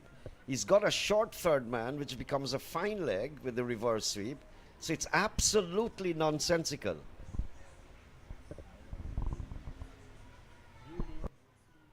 You see things happen on the international stage, you want to repeat it without sense. That's even better, where caress it a little slower, maybe get 2 runs, but at least that's better. And good field placing. They've scattered the field, saved the boundaries. You can have your ones. End of the over. Now what we've got, 14 needed from 6 balls. That's getting it a bit tall. This can go either way, John. Yes, there have been positions like this before. So they're going to back themselves to get 14 from 6. Carmichael's just gotten to the crease. And Francis Mendonza with him. 2 for 43. Matura has finished his spell. 2 for 43 from his 5. And based on what we have seen, 40 now, Julie.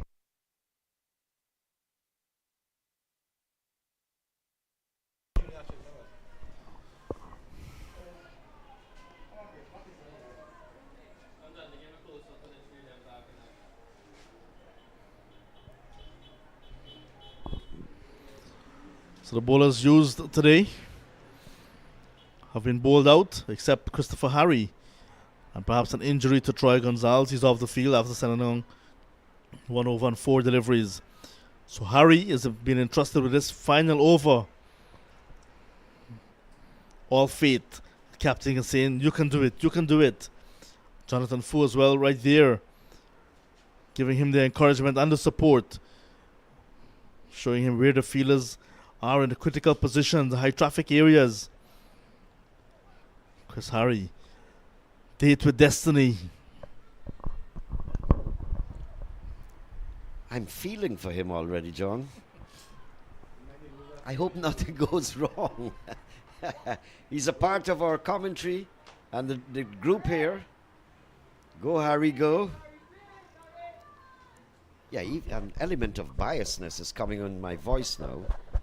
The last time I've heard Harry's name shouted so often was in the movie Home Alone. Everyone cheering for Harry at this stage. Mendonza, Carmichael looking to play on the mind of Christopher Harry, knowing that he might be a bit low on confidence. Final over. Let's see where it goes. Back into his ankle. But just a single. Perhaps he's saying that he can have more ankles if needed from the store. That's a very bold decision there from Harry. He's not even rubbing. He's on camera. He will not want to rub on camera. And people think that, he's a bit soft. Good delivery, pitched up. Tristan Carmichael will try to be. I tell you what, the way Carmichael plays, you want to manipulate this field. You may want to be a bit cheeky. The fielders behind the wicketkeeper are both in the circle, third man and fine leg. It means that the mid-on is right back at long on. There's also a fielder at long off, so the deep fielders are down the ground. And on the on side,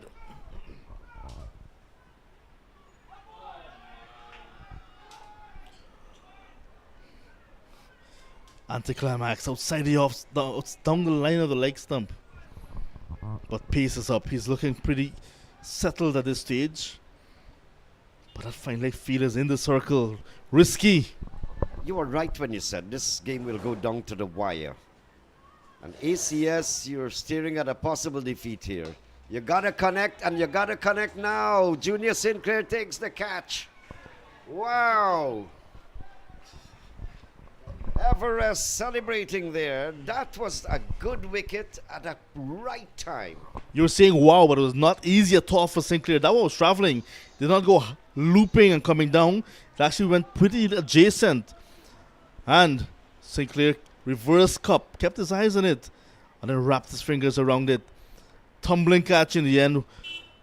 Wicket for Christopher Harry.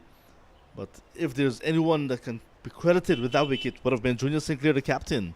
Look at the momentum, the way it moved him. Carmichael goes. Suresh Danai coming out, and will have to face Christopher Harry. I'll have to start putting my money, whatever is left of it, on the home side. Yes, the pressure is built tremendously on, and that's why I mentioned so many times, regurgitating the fact that this has been a splendid game, because at no point you could have forcefully say that this side is on top or that. There were points maybe when the first side batted, got over 200, it looked like a good score, and then ACS started off very steadily, and then things started to balance off, and some fantastic innings from Akshay Homraj, 46 from 41, Bodhi 40 from 30, and Ganesh 34 from 25. There was Danai chasing a wide delivery. It was not wide enough for the umpire to call a wide. Just maybe that fifth stump area. So Harry is actually bowling a pretty good final over. Knowing that wickets are not that important, but containing these batters is probably equally as important. Into the slot and into the air. What will be the decision? 6 runs. Bowling pretty well just outside the off stump. This time gone too full. And Danai equal to the task. Once it's in the slot, he's going to have a go. Look at things. It's dangling all over the way, all over the place, like a pendulum swinging around. One time it's ACS, next time it's Everest. And it's shaping back to go the other way again. That was in the slot.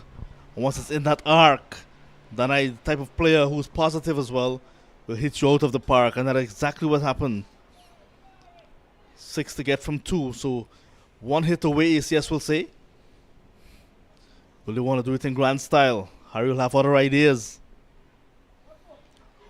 This guy's slower delivery. Keeper not taking it cleanly. Keeper beaten as well. But just a bye. 5 to get from one delivery. It means boundary, ACS win. Dot ball or anything else, Everest win. What about if they tie? Yeah, 4 runs will give it a super over. Not sure if the teams will want to have a super over. I wouldn't mind a super over because you know why?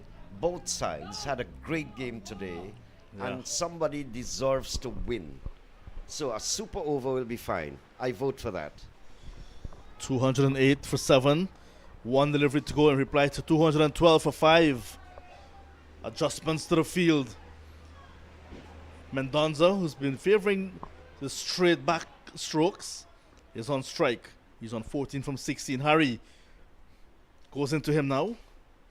This one is in the air. Will not clear the ropes for 6. Will not carry it to hand. But in the end, the single will not be enough for ACS. Victory by for Everest by the slim margin of just 3 runs. Big hearty congratulations to Everest. What a fantastic final over it has been from Christopher Harry. 14 he was asked to defend. And now in the end, victory for Everest. The coach, who's actually standing as umpire today, pretty happy, restricting ACS to 209 in reply to 212. What a game we have had here today, Naim. Fantastic. And Christopher Harry came good the right time. He started off poorly when he started his bowling stint, and then he found his rhythm when? At the right time.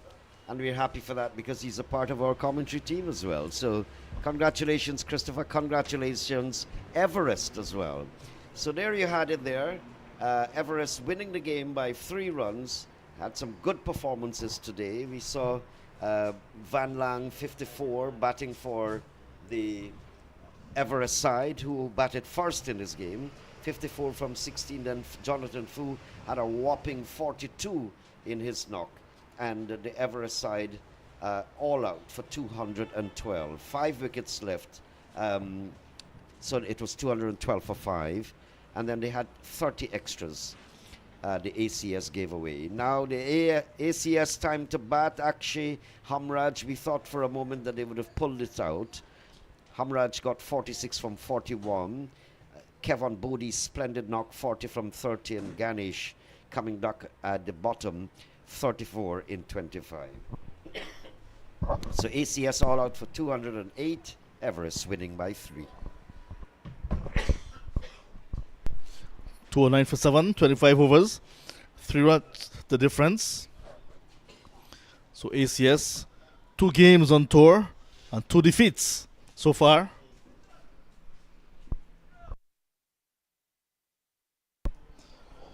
It means that their next game against Edmore, which is tomorrow on Pago Day, will be a very crucial game for them. They really want to get into the winning habit. Just like winning, losing is a habit.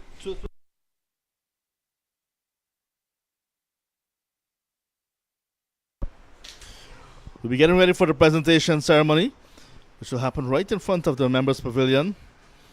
Pretty much what you're seeing on your monitor. So we'll take a break and come back with a closing presentation ceremony. Once again, congratulations to Everest Cricket Club, defeating ACS by 3 runs in a high-scoring encounter at Everest.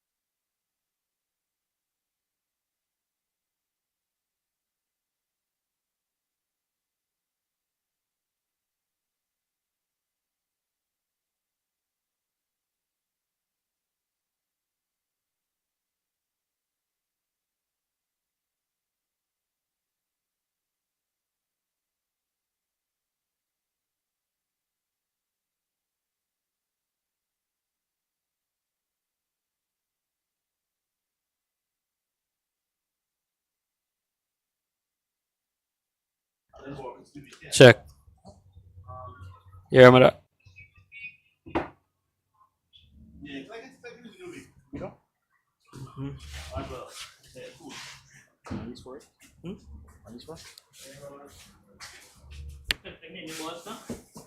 Mic check. Mic check.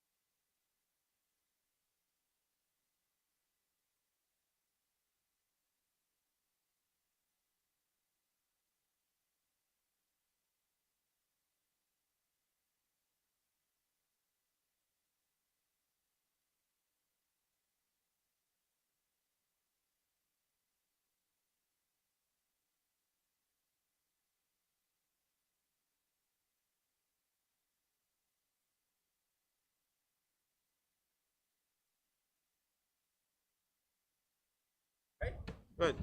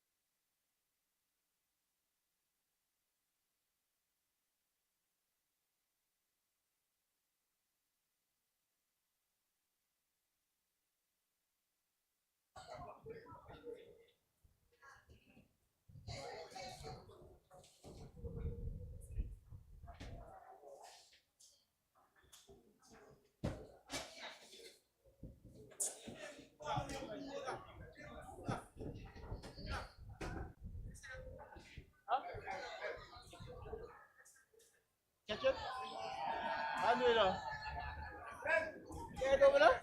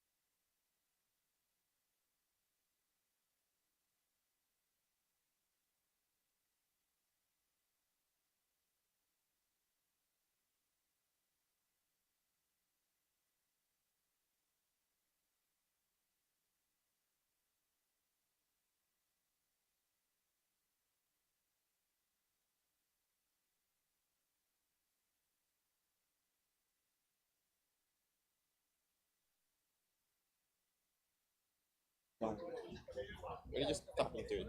You guys, I'm back with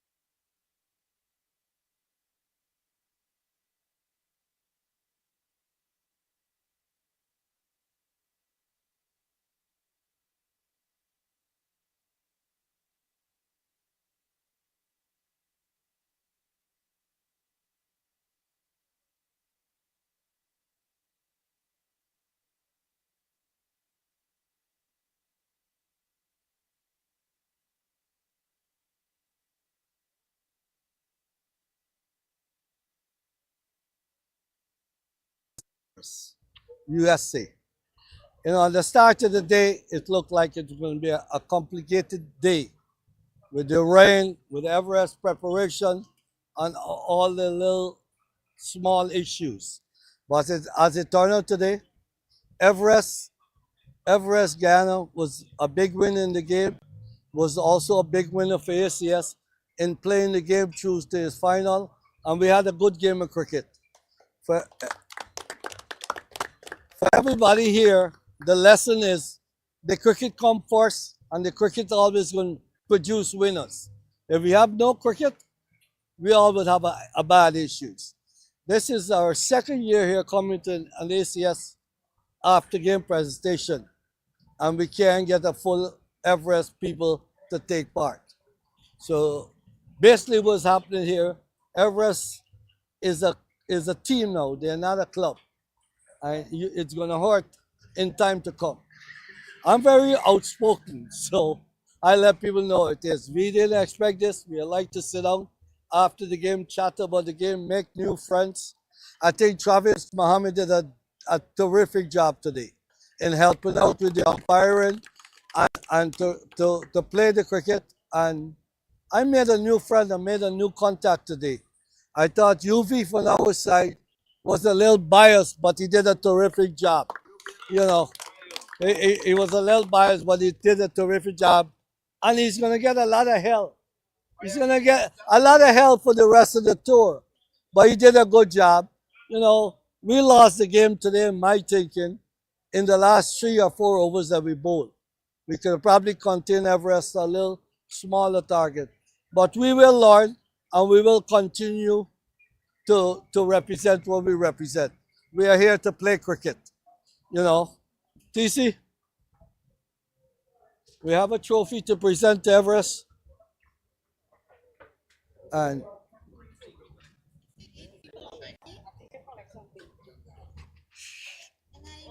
here.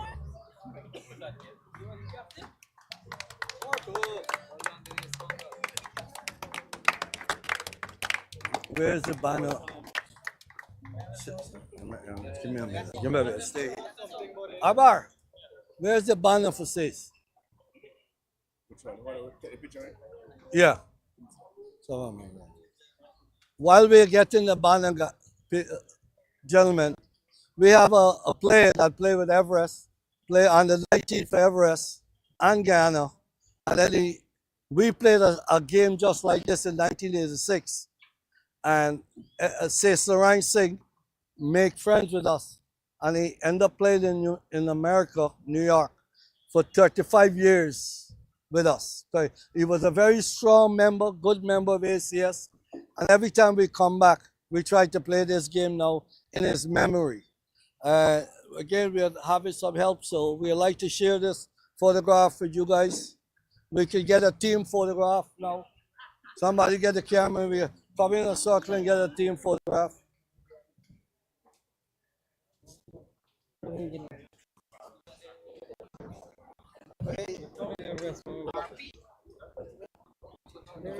No, I'm good. I'm good at the end.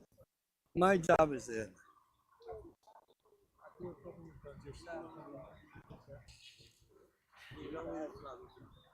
Already I know it.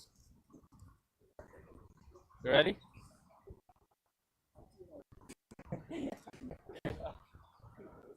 Alright, good. Now, I will turn you guys over to Carmichael Johnson.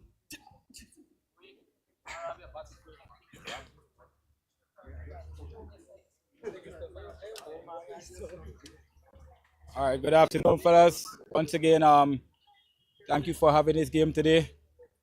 It was a well-played game, and congratulations on being successful. Well played who's out here. He did a pretty good job batting, and Van Loon came to the end, and helped you guys to put up a sizable target. So once again, congratulations. The Everest captain or representative? Who's representing Everest? Once again, good afternoon. I would like to thank ACS for coming out and play this game. It was a good game. I want to thank the team for a good performance in this thing.